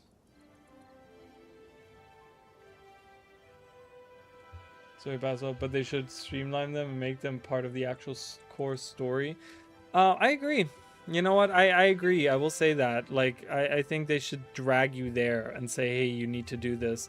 Because it's such an integral part. And the problem also is that Destiny's Edge, you know, you have no connection to Destiny's Edge. So the next part that you see Destiny's Edge, mind you, is in Heart of Thorns. And, you know, Air dies.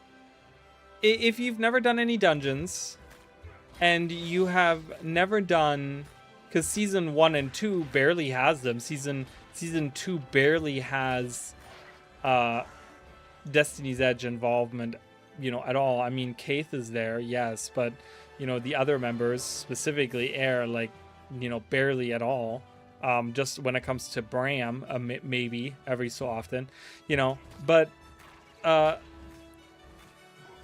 you know, you don't have any attachment to that, right? You see them in the introductory trailer to Heart of Thorns. You see that, oh, you know, they're you know, Destiny's Edge is fighting with Traherne and the Pact, and they're going into the jungle, and, you know, they're losing. It's like, I don't know who the hell these guys are. I didn't do the dungeons. I don't fucking care, right? Like, the only time I saw them was doing my level 30 instance. You know, maybe I am a Norn and I dealt with Air early on in my personal story. And then, you know, when I fight Zaitan, they're there. And then after that, I don't see them again until, you know, pretty much Heart of Thorns, where they then all of a sudden become these important characters. And, yeah, we gotta save Air and blah, blah, blah. And then she dies and we're supposed to be sad. And it's like, you know, this would have a lot more impact if I hadn't done the dungeons, right? So...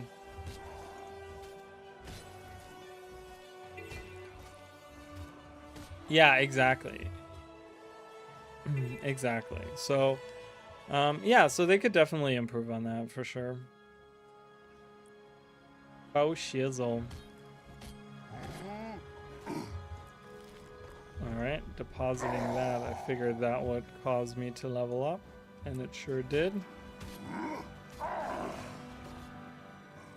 It sure did.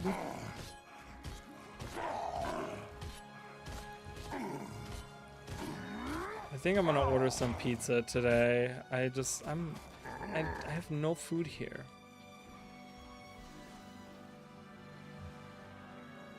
I have nothing to eat here.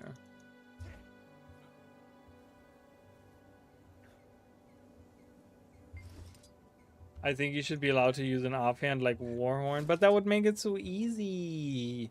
It's about making it as hard as possible.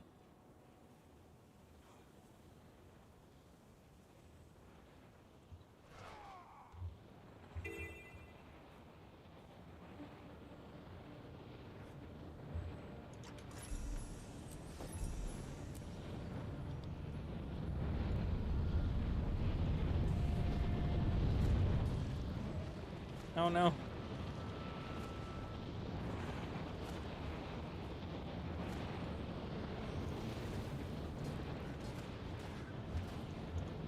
Now we can fight for real. Oh my god, they're just multiplying.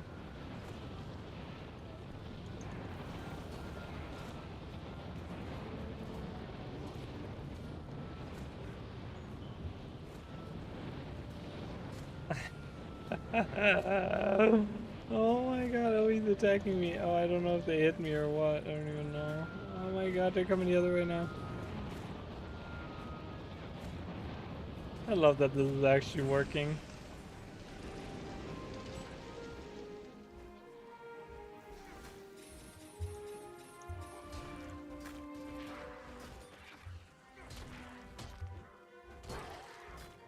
Gaining adrenaline. No, for warrior. Oh, it does super speed, I want to say. Does it super speed? It does definitely like swiftness on one of them, and then like cleanse condition on another one or something. Like it has like two different things. I mean, obviously it has two different things that it does. And it provides barrier. I think the one that cleanses conditions provides barrier as well.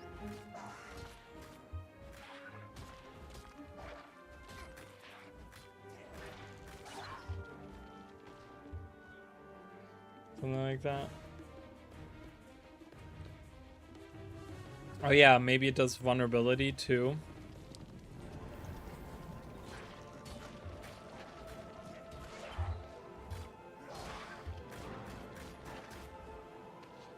Is there a trait that still involves the war horn? Oh, I think there is. You're right. I think you're right.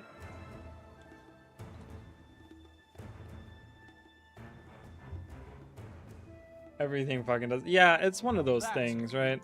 It's part of the homogenization of everything. ArenaNet gave every class everything and every weapon everything, and so now, like, you know, you just attack with like any weapon and you cause like vulnerability, right? That's why I think it's one of the things that shows which weapons haven't been updated a long time, because there's certain weapons that haven't been updated and those weapons lag behind because they don't do as much. You know what I mean? Like they don't have as many things that they do. Like Sword on Warrior is fine. It has been updated over the years. I think the offhand sword is not as great. But when we look at something like Greatsword, for example, like Greatsword doesn't do anything. It does shit damage and that's all it does. It doesn't apply really any... I don't think it applies anything beside like Cripple. Maybe there's a couple of vulnerability things on there. It doesn't do anything else, you know? And it doesn't even do those things well. Oh, I remember I really loved... What do these guys talk about again? They talk about something. They talk about the cave here or something.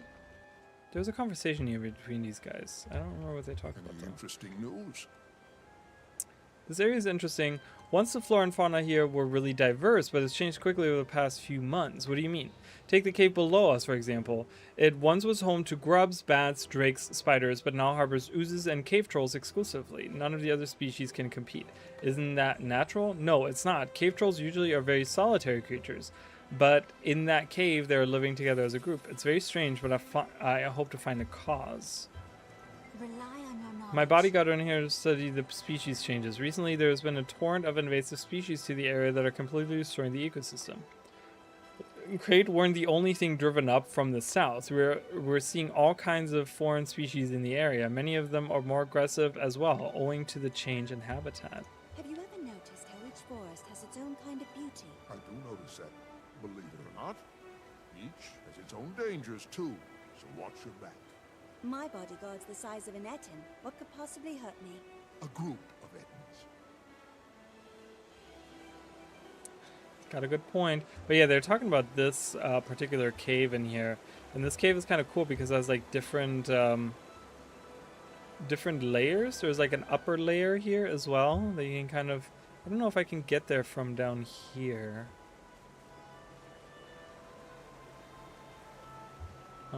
Yeah, I think I can. I think, isn't there a chest in here too somewhere?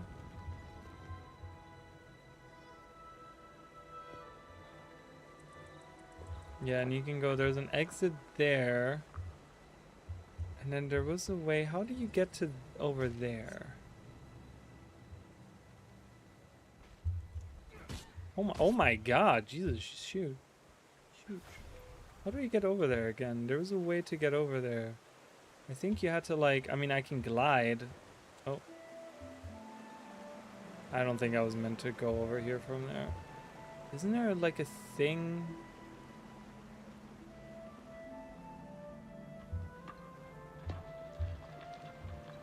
This always looked to me like there would be an enemy that spawns here.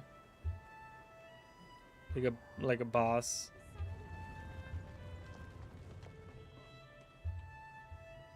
Oh, you can walk through. What? Whoa. Okay, so there's supposed to be a cave in here? Oh my god, we're finding all the fun stuff today. So I guess there was supposed to be some kind of event here that opened this up. I have a feeling that those two NPCs were supposed to have some kind of event where they go into the cave and explore. Because he says, I hope to find out. And so... yeah, I have a feeling they were supposed to go in here and do this. Oh, it gives barrier, vigor, cleanse, sequence, removes movement, apparent conditions, and swiftness. And 2 seconds of quizzes to fuck how useless. I mean, that's actually pretty nice for like a supportive, defensive kind of weapon. Barrier, vigor, cleanses 3 conditions, removes movement impairing conditions, and swiftness for 20 seconds. I mean, that's pretty good in something like World vs. World or maybe even PvP or something. Like that. That's not bad. The 2 seconds of quickness, maybe that's not very good, but...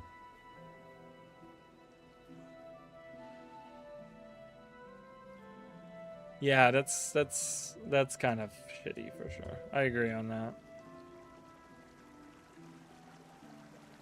I agree. But yeah, I don't know. I think it's in a much better place than it used to be. It used to be such a garbage weapon. Just like Greatsword on Warrior. Just like Bladesworn in general. Bladesworn is okay. It just needs some tweaks. Some tiny little tweaks.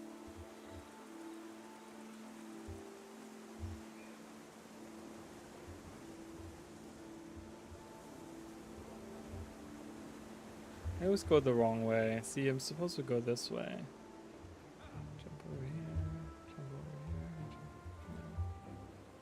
jump over here. No! Oh. Yeah. Rootin', tootin', freshin', fruitin'. Alright, I made that. The end. I always forgot how quick this is. It's a really quick event. Hello.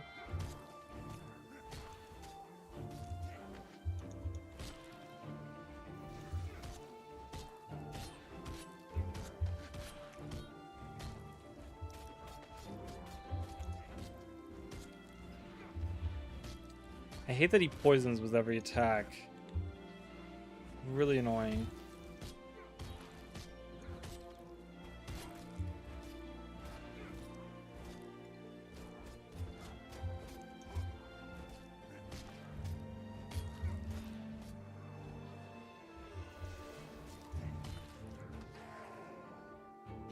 Ah, stupid. So I guess Warrior has enough access to quickness. I mean, Frenzy gives 6 seconds of it. Can we extend the boon duration? So they're like, fine. Warren can extend it a little. Oh my god, we even got an armor piece. Oh my god, finally. And I didn't even see that earlier. Oh. Survivability is the name of the game. I achieve things. I'm an achiever. Hello. How do I get out of here? Oh, this way.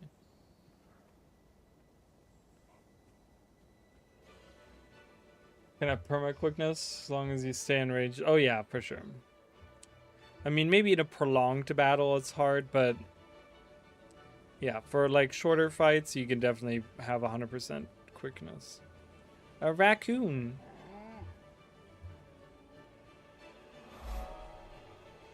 Do, do, do, do, do, do.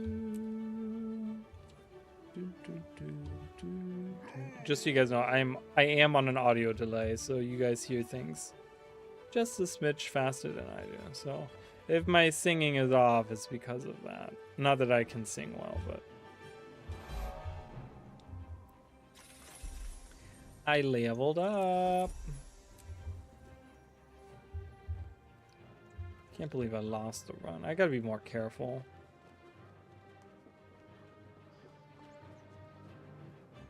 Step up, workers. You need to learn how to. We have a tired of taker. tourists gaping Those of at you us on the like we're putting on sidelines, a pay show for attention. them. Maybe I you'll like my learn privacy. Where will you go? Divinity's Reach, maybe. Might join the carnival there. You make no sense. Nobody brought marshmallows? Nobody brought marshmallows. Oh. Somewhere west of the canyon. Thank goodness for the wizard. He keeps us safe. Hey, look at that. So this character just said, did you hear about the body snatching? Where? West of the canyon. I think they're referring to the Ettins.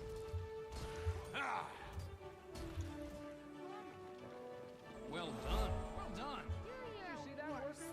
That's how you do it. This place is fantastic. We should get elementals to help out in our city. You work in a quarry. If a bunch of elementals showed up to do manual labor, you'd lose your job. Oh, right. Yeah.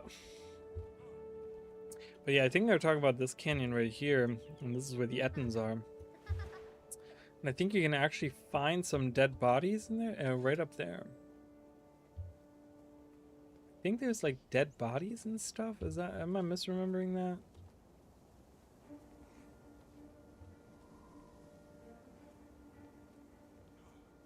Yes, you do achieve things. Nathan Drake, what?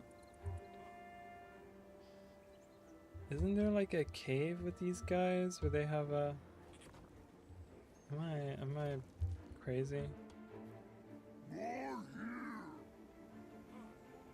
Where is this cave? I remember there being a cave. Is it further? Is it up here? Is it the other path? Is it up here? There's a cave with Etna. I think it's right there.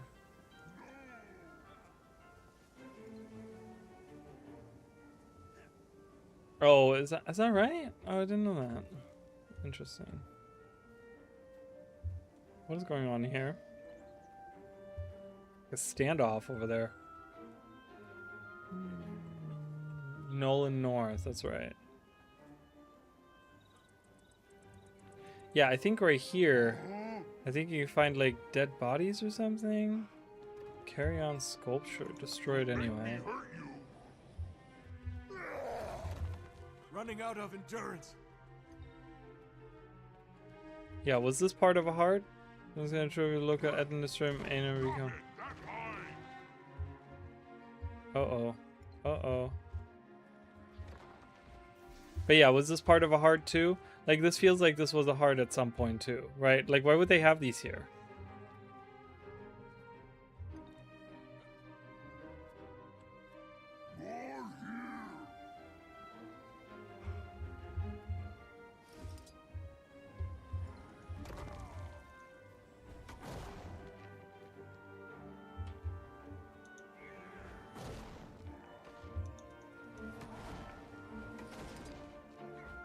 Oh.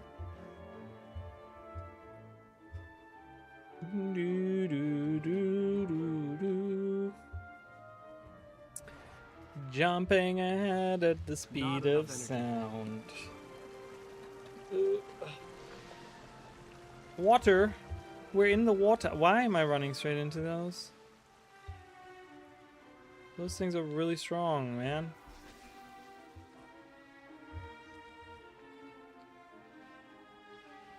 Do, do, do, do.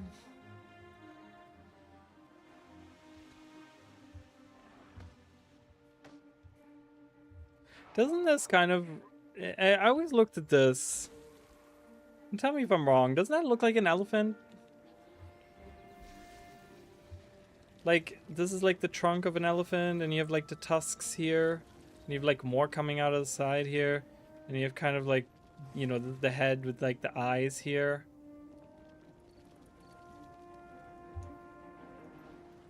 Always reminded me of an elephant. Back to using Staff My Warrior truly is my favorite staff skill in the entire game. I thought about the wall. Yeah, it's weird, right? There's nothing else we can make out about it. I remember that this was actually they actually changed this at some point. There was something about the stairs, like you couldn't reach the door or something, and they added these stairs in. There was something about that. Look, we can see there's something behind it. What is behind there? What is that? Something green. It's like a hedge of some sort.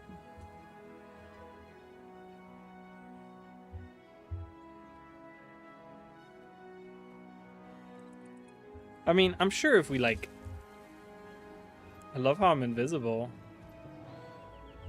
Oh, that was cool. I'm sure if you fly all the way up... Oh, if we do. If we can. Can you give me... Oh, it got me a small little ledge I can stand on.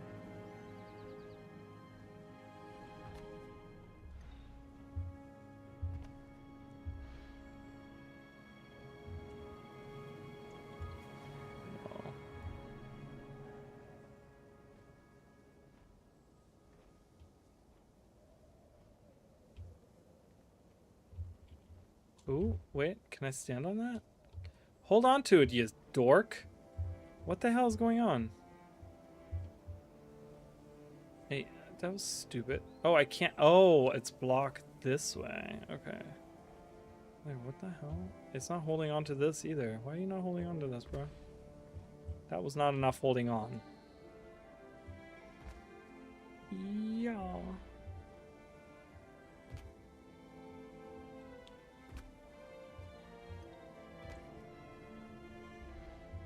There's another elephant shape to the right. I mean, they have these that are like... Also looks elephanty.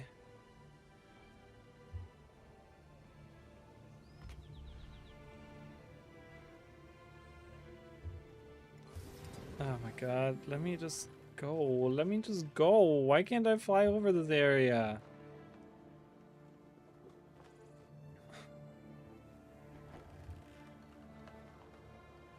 So they have, I mean, it's a repeating pattern for sure. Just the one at the door looks very different to the other ones.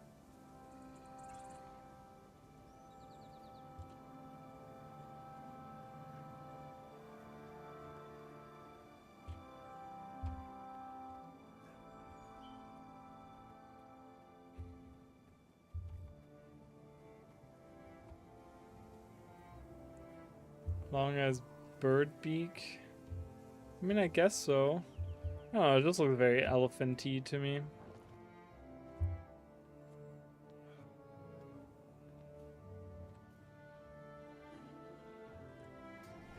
Strike together. Take that. More enemies from the south. From the east. I don't know why I said south. That's clearly the east. It's deceased. It's south and east. East. Sorry, I completely bumped into that mic there.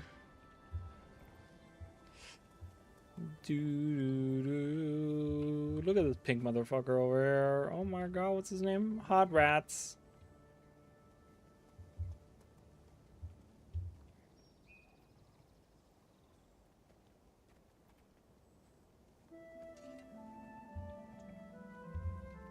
Don't they come from down below here?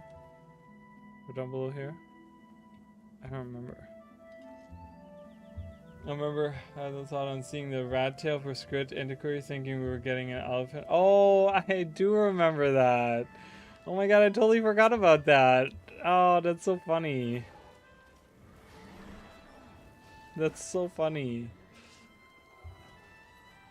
I actually created an antiquary. I hate it. I hate the antiquary. I hate the lore behind it. I hate the visuals of it. I hate the mechanics of it. I hate the traits for it. I hate the skills for it. I legitimately hate everything about it. I don't like it. Does anyone? Do people play it? Like I don't see a lot of antiquaries around, but again, I don't know. You know, the problem is when you make certain classes super meta and like be the best in slot, like best in everything, then people tend to play those all the time, obviously.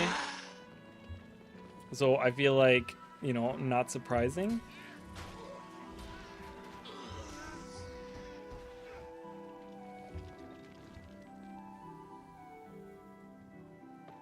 The power version is fine, even fun-ish. Yeah, I don't know. The Condi version is hard because you only get like access to a couple of Condis. Like burning and stuff. You get a little bit of like vulnerability and things like that, but you don't have like readily available conditions. I don't have enough energy. And the traits are weird, and the whole backfire mechanic, like, it's so stupid, and then they just, God, it just doesn't feel good to play. Like, there's no benefit to using the backfire thing. And, like, the skills are really underwhelming to me, too. Like, I looked through, like, a lot of those skills the other day, and they're so underwhelming. All of those, like, yeah, whatever they're called, they're not. That's how much burn I gave it. I don't like Thief form still low. I don't like Daredevil, Deadeye, or Scepter. Deadeye is interesting because it's just such a quick and easy, like it does really well, Deadeye. And Daredevil is okay, I think. I haven't played Daredevil in a long time, so I don't know how well it performs.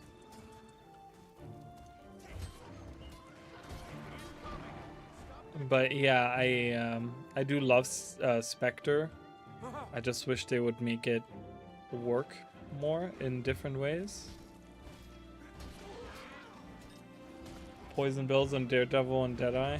Yeah, I think Daredevil has like a really interesting Condi build with the turning the dodge into like a Condi thing. It's really cool. I like that for sure. It's going for them poison. But that's the thing. It's like it doesn't really like Spectre doesn't really lean. Spectre is like torment related. I mean, and I don't mind that it's poison because you have all these other classes that lean into like torment, right? They lean into torment and burning. Like that's the big condis that you get from other classes. And it feels so uninspired and boring.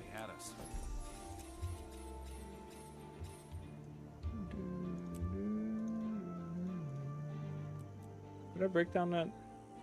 Maybe I could have broken down that other thing too. The blood witch is that's why I don't like Spectre, because you can't do poison. Please help Cloggins. Yeah, well, I think the main point for me is that should be the spec that leans on poison the most. You know what I mean?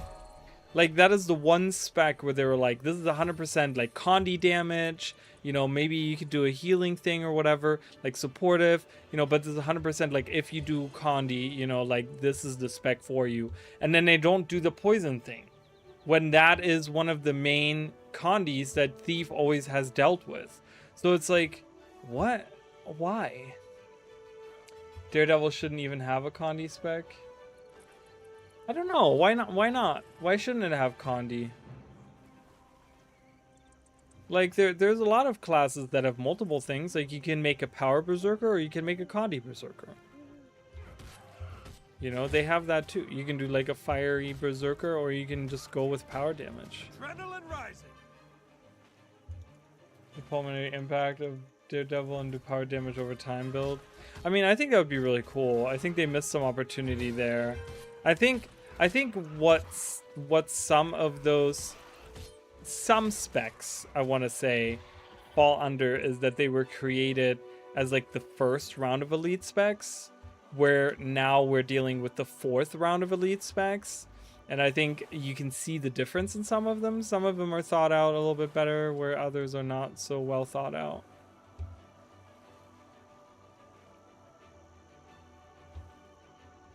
And I think Daredevil is one of those that back then was really cool, but now it's a little bit more on the boring side. And I think I would like to see a revision done to it.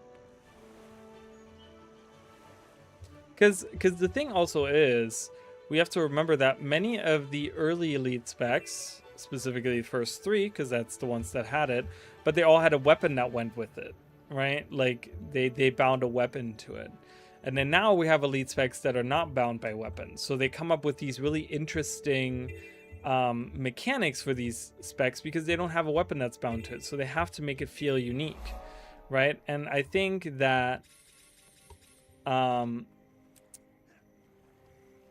know, I think if they, because I think that was one of the big parts, like one of the huge identities that Daredevil had was like, yeah, you can use staff, and like everyone you would, it's the same. And I think Thief specifically has that problem on all of their specs, that they feel better when you use the, or they feel, not only do they feel better, but in many ways they work better if you use the ability or the weapon that it came out with, right? We have the Daredevil feels really good when you use the staff, because it's like this gung-ho like physical attacker, and it feels really good because it goes really well with those abilities, right? It doesn't synergize too well with others. You can still obviously make it work, but it works more on the like melee, like going in and punching, you know, the head of the enemy kind of thing, right? So staff goes really well there. And then you have Deadeye, which Deadeye feels so much better when you use rifle.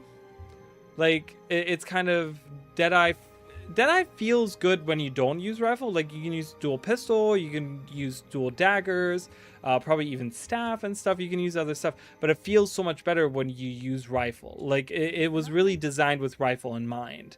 You know, and then of course Spectre has the same problem with Scepter, like we talked about many times. And so it's one of those where I'm like, you know, I kind of wish now that we have the freedom of weapons not being bound, you know, that they revise some of these older things and kind of make them their own identity in their own way, you know?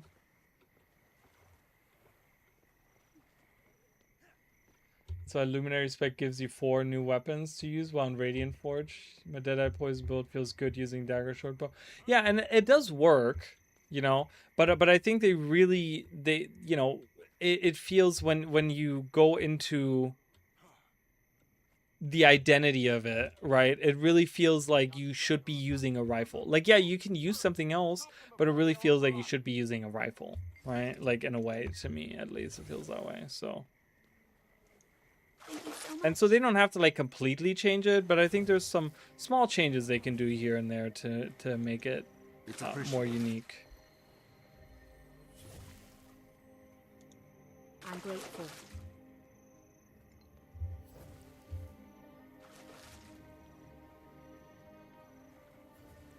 Like, I consider the mark like a warlock spell, marking the enemy for doom. Oh, that's an interesting idea. That's yeah, that's definitely that's not a perspective that I've ever considered. It's appreciated.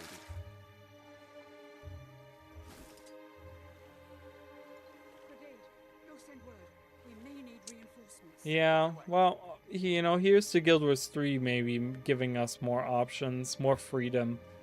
Like I said, I never liked the idea of my skills being... in the beginning, I like I said, like last stream, you know, in the beginning I remember that was such a huge deal in the MMO space. Was like, oh yeah, you have your skills are based on whichever weapon you wield, and so you have this like unique experience, right?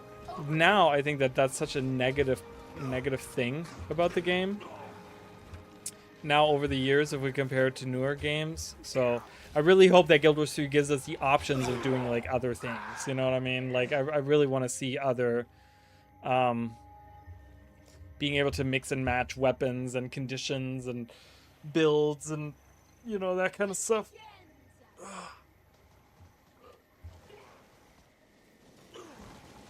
Oh yeah, Deadeye has like a lot. Even like core Thief. Like if you really go into like the Condi variant of a core Thief, specifically with something like what's it called? Oh my god, like stealing. Like you can really map out stealing to just do a ton of stuff. Like if you do every trait that deals with something with stealing or that increases something there or whatever, you can have like you hover over steal and all of a sudden it becomes this like giant, massive like page long. You know, it does this and this and this and this and this. It provides these boons. It does that. It does these, all kinds of these conditions, and it, you know, it's just like, oh my god, it's crazy.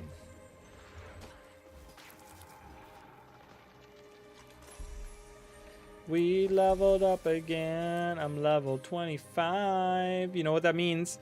I know I'm on the far corner, but we now have to go all the way over here. All the way over there. Alright, here we go. But the fact that a steal can be reset after every kill. Oh yeah, for sure. And you can just like pop it really fast on every new enemy. It's crazy.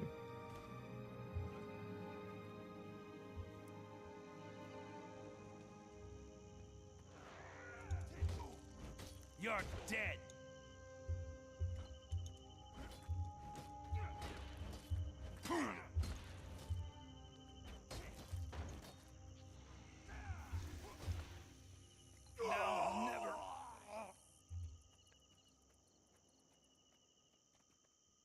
Well, I was gonna go Antiquary.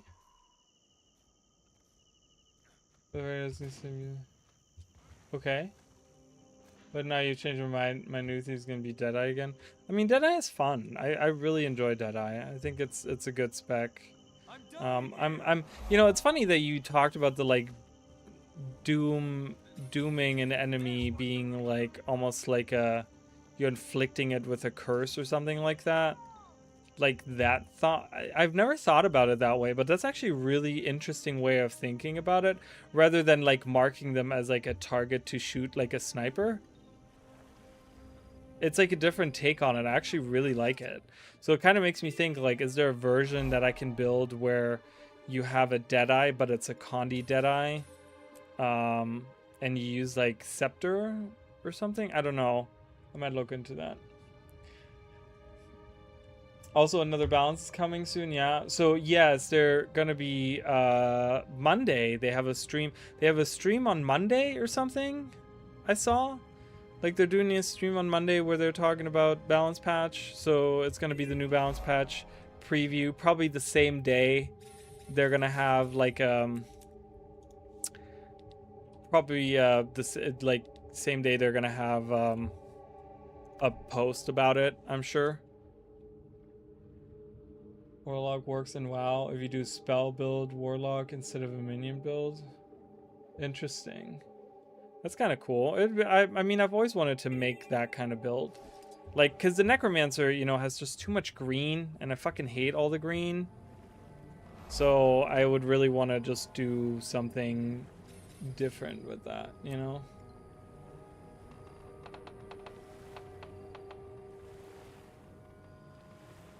So yeah, I might look back into doing that instead of doing a Spectre.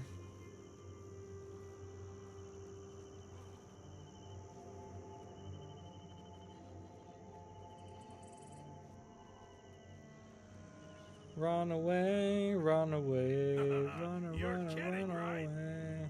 Centaur Trainee. I think this is the only place where you see that particular name on any of the on centaurs like that. Again, this looks like an area that would have a heart around it, right? Where it's like the heart says like, hey, disrupt the enemy camp, where the human bandits and the centaurs are banding together, right? Because we don't want those banding together.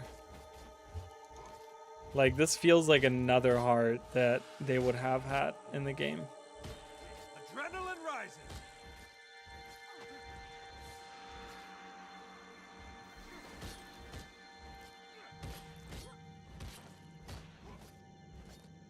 Yeah, Deadeye is like black, red, purples. Just Yes, getting a lot of like reds for sure. My God, this guy is tough.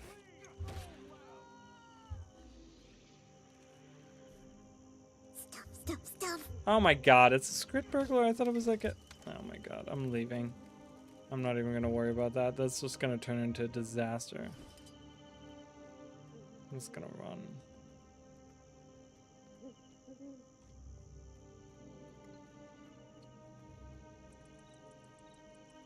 Yeah, it would be kind of cool to do that. I might look into that. Might look into that. Do. I don't know what I'm singing. I'm really hungry, so I'm probably gonna order some pizza here shortly. Do.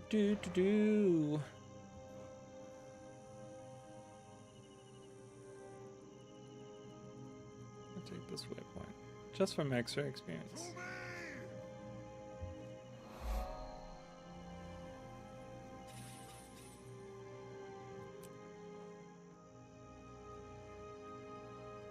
Oh boy.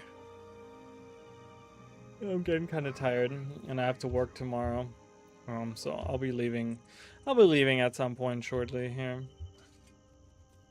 I'm working tomorrow early, so I want to get some rest tonight. Maybe work on some videos. Probably not. I don't know. We'll have to see. We'll see how I feel. We'll see how I feel. I hate that we have to like restart this run, but okay, have a good night. Yeah, I'm probably just gonna get to the new map and leave after that. So, but I appreciate you being here, and I'll see you shortly, I'm sure. Whether on Discord or, you know, probably Monday. I mean, if they do the skill thing on Monday, I might stream that on Monday. Like, not stream it in the sense of like I'm streaming at the same time, but I might do like a review of it after or something like that.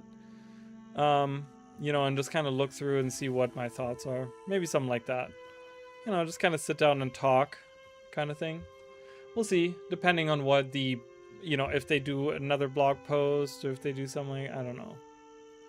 But I don't want to do a video about it, so we can just do a stream about it.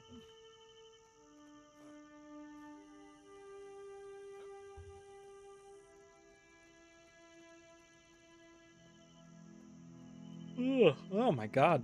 I have like no energy.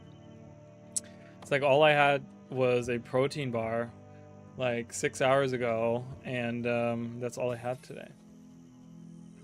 But have a good night, Mish.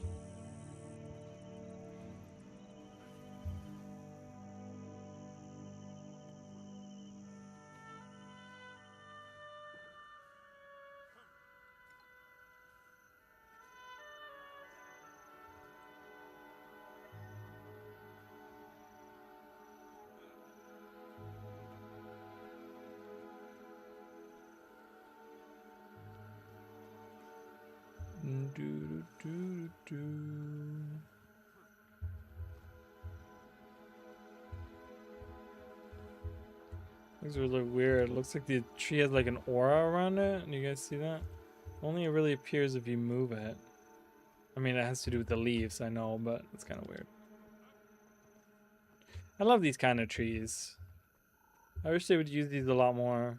I don't have enough energy. So we got a beach area in Guild Wars 2. The next thing that I want to see is a really, like a swamp map. Like more of this kind of stuff, but like a whole map that's like that. A whole swampy map. Alright, well, I'm probably gonna head out now. You know, I've been live for like ever now. I'm gonna get to the outpost here. But yeah, I'm gonna be working on some videos for you guys, and I hope you guys are excited for Guild Wars 3.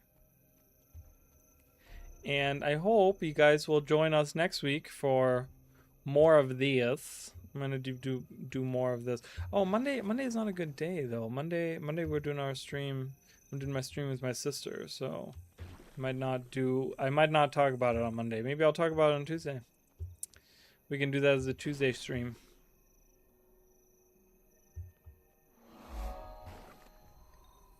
That sounds like a good idea. These travelers not to stray from the roads. They never listen. But anyways, yeah, make sure to, for those of you that are watching on Twitch or that were on Twitch or whatever, make sure to watch my YouTube channel. There's a bunch of things there. I would love to hear from you guys, and, you know. Preparing a major invasion southward. Even centaurs wouldn't be dumb enough to attack Lion's Arch. Interesting conversation. I want to go to this character up here. Wassa? Wassa? Way up here at the very, very top. Who is this person? Do you require my assistance?